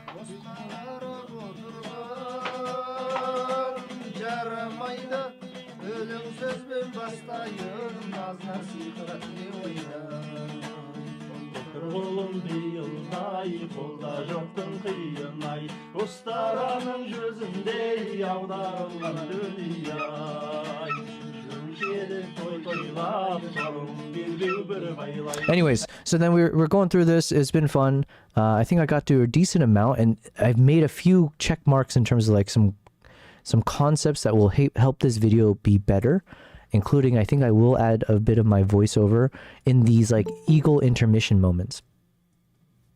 M Young says, do edit. Hold on 1 second. Cyronius, I just heard your voice. 1 second, let me read this out.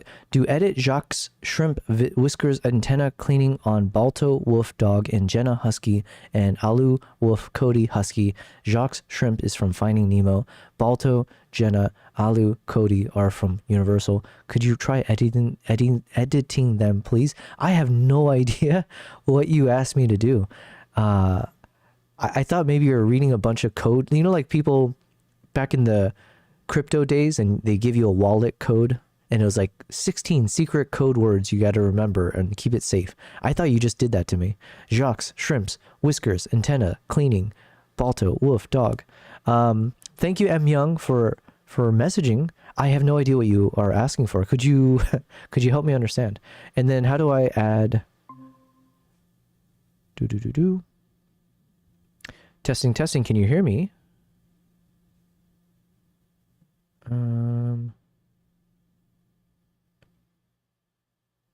Yo, Cyronius, if you're talking, I can't hear you. Tried to use my regular Ooh. microphone. Give me 1 second. Yeah, no worries. I heard you that time.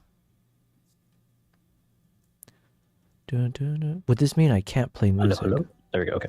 You're good. Go ahead. Yo, hold on. Let me just turn this down slightly.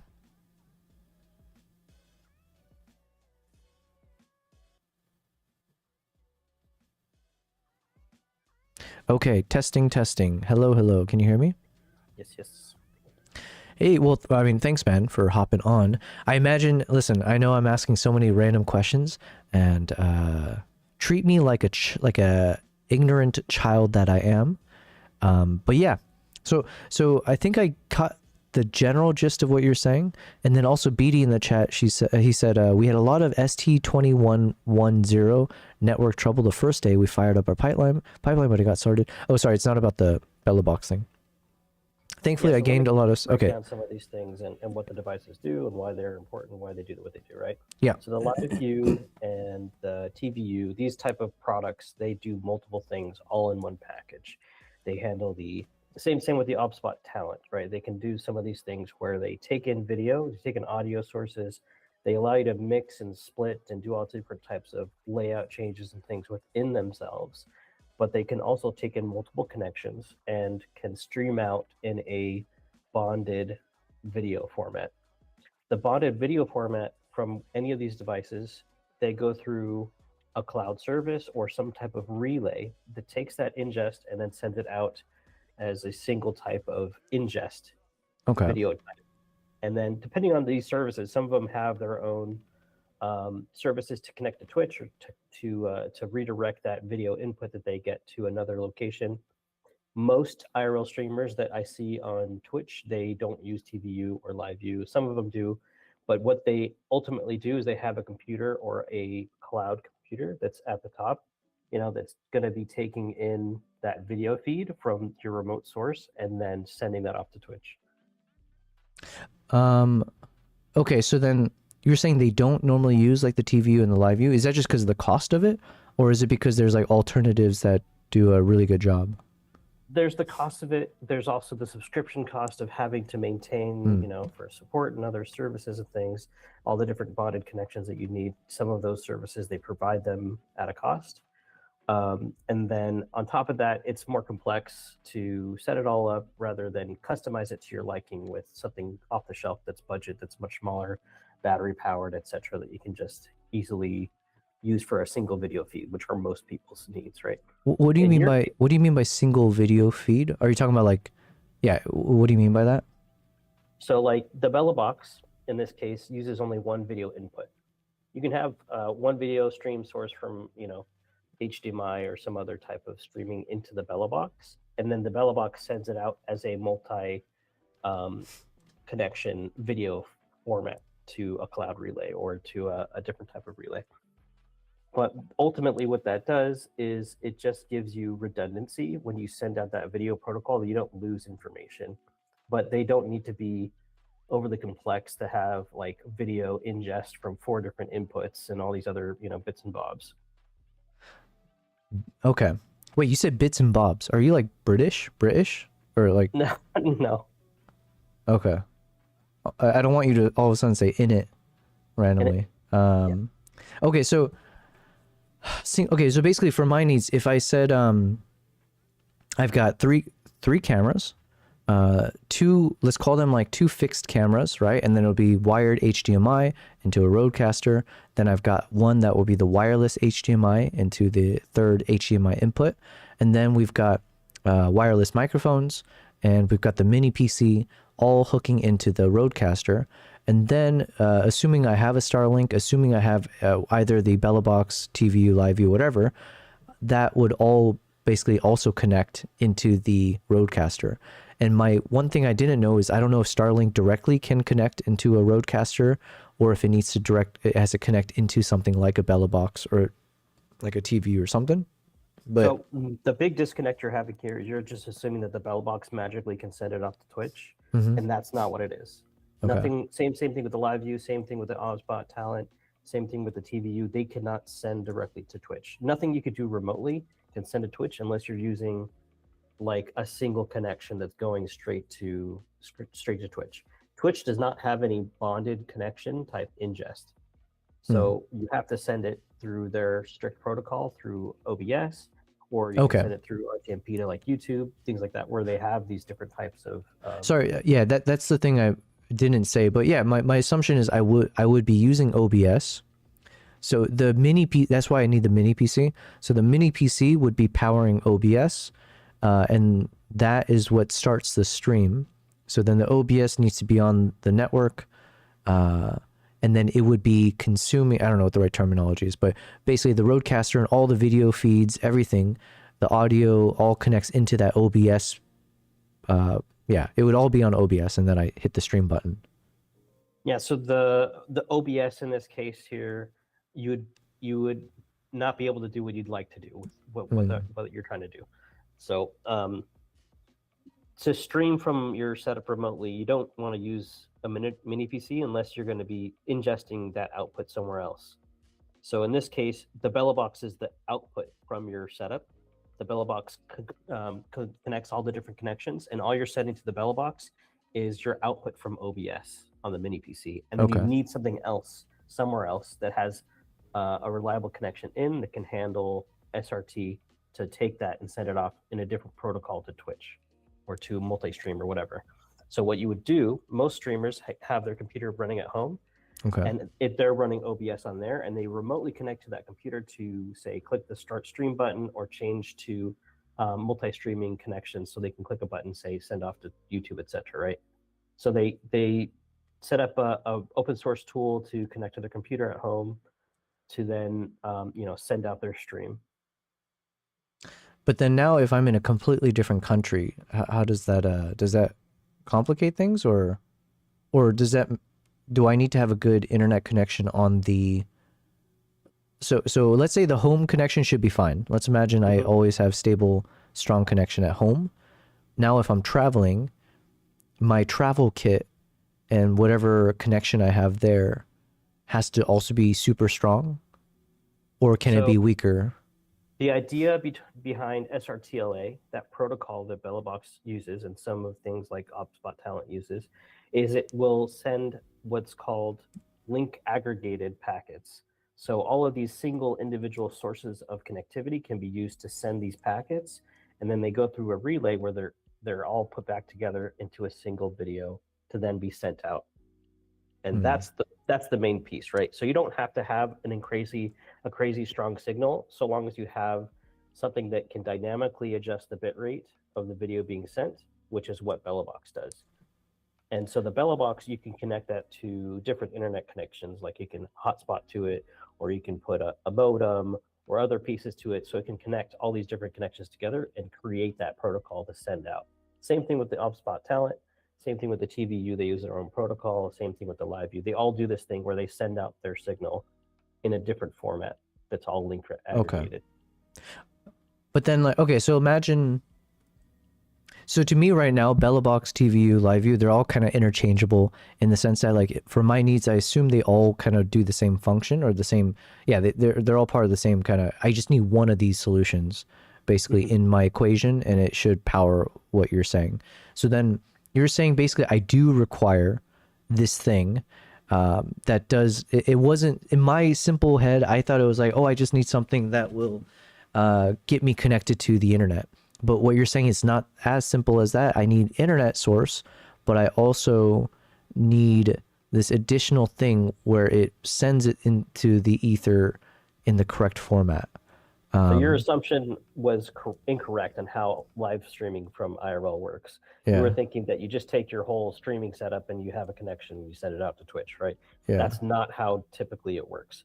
Because connection can be so limited out in the wild, and your signal can degrade to a point where you're less than 1,000 kilobits per second. You're going to disconnect all the time, and Twitch will just say, "Oh, he disconnected," and ends your stream, right? Yeah. So you want to have a source that's constantly connected, that has reliable connection, aka a cloud server or your desktop at home, that can just constantly send out some type of video feed to Twitch, and then it will slowly sip in whatever ingest that you send out from your remote setup. So OBS mini PC, not really needed. Roadcaster is a good idea, so you can split up your signals and switch between scenes and stuff. Yeah. And that's kind of what the Ozbot Talent does, kind of what the LiveView stuff does. They all have these different video inputs they can take and create scenes and stuff. So they're kind of like an all-in-one solution to what you're trying to create. But rather than needing to have a Roadcaster, needing to have a mini PC, they kind of just do that for you. That's what they're designed to do. Kind of reduce the amount of devices you need, put it all into one package. And in the case of the Ozbot Talent, it would replace the mini PC doing OBS type, scene switching. It would do the Roadcaster multi-video inputs. It would do the BellaBox bonded connections and send that all out as SRTLA for you.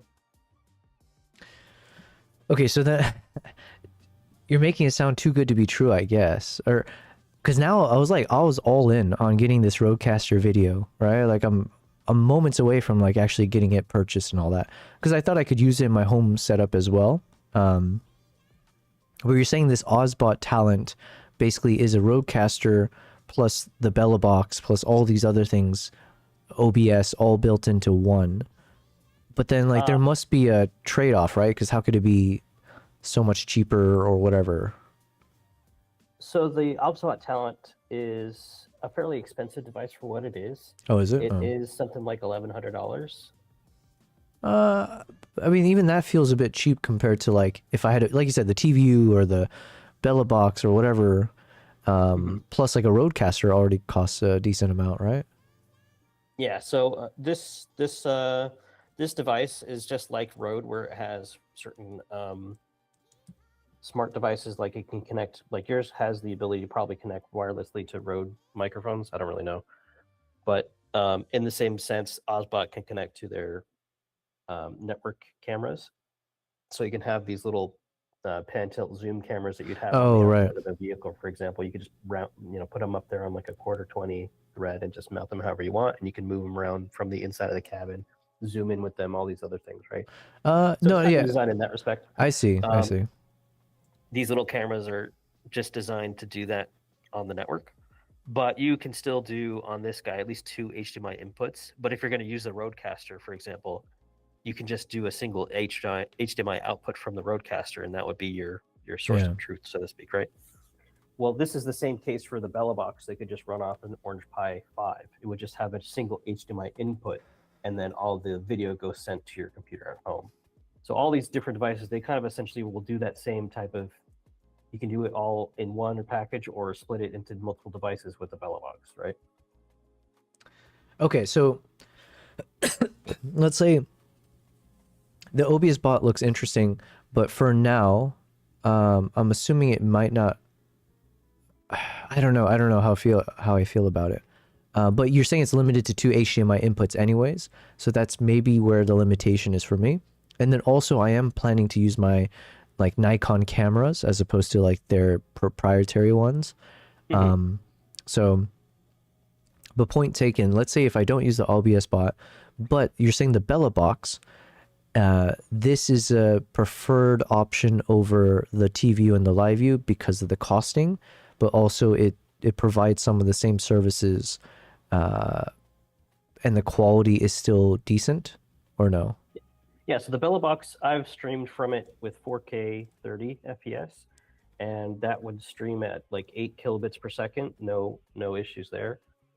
And like most of these other devices do that same type of thing where they just take in that signal, send it out through the same protocol even, so it was SRTLA in this case from the Ozbot Talent, and then you just depending on what you need, what you want to do with your device, the Ozbot Talent gives you the ability to create scenes and switch between devices and all these other things that you could just do on the Roadcaster, right? But the BellaBox has none of those bells and whistles. It's just HDMI in or some video input. It doesn't have any fancy bells and whistles before that. It's just a very simple device designed to link aggregate your connections and send out that signal. Okay, but so like, because what I was thinking is, yeah, so everything in my mind was like I have this mini PC that's running OBS, and then if we have a Bella box, then you're saying the Bella box has to connect to the OBS either directly or via the Rodecaster. I have no idea.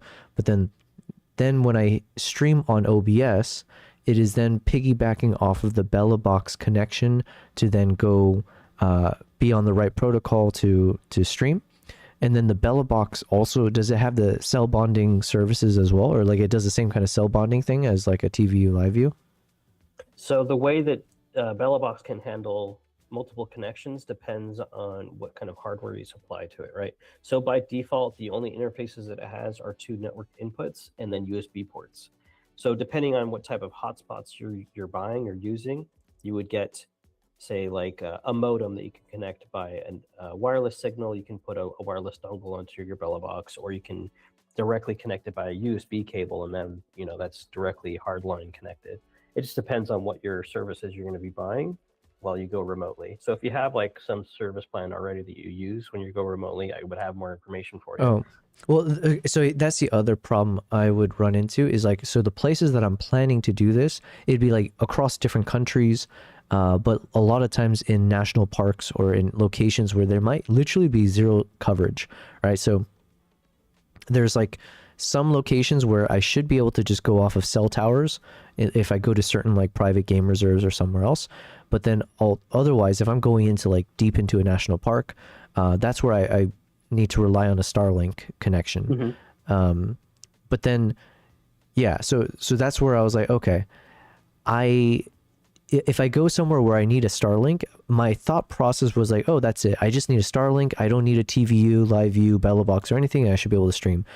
So for that thought process, you're telling me I'm incorrect for the reasons you gave already of like, I need to have the certain protocol to be able to stream it onto Twitch or whatever else.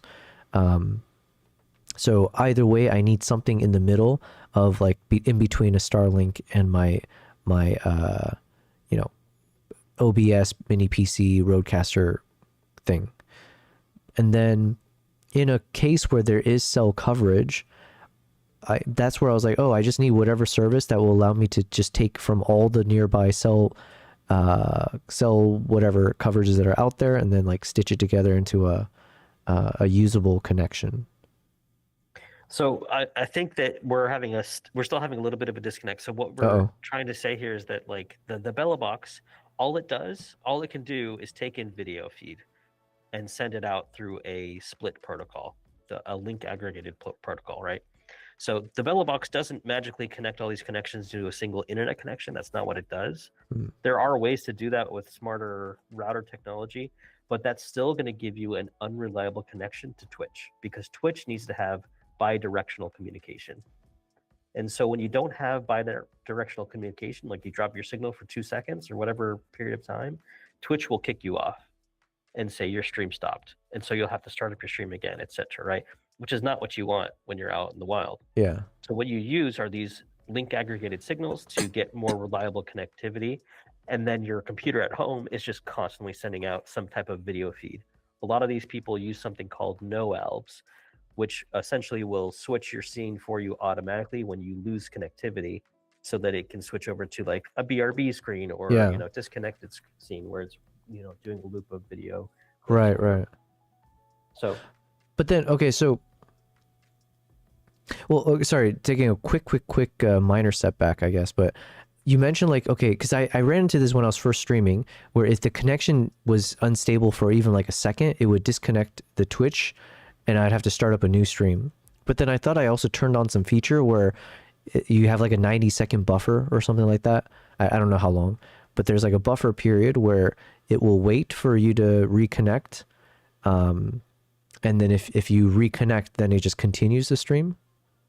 Yeah, so some services like Restream or some they're like taking an ingest of your video, but then they're no, I thought this was like native inside of Twitch. Twitch might have some of this stuff, but it ends up making the delay on your stream quite severe. So like you might be I think I fixed that too though, because I ran into this problem. Basically, yeah, because at some point, end of last year, people would be like, yo, your Twitch stream is like way lagging behind. but I think there was a button that you had to unclick or like something that would basically say that if the connection comes back on, it would just jump the viewers to whatever the most recent moment was or whatever the real-time moment is.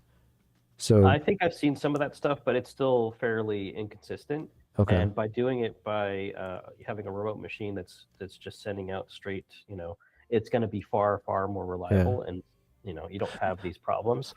There are cloud services that could be like essentially OBS in the cloud, right, where it just takes in your video feed and does all the things for you, and you don't have to have a remote computer. It can just be something you pay for as a subscription. But yeah, it's just going to be one of those things where you need to have some way to send out a bonded video signal that can then be taken in remotely where there's more stable connection to do a restream, to do a multicast, whatever. But okay, so let's say, so is there, because I guess my concern with that, one second. M Young said, is my request out yet? Can you clarify what your request is? Okay, so Cyrenius, you were saying, like, if I used my home PC, so if I have my Mac Studio at home and I just have it running and I have OBS on it, you're saying I would need to remotely access my Mac Studio and then like hit start streaming or something? Yeah, so if there are some tools you can install that will allow you to control OBS remotely. I use StreamerBot, which is a Windows-based app, but there's something similar for Mac. I don't know what it's called. Okay.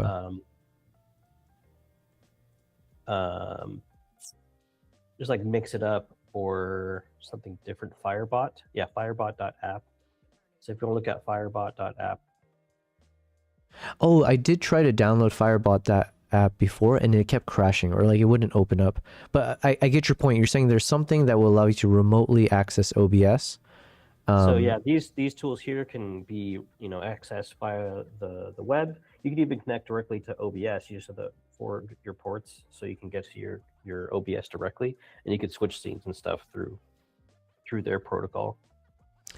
Okay, so then, because yeah, I guess that was my main concern, is like that means I have to always have the Mac Studio up and running if I'm not at home, and if it for some reason there's something that happens, I need someone to basically go over to my home and like fix everything, right?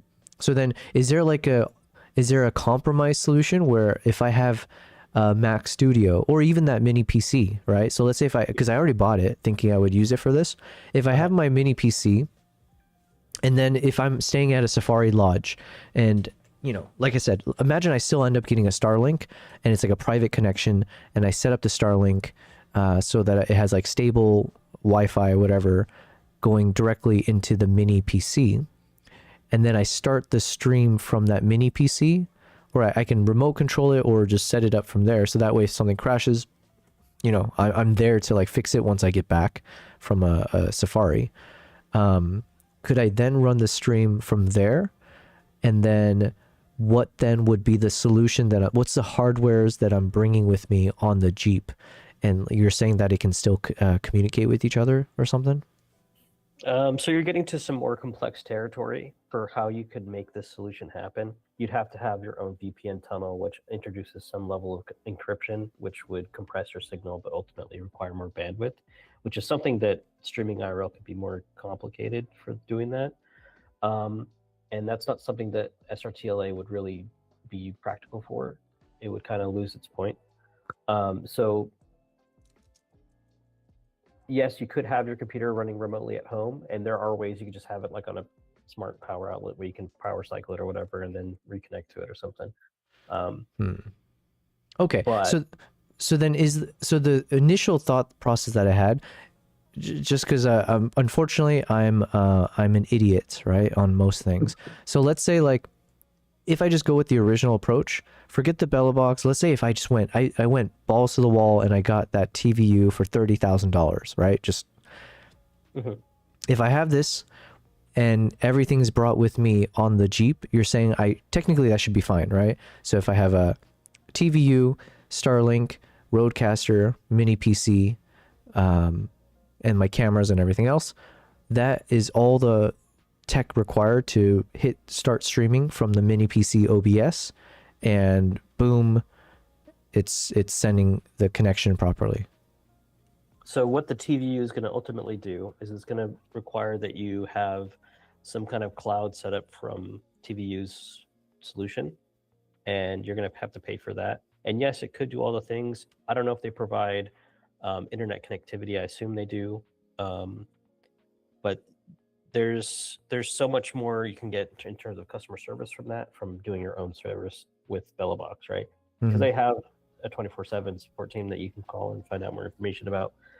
That's what you're paying for essentially, is you're getting it support for your problems, assuming that you're an off-the-shelf idiot that has no idea what they're buying, right? So it also allows people to kind of remotely manage your stream if they wanted to through this device. They can set up the scenes and do changes and stuff remotely. But that's where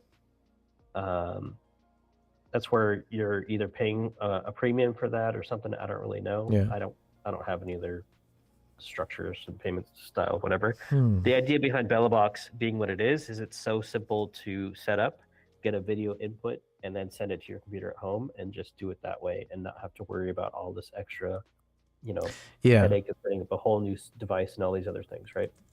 No, and listen, I can walk you more through that process if you're curious, but listen, I'm down for this BellaBox thing, especially if you're saying it saves me money and all that. My only concern was like, it sounds like the BellaBox works if I have some kind of remote PC setup, and so then I'm still kind of stuck with saying, unless I misheard you, it would be like, okay, on the Jeep I've got this BellaBox connected to a Raspberry Pi, which is like, is that the same thing as like having a mini PC just in a smaller compact form?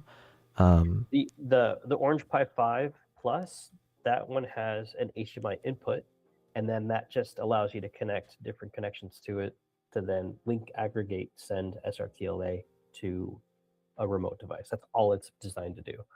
Does my mini PC allow for that as well? Your mini PC doesn't really have a way to send SRTLA because it's a protocol that's designed to connect different connections and then meet those in the middle to send somewhere else. I don't know if there's a way to do that through OBS. I don't think there is. They can do SRT, but that's not the same. So basically what you're saying is I would need a BellaBox connected to Orange Pi 5 Plus. I'll kind of lay out what you would need with your current setup that you already have. Yeah. The mini PC is just kind of bonus. If you want to have that for your setup, you can definitely use that. The mini PC could just handle your Rodecaster scenes and all that stuff that you want to do there. Yeah. And if you want to have all the pages and tabs and stuff that you have for your different scenes that you have at your PC at home, you could reset and do all that stuff there, and then just have a really, really simple OBS relay or whatever at home that would just take that signal from your mini PC and the BellaBox, and then just kind of not require you to have as much interaction with your computer at home. It would just kind of be always on kind of thing. Wait, I missed that last part. What would always be on? Like if you had your computer on at home to take the signal from the BellaBox, you don't have to like have it change scenes and make sure chat's working and all these little bits and bobs. Having a mini PC that's remote, that's supposed to somehow connect to Twitch and see all the different actions and activity, it's going to be unreliable compared to the computer that would be just on at home. Okay. So then, and BD says Orange Pi is part of the BellaBox system. What you see there is BellaBox. Oh, okay, so because I was on the BellaBox website. So all of this is, BellaBox is more like a software operating system that can be run on different devices. Oh, okay. Oh, so if you purchase a quote-unquote BellaBox, you're buying this Orange Pi 5 thing. Yes, if you go, there's like BellaBox for like rock boards. I don't know what it says on your screen there. I can't see it, but let me go to BellaBox.net. Is BellaBox like the Wikipedia of this space, where it's like just give us donations to keep us alive? So BellaBox is an open is a piece of software written by that guy that made the video there on the main page. Okay. He kind of created the software that's running basically a stripped down version of Ubuntu that is handling an SRT relay, some web page, link aggregation stuff, and a bunch of different methods of connectivity. to get to the device through a cloud remote and all kinds of little nicks and knacks that are part of the operating system. But it's just meant to be a really super stable, always type of working device that will just be really robust, right? If you disconnect power for 2 seconds, you can reconnect it, it'll boot back up and be ready to go. I don't know what the boot time is for like some of these more fancy solutions. I'm sure they're not very quickly, but this thing is just meant to be fairly foolproof, budget cost friendly, really robust in terms of like multiple connection types and supported devices, just really flexible in that sense too.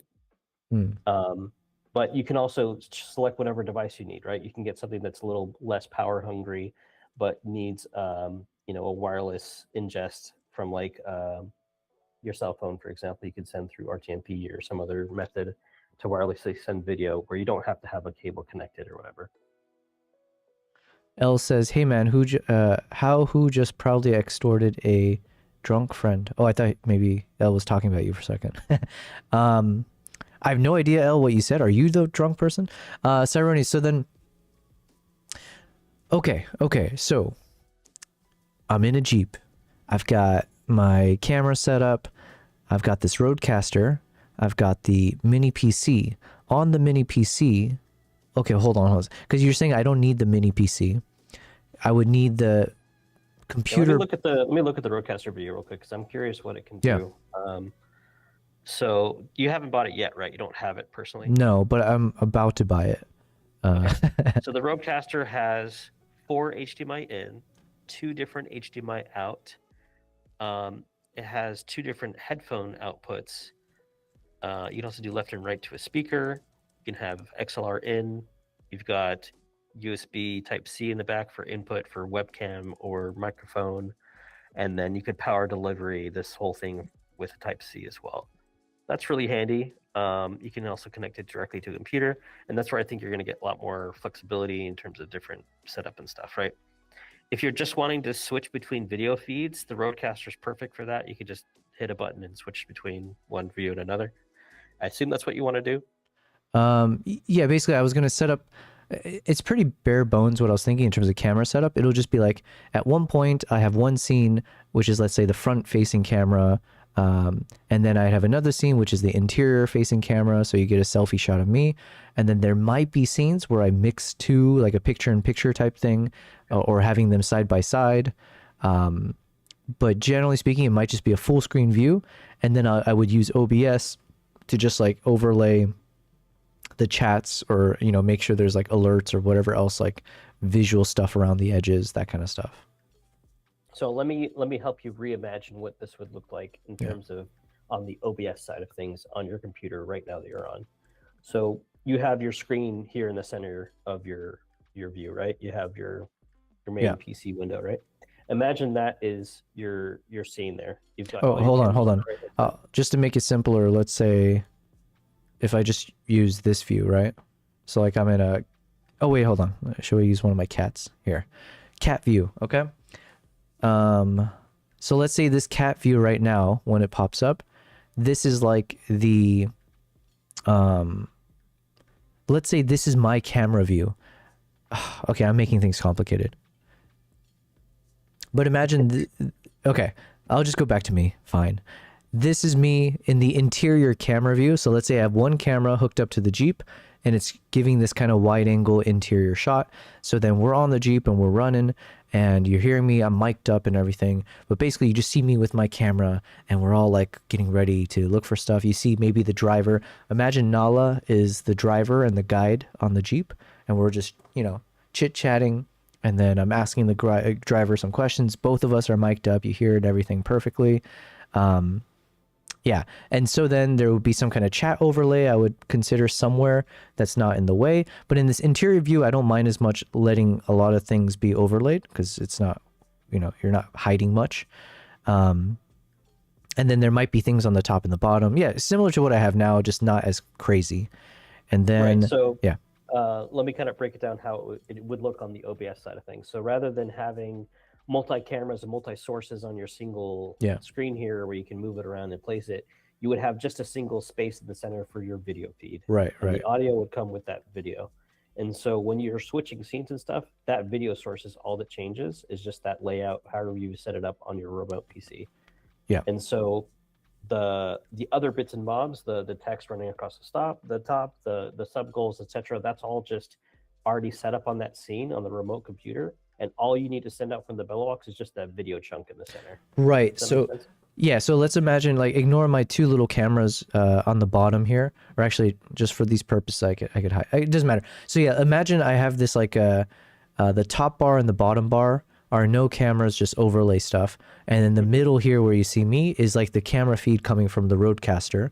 And so within Rodecaster, I just use whatever they allow in customization. So if it's like a split into two cameras or a picture-in-picture or whatever, it's just one video feed that's being read into the OBS or whatever. So what you're saying is that if I set up my Mac Studio at home to run OBS and do this like remotely, anytime I switch to a different camera view, or the only thing that changes is whatever's in the middle here, and everything on the top and bottom and the alerts are just kind of fixed in place.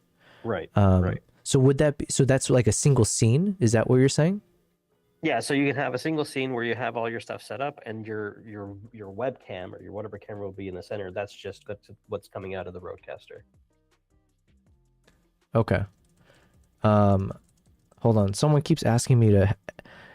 M Young, I don't know how I can help you. I cannot help you. Sorry. I don't know what you're asking for. Someone in the YouTube side keeps asking me to edit Jocks cleaning Balto Wolf Dog in Jenna Husky and Alu Wolf Cody Husky. What the heck does that mean? Okay, so then the Rodecaster. So if I'm remote, and sorry, man, I'm so dense. I'm so dense. I'll be the first one to admit it. But basically, while I'm streaming from the Jeep, you're saying, does that mean I don't need the mini PC at all? The mini PC is doing nothing for you if you're just going to be sending out a video feed anyway through a Bella box, right? The OBS, if anything, is going to have trouble making all these overlays work and function if there's connection drop. Suddenly the chat doesn't update and that kind of thing on the stream. So like you're going to have connection issues with that machine, especially if it's only be on a single connection. And if that connection drops, then you're offline entirely on that device in terms of getting updates from, say, Spotify or to the chat in general. So the idea of doing IRL is to simplify as much as possible and just get out a video feed and audio feed that's clean, right? And so by just using the Rodecaster, I don't know if you could program all those letters to be a scene or a layout change that you're going to use for one HDMI setup or another. The mini PC might be what you use to set that up and just make sure that it's functional. I don't know how that works. I've never used the Rodecaster video. I assume you could set it up and then just step away, and then once it's set up, you could just take that Rodecaster The Rodecaster is supposed to be basically just like the ATEM, like the ATEM minis, basically. I have an ATEM mini, but I can do picture-in-picture. But in order to like customize where that picture-in-picture goes, you have to have the software and all these other pieces to like connect to it and do the layout. I'm pretty sure I've only briefly watched some videos, but I think the Rodecaster is all like baked in. Like it's got some really cool features, and it does it all internally. Like I don't need to have some extra stuff. But I get where your point is. Like the mini PC could be useful if it requires that additional software that's outside of the box of the Rodecaster, but you're saying basically a mini PC is unnecessary if I go with this remote PC solution. And the reasoning... You're going to have to do that regardless. You're going to have some remote PC to handle your video cleanly. Even if you were to set up at a campsite where you've got like a single connection through Starlink, it's still going to be spotty regardless. There's still going to be some level of lag or latency that's going to drop at some point. And I think if I'm understanding you finally... and tell me if I still don't understand what you're saying. If I'm understanding you, you're saying basically you need a little bit of like degrees of separation, or you need like some kind of fail-safe where if I have the PC plus the, if I have everything off of one network connection that's on this moving Jeep and whatever, then if the connection drops at all, everything kind of is at a standstill.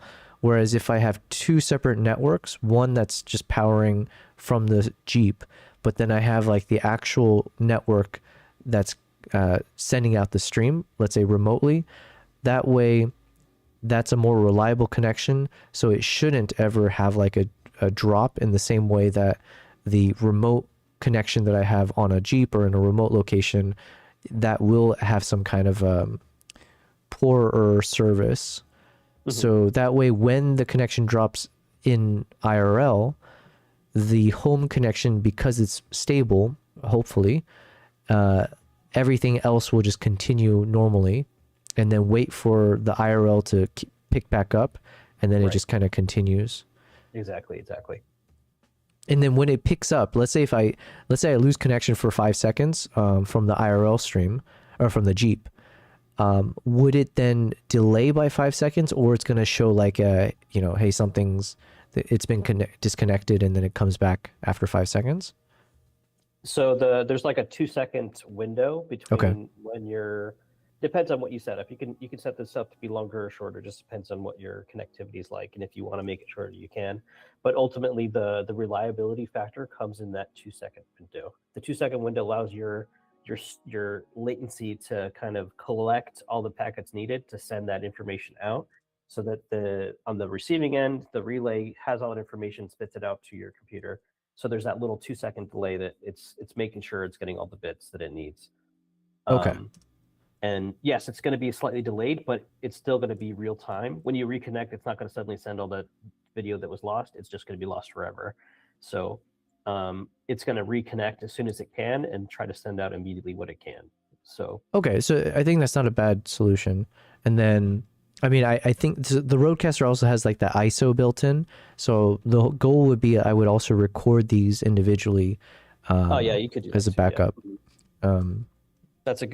It's a good way to do it. So if you want to, no matter what, have the video feed later on. Yeah, I figure, let's say, imagine the internet was so bad that the stream just never worked. I guess I could still play it as like a rebroadcast or something later. Okay.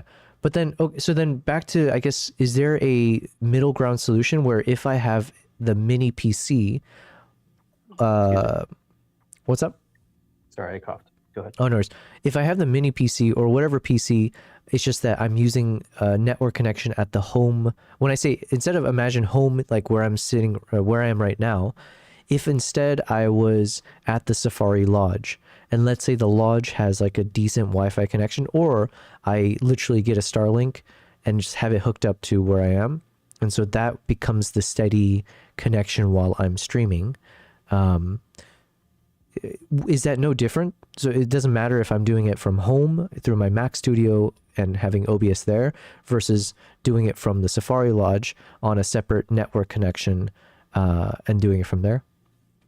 So there's a free solution, and then there's the cost solution, which is not that much. It's only like $10 a month. What people tend to do is they get, I personally have this as well. It's a cloud Box relay. And what this does is it allows you to send out that video feed to their server, and the server then gives you a link that you can put into your OBS as a browser source or as a video feed. And so if you were to be on Safari but have a stable connection with the mini PC, you could make that your home base. So long as it has like a wired connection or some kind of stable connection, it could be what ingests. You just wouldn't be able to use a free solution. You'd have to use some kind of a cloud relay that gives you a direct link that's available through their service.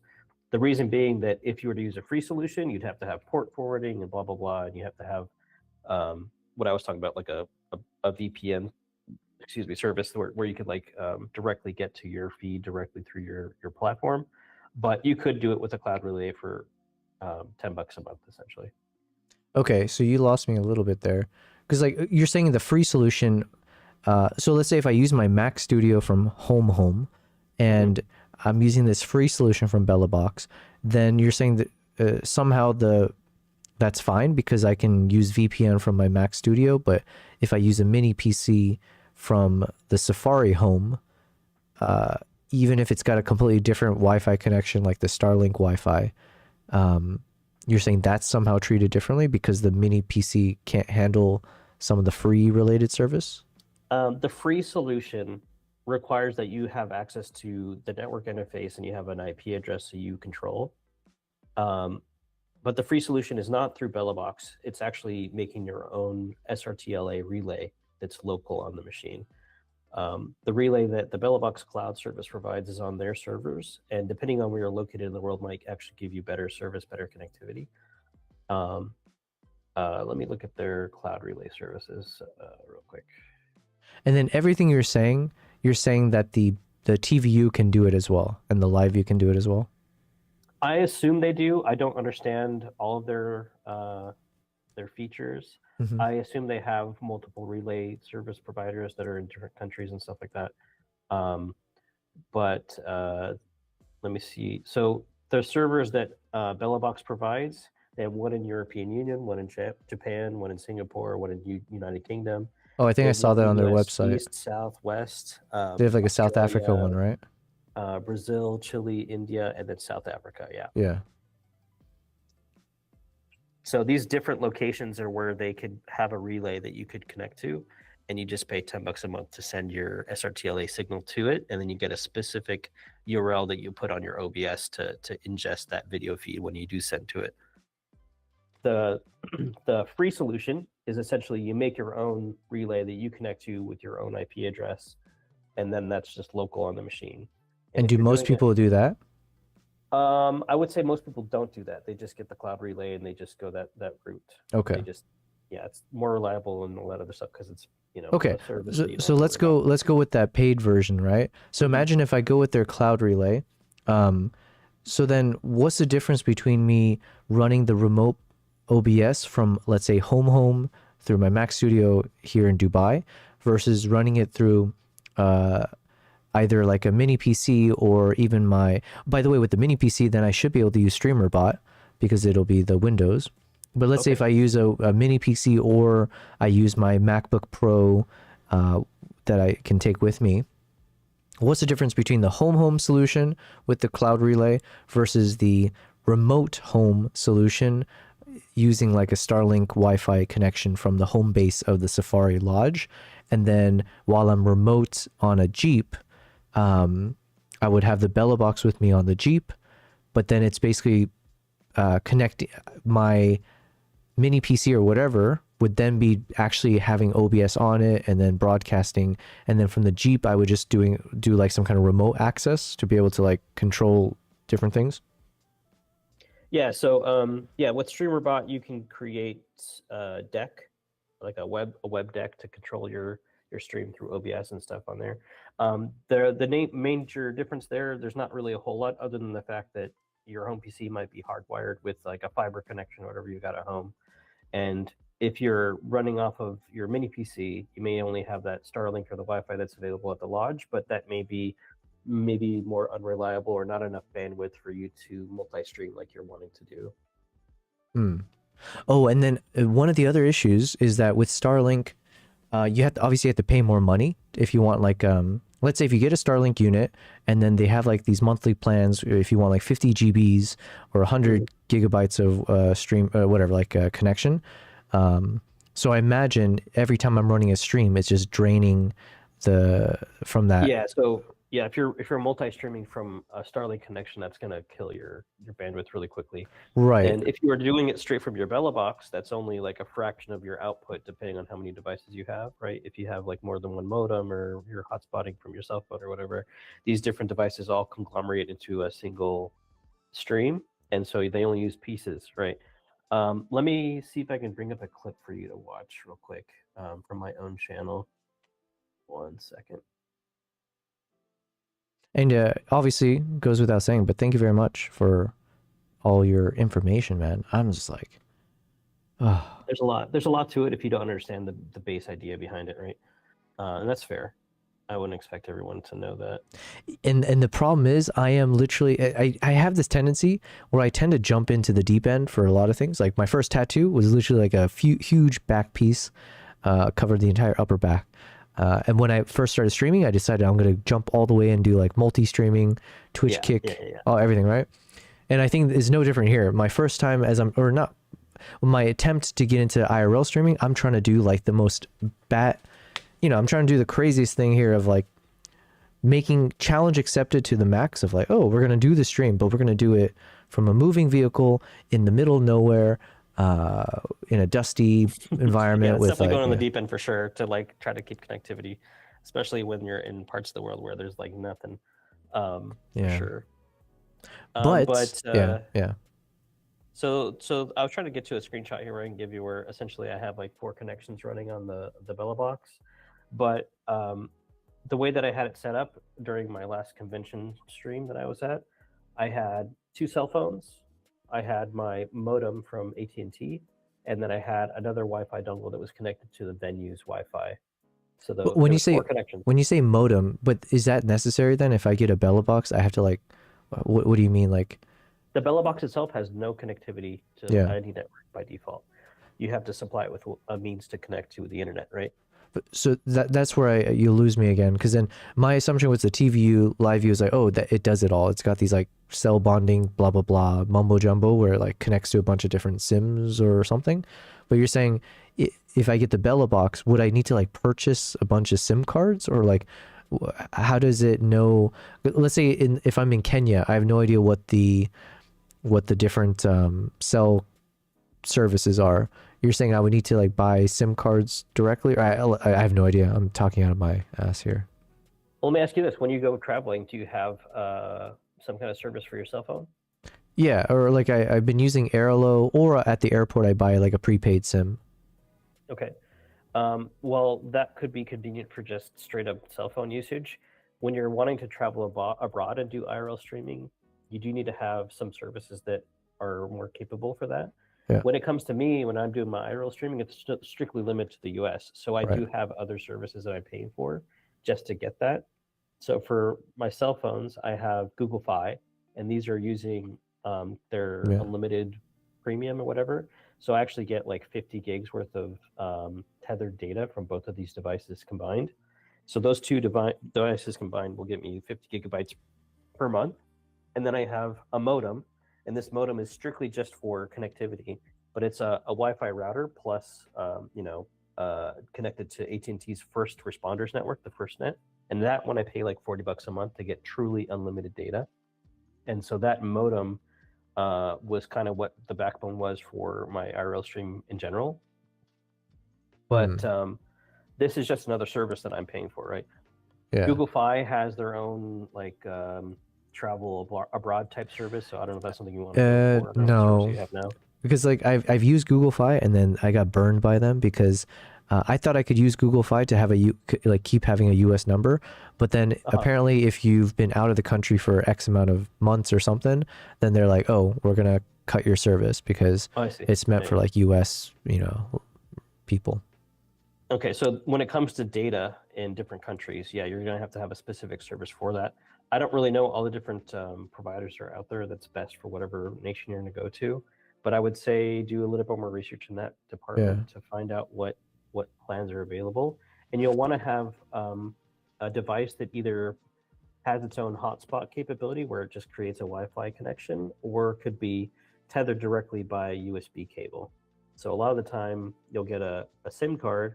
That SIM card has to go into either a cell phone to do the hotspotting, or it could go into a modem that you pay for that's, say, unlocked, that you could just use with any carrier you want, and you just pay for that device that can use that SIM card and then just creates your own hotspot.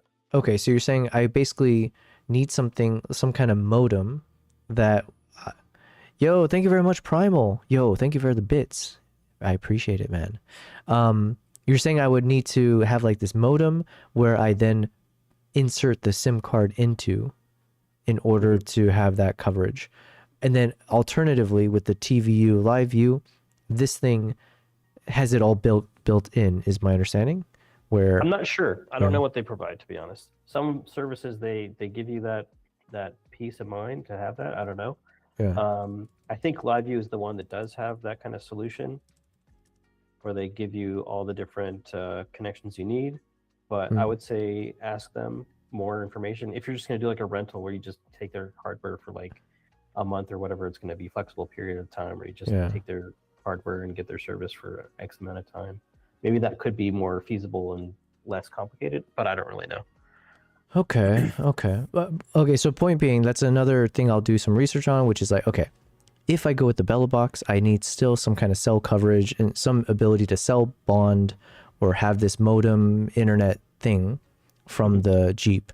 But then that's where also the Starlink would come in, because I would have the Starlink hooked up to the Jeep for my actual shoot, right? Or for the stream. So the Starlink can go into the Belux as well. You just have to have a network cable going into it. And I think Starlink has on their device at least one connection out. So then let's imagine if I have the Starlink and the Bella box, and let's say that's it. On the Jeep, I have a Starlink and a Bella box, and then separately, I have my remote PC with the Starlink as well, or remote PC from my home with my Ethernet connection or whatever. Yeah. Either way, that is like the potential best solution to separate your OBS stream from like your IRL stream, some or whatever. Is that what you're saying? Mm-hmm.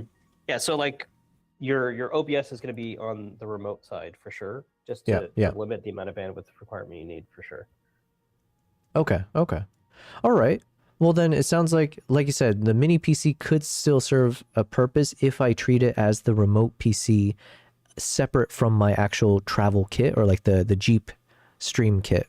So that can be set up at a home base where there is a bit more stable connection. Or, and is this where if you have a second, let's say if I have a team member, let's say if it's you, for instance, Ironis, right? Just in this hypothetical, and it's like, oh, okay, you get the most exciting job, which is just stay at home in front of this computer, and you just monitor the stream. And then I'll be doing all the fun stuff, and I'm traveling, blah, blah, blah. And then technically that would work, is what you're saying? Like if a second person is doing all the kind of like monitoring of the OBS? Yeah, so with Stream Deck, you can create these, StreamerBot, you have their like deck interface where you can just, like a web browser. But essentially that URL that you have there, you can give it to anybody. Yeah. And if you give it to anybody, they can click on all the buttons that you set up on there to mess with OBS or create actions or whatever to connect to your OBS setup. So it's more or less how much time do you want to set up and do that? Or if you want to give somebody access to your machine remotely, you can give them the remote access setup. Okay. You need it. So it could be done. And then could I do it myself? Let's say if I have my phone in front of me in the Jeep. Am I able to use my phone or an iPad or something to be able to then, using that Stream Deck or whatever from the StreamerBot, I could switch scenes or do whatever I need to? Yeah. So you could do it through that same deck menu system that I've set up for myself too. The problem just becomes if you have zero connectivity, then you have no way to change scenes or whatever. Right. What I've done personally is set it up so that I can do either a button or I can do a chat command. So I can do like, exclamation point BRB, for example, and that would switch me to the BRB scene or something like that, right? And that's where StreamerBot can handle both a button press on their deck or from a text input on chat. And then, so then let's say if I lose connection on the Jeep, but then let's say, how does the remote PC know that it's, so once it recognizes it's lost connection with my Bella box, then it would automatically switch to a scene that I've created that says like BRB or like, momentarily, blah, blah, blah, it will come back, that kind of thing? Yeah, so there's a tool called NoAlbs. That's NoAlbs, NoAlbs. Okay. They have a website, but they also have a cloud service that's free that you just hook up into your OBS and can do some of the switching for you. It's a smidge more complex through the cloud setup, but ultimately it allows you to kind of set it up once and set it and forget it kind of thing. And you just have to have that cloud relay set up. Okay. And all right. So this free service on the cloud can control what scene it switches to. You just got to select which one, and But then OBS has no way to do that on its own, unless I have that second person that's like monitoring. Well, the NoAlb service does it for you if your connection drops from your remote stream. And does it only work with Bella Box, or if I end up using like a TVU Live View, you think? I would assume they have some other setup for that. I don't know. I would assume that their service just knows to go to like a BRB screen or something, but I don't know how their stuff works. And the final thing, because I know that we've been on this call for a while, I do appreciate it. Also, it's 12:30 a.m. So yeah, I gotta go too. Yeah, listen, man, I appreciate it, man. I have to make sure that I'm resubbed to you if I haven't already. I have to double check. At the very least, I owe you that. So if I were to kind of summarize basically what's going on here, it's I had the wrong interpretation of what I was missing a piece to the equation of like how do I stream when I'm IRL, which was like this thing about like the right protocol necessary to then hook onto like one of these platforms. And that's where the Bella box comes in. That's where potentially you're not certain, but it's most likely that a TVU live view also has this functionality, which is separate from the cell bonding, the whole like, you know, modem and connectivity thing. So like whether it's the live view, TVU, or the Bella box, all three of these serve this function, most likely, where it does this kind of protocol compatibility thing to take your stream, your video stream, whatever, and your OBS and pump it into something that Twitch, YouTube can broadcast. And then what's missing is that the Bella box is not a cell bonding kit. So if I go with the Bella box, I still need to address the internet connectivity thing. So that's where either I need to get this modem or I have to look country by country and figure out whatever it is to get like the cell coverage in order to have the connectivity. Or that's where the Starlink comes in, where that can also hook up into a Bella box. So that could be the service. And then the third learning is that I need to have a remote OBS.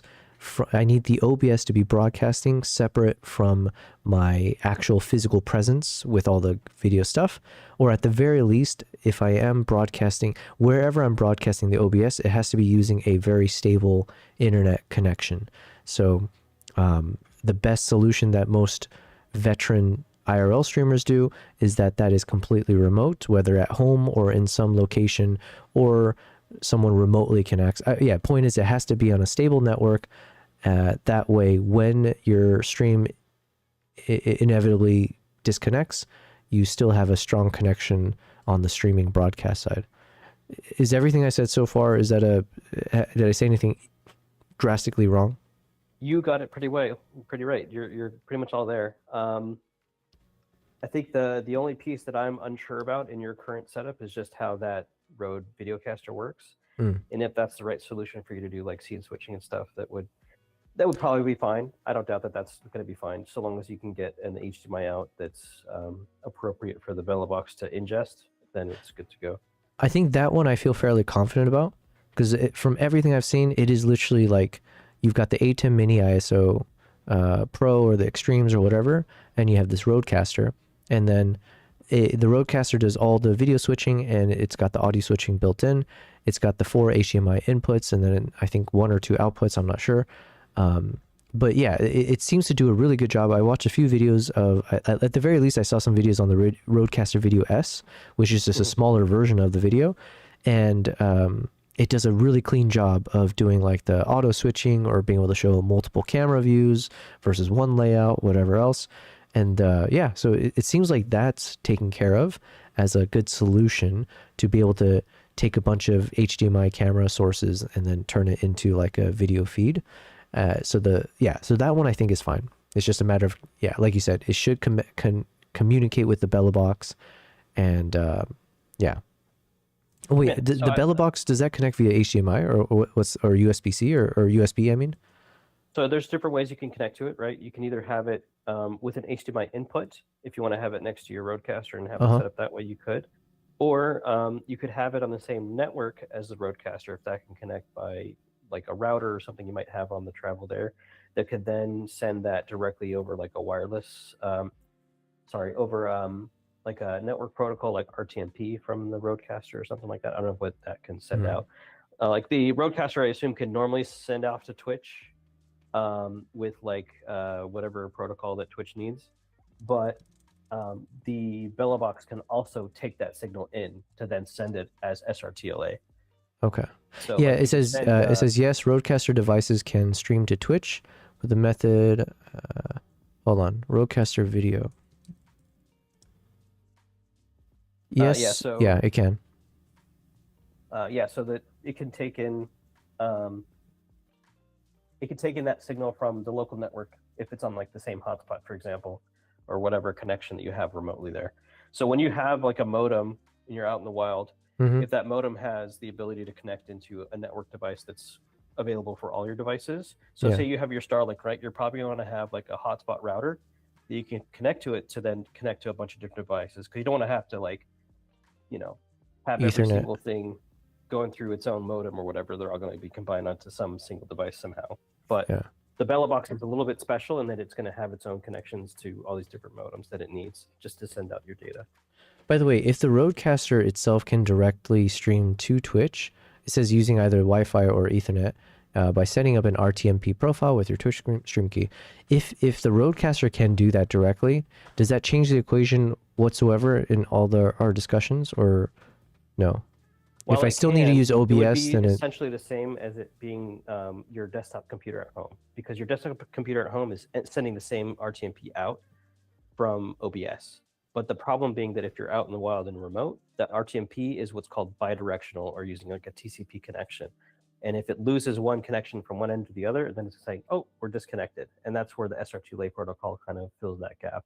Is it can drop, but it can still be really high reliability with multiple connections, even low bit Okay. rate, and it'll be flexible. That's the whole point of The doing point that. is, like, when I'm in a very iffy situation where the connection's spotty, then I run the risk of it completely dropping. Whereas, like, you still need like this Bella Box type thing to keep a stable, steady connection. Right. But what's Okay. cool about the Rodecaster is if you can use RTMP, the Bella Box can just take the signal from the Rodecaster wirelessly, so long as they're on the same network. Okay. But then having that mini PC with OBS running on it, that still wouldn't work then, is what you're saying with my setup? If you were to use the mini PC, Like, let's say if the mini PC is connected to the Rodecaster, and the Rodecaster is then providing everything that's compatible with Twitch. I'm making up words now, right? But like, would that somehow magically... So if I have a Rodecaster video in the middle of everything, the mini PC is connecting into the Rodecaster, the mini PC is running OBS, and it's then bringing in the Rodecaster video source. And then if I hit start streaming, would that now be on the proper RTMP blah blah blah stream to Twitch thing properly? Like, no different from being at home? so if you stream from the Rodecaster, it's streaming via RTMP to Twitch. If you're out there remotely in the wild and you're trying to send RTMP, you're going to have trouble. Okay. If you even have a mini PC that's sending RTMP, you're going to have trouble. It's the same idea, right? Even though you're using these devices, if they're not hardline connected to, a more stable connection, then you're still going to have trouble. And then how does Starlink change the equation? If we look at like the latest models, or assume that what they say is correct, where it's like, hey, we got like 99 point something percent or 98% uptime. You can get like 30 to 50 Mbps. They've got services where even if you're in a moving vehicle, it literally will keep a steady connection. If I live in a world where, let's say with the Starlink, I do have like supposedly a steady connection, then is it technically possible to have that mini PC with me that's running the OBS without disconnecting or having that issue?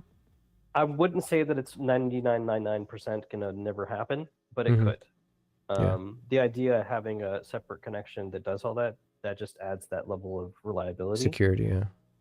So there could be, multi-stream platforms that kind of do this service for you, where they kind of give you a bit more window where problems can happen. But, if you have this connection that's super solid and, could be essentially a home connection just via satellite, Yeah. sure. I don't know. I've never used Starlink in that capacity.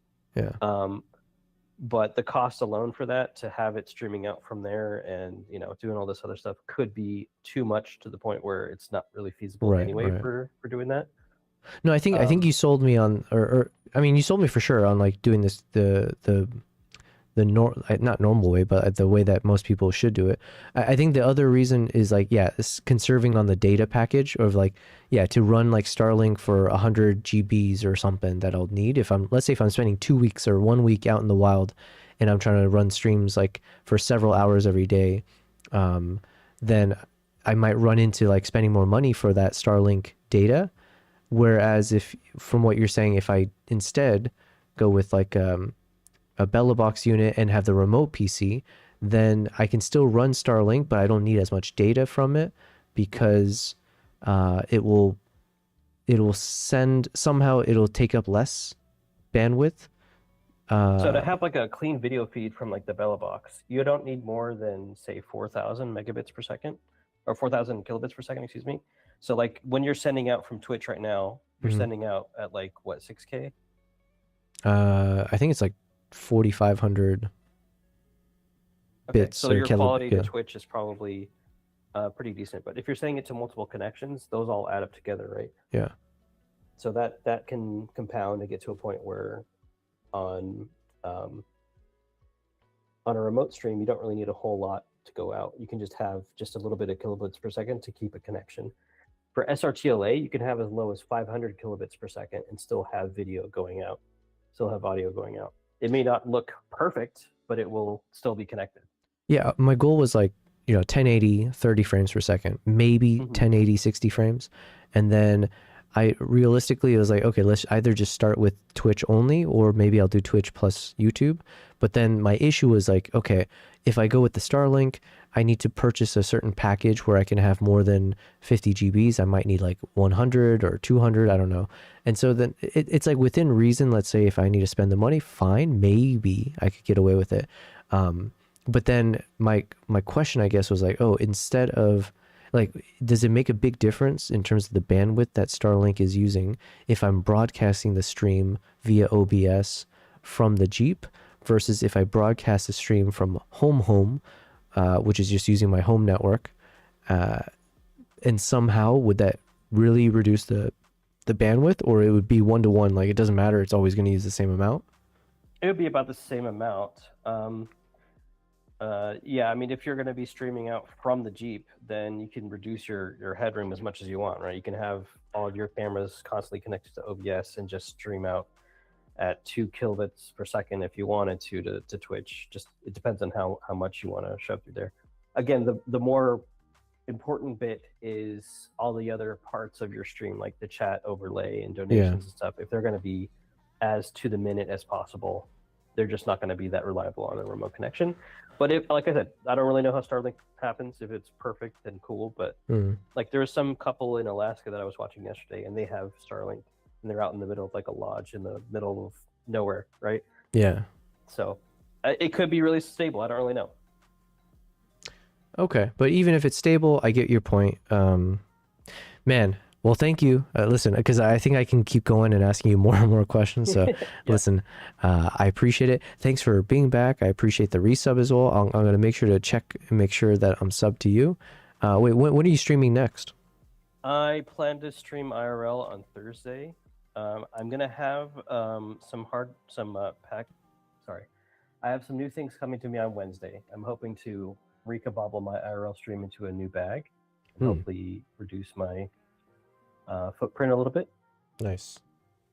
And I ordered some new battery banks, but I don't know when they arrive, not until sometime soon. But okay, we'll see how that goes. All right. Well, listen, I'm gonna try to hop onto that stream, for sure, man. Depending on my schedule as well, or what time. Bring it off. Yeah. All right, dude. Thank you. Honestly, I appreciate it. This is super helpful. I have a lot more research to do apparently, but I think the general things I need to purchase, it's still solid, and then it's just a question of some of these network things. I'm going to give you a link real quick. I'm just going to put it in the chat. But this is essentially the pieces I bought for my IRL rig. They are not required in any capacity, all the pieces, but just to give you an idea of how much I've kind of invested on this. Yeah, I wouldn't say this is anywhere near what you need to do because you already have a lot of the pieces, but you can kind of see some of the breakdown of what I've bought. Oh, awesome, man. Well, I see the link, I think, on Twitch. Let me just copy it over now before I forget. And then we'll pop it over here. And then King Kruk says good. Wait, I missed it. Where is it? King Cuck, my bad. King Kruk says good info. Keep us posted on the progress, Joe Bell. Yeah, listen, super helpful. Yeah, I'm obviously consuming all the knowledge, and yeah, we'll see. But listen, man, Cyronius, in the future, let's say if all this works out and I'm going out into the world and I'm doing these like IRL streams, but in like the most exotic locations and stuff, at some point you have to join me we'll do like a, you can run the stream together. I'll get you to do some wildlife photography or whatever else. So, yeah. Yeah, if we want to set up more stuff together once we get closer to that finish line, we can do the whole remote modification stuff where you need people to run your show or whatever. We could look at that a little closer. No, you gotta join me, man. I was just kidding about giving you the I was kidding about you doing the boring stuff. I was saying like I'd have to figure that one out, but that sounds like a lot of fun, to be honest. Yeah. All right, man. Appreciate it. We'll talk later. Yeah. Thanks, man. Bye. All right. Thank you again. Shout out to Cyronius on the Twitch side. Everyone should definitely give him a follow. And yeah, thanks guys for sticking with me as I was doing. I don't know if troubleshooting is the right word for that, because it's not like a tech problem right now, but it is a tech problem in the future, as I am. Hopefully this will give you a sense that I am trying to treat this seriously in terms of how can I effectively bring this home studio stream concept into what I love doing, which is traveling and capturing wildlife out in the wild live, right? So that is the big next step for me. The whole reason I started doing these home live streams was in preparation for once I start traveling and take it with me. So in that name, I've been doing all this research.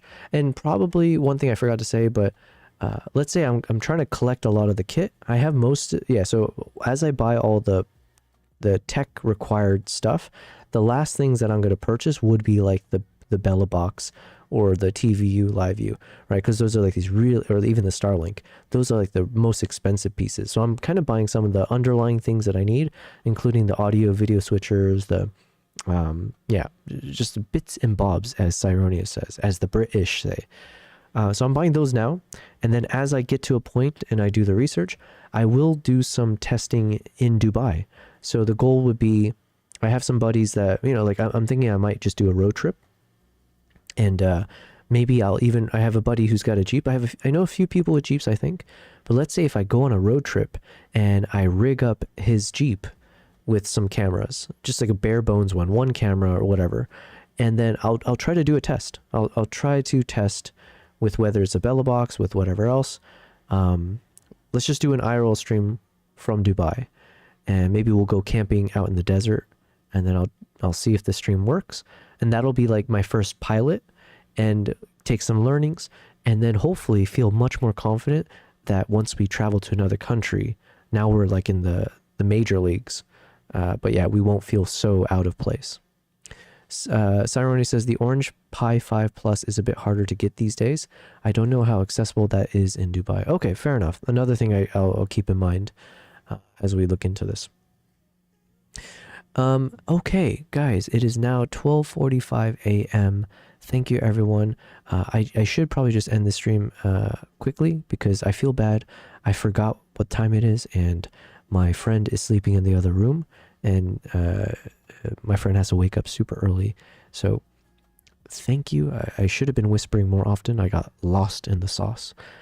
TikTok, thank you very much. We got almost 1,000 hearts on the TikTok live stream. I still don't know how to monitor my TikTok stream.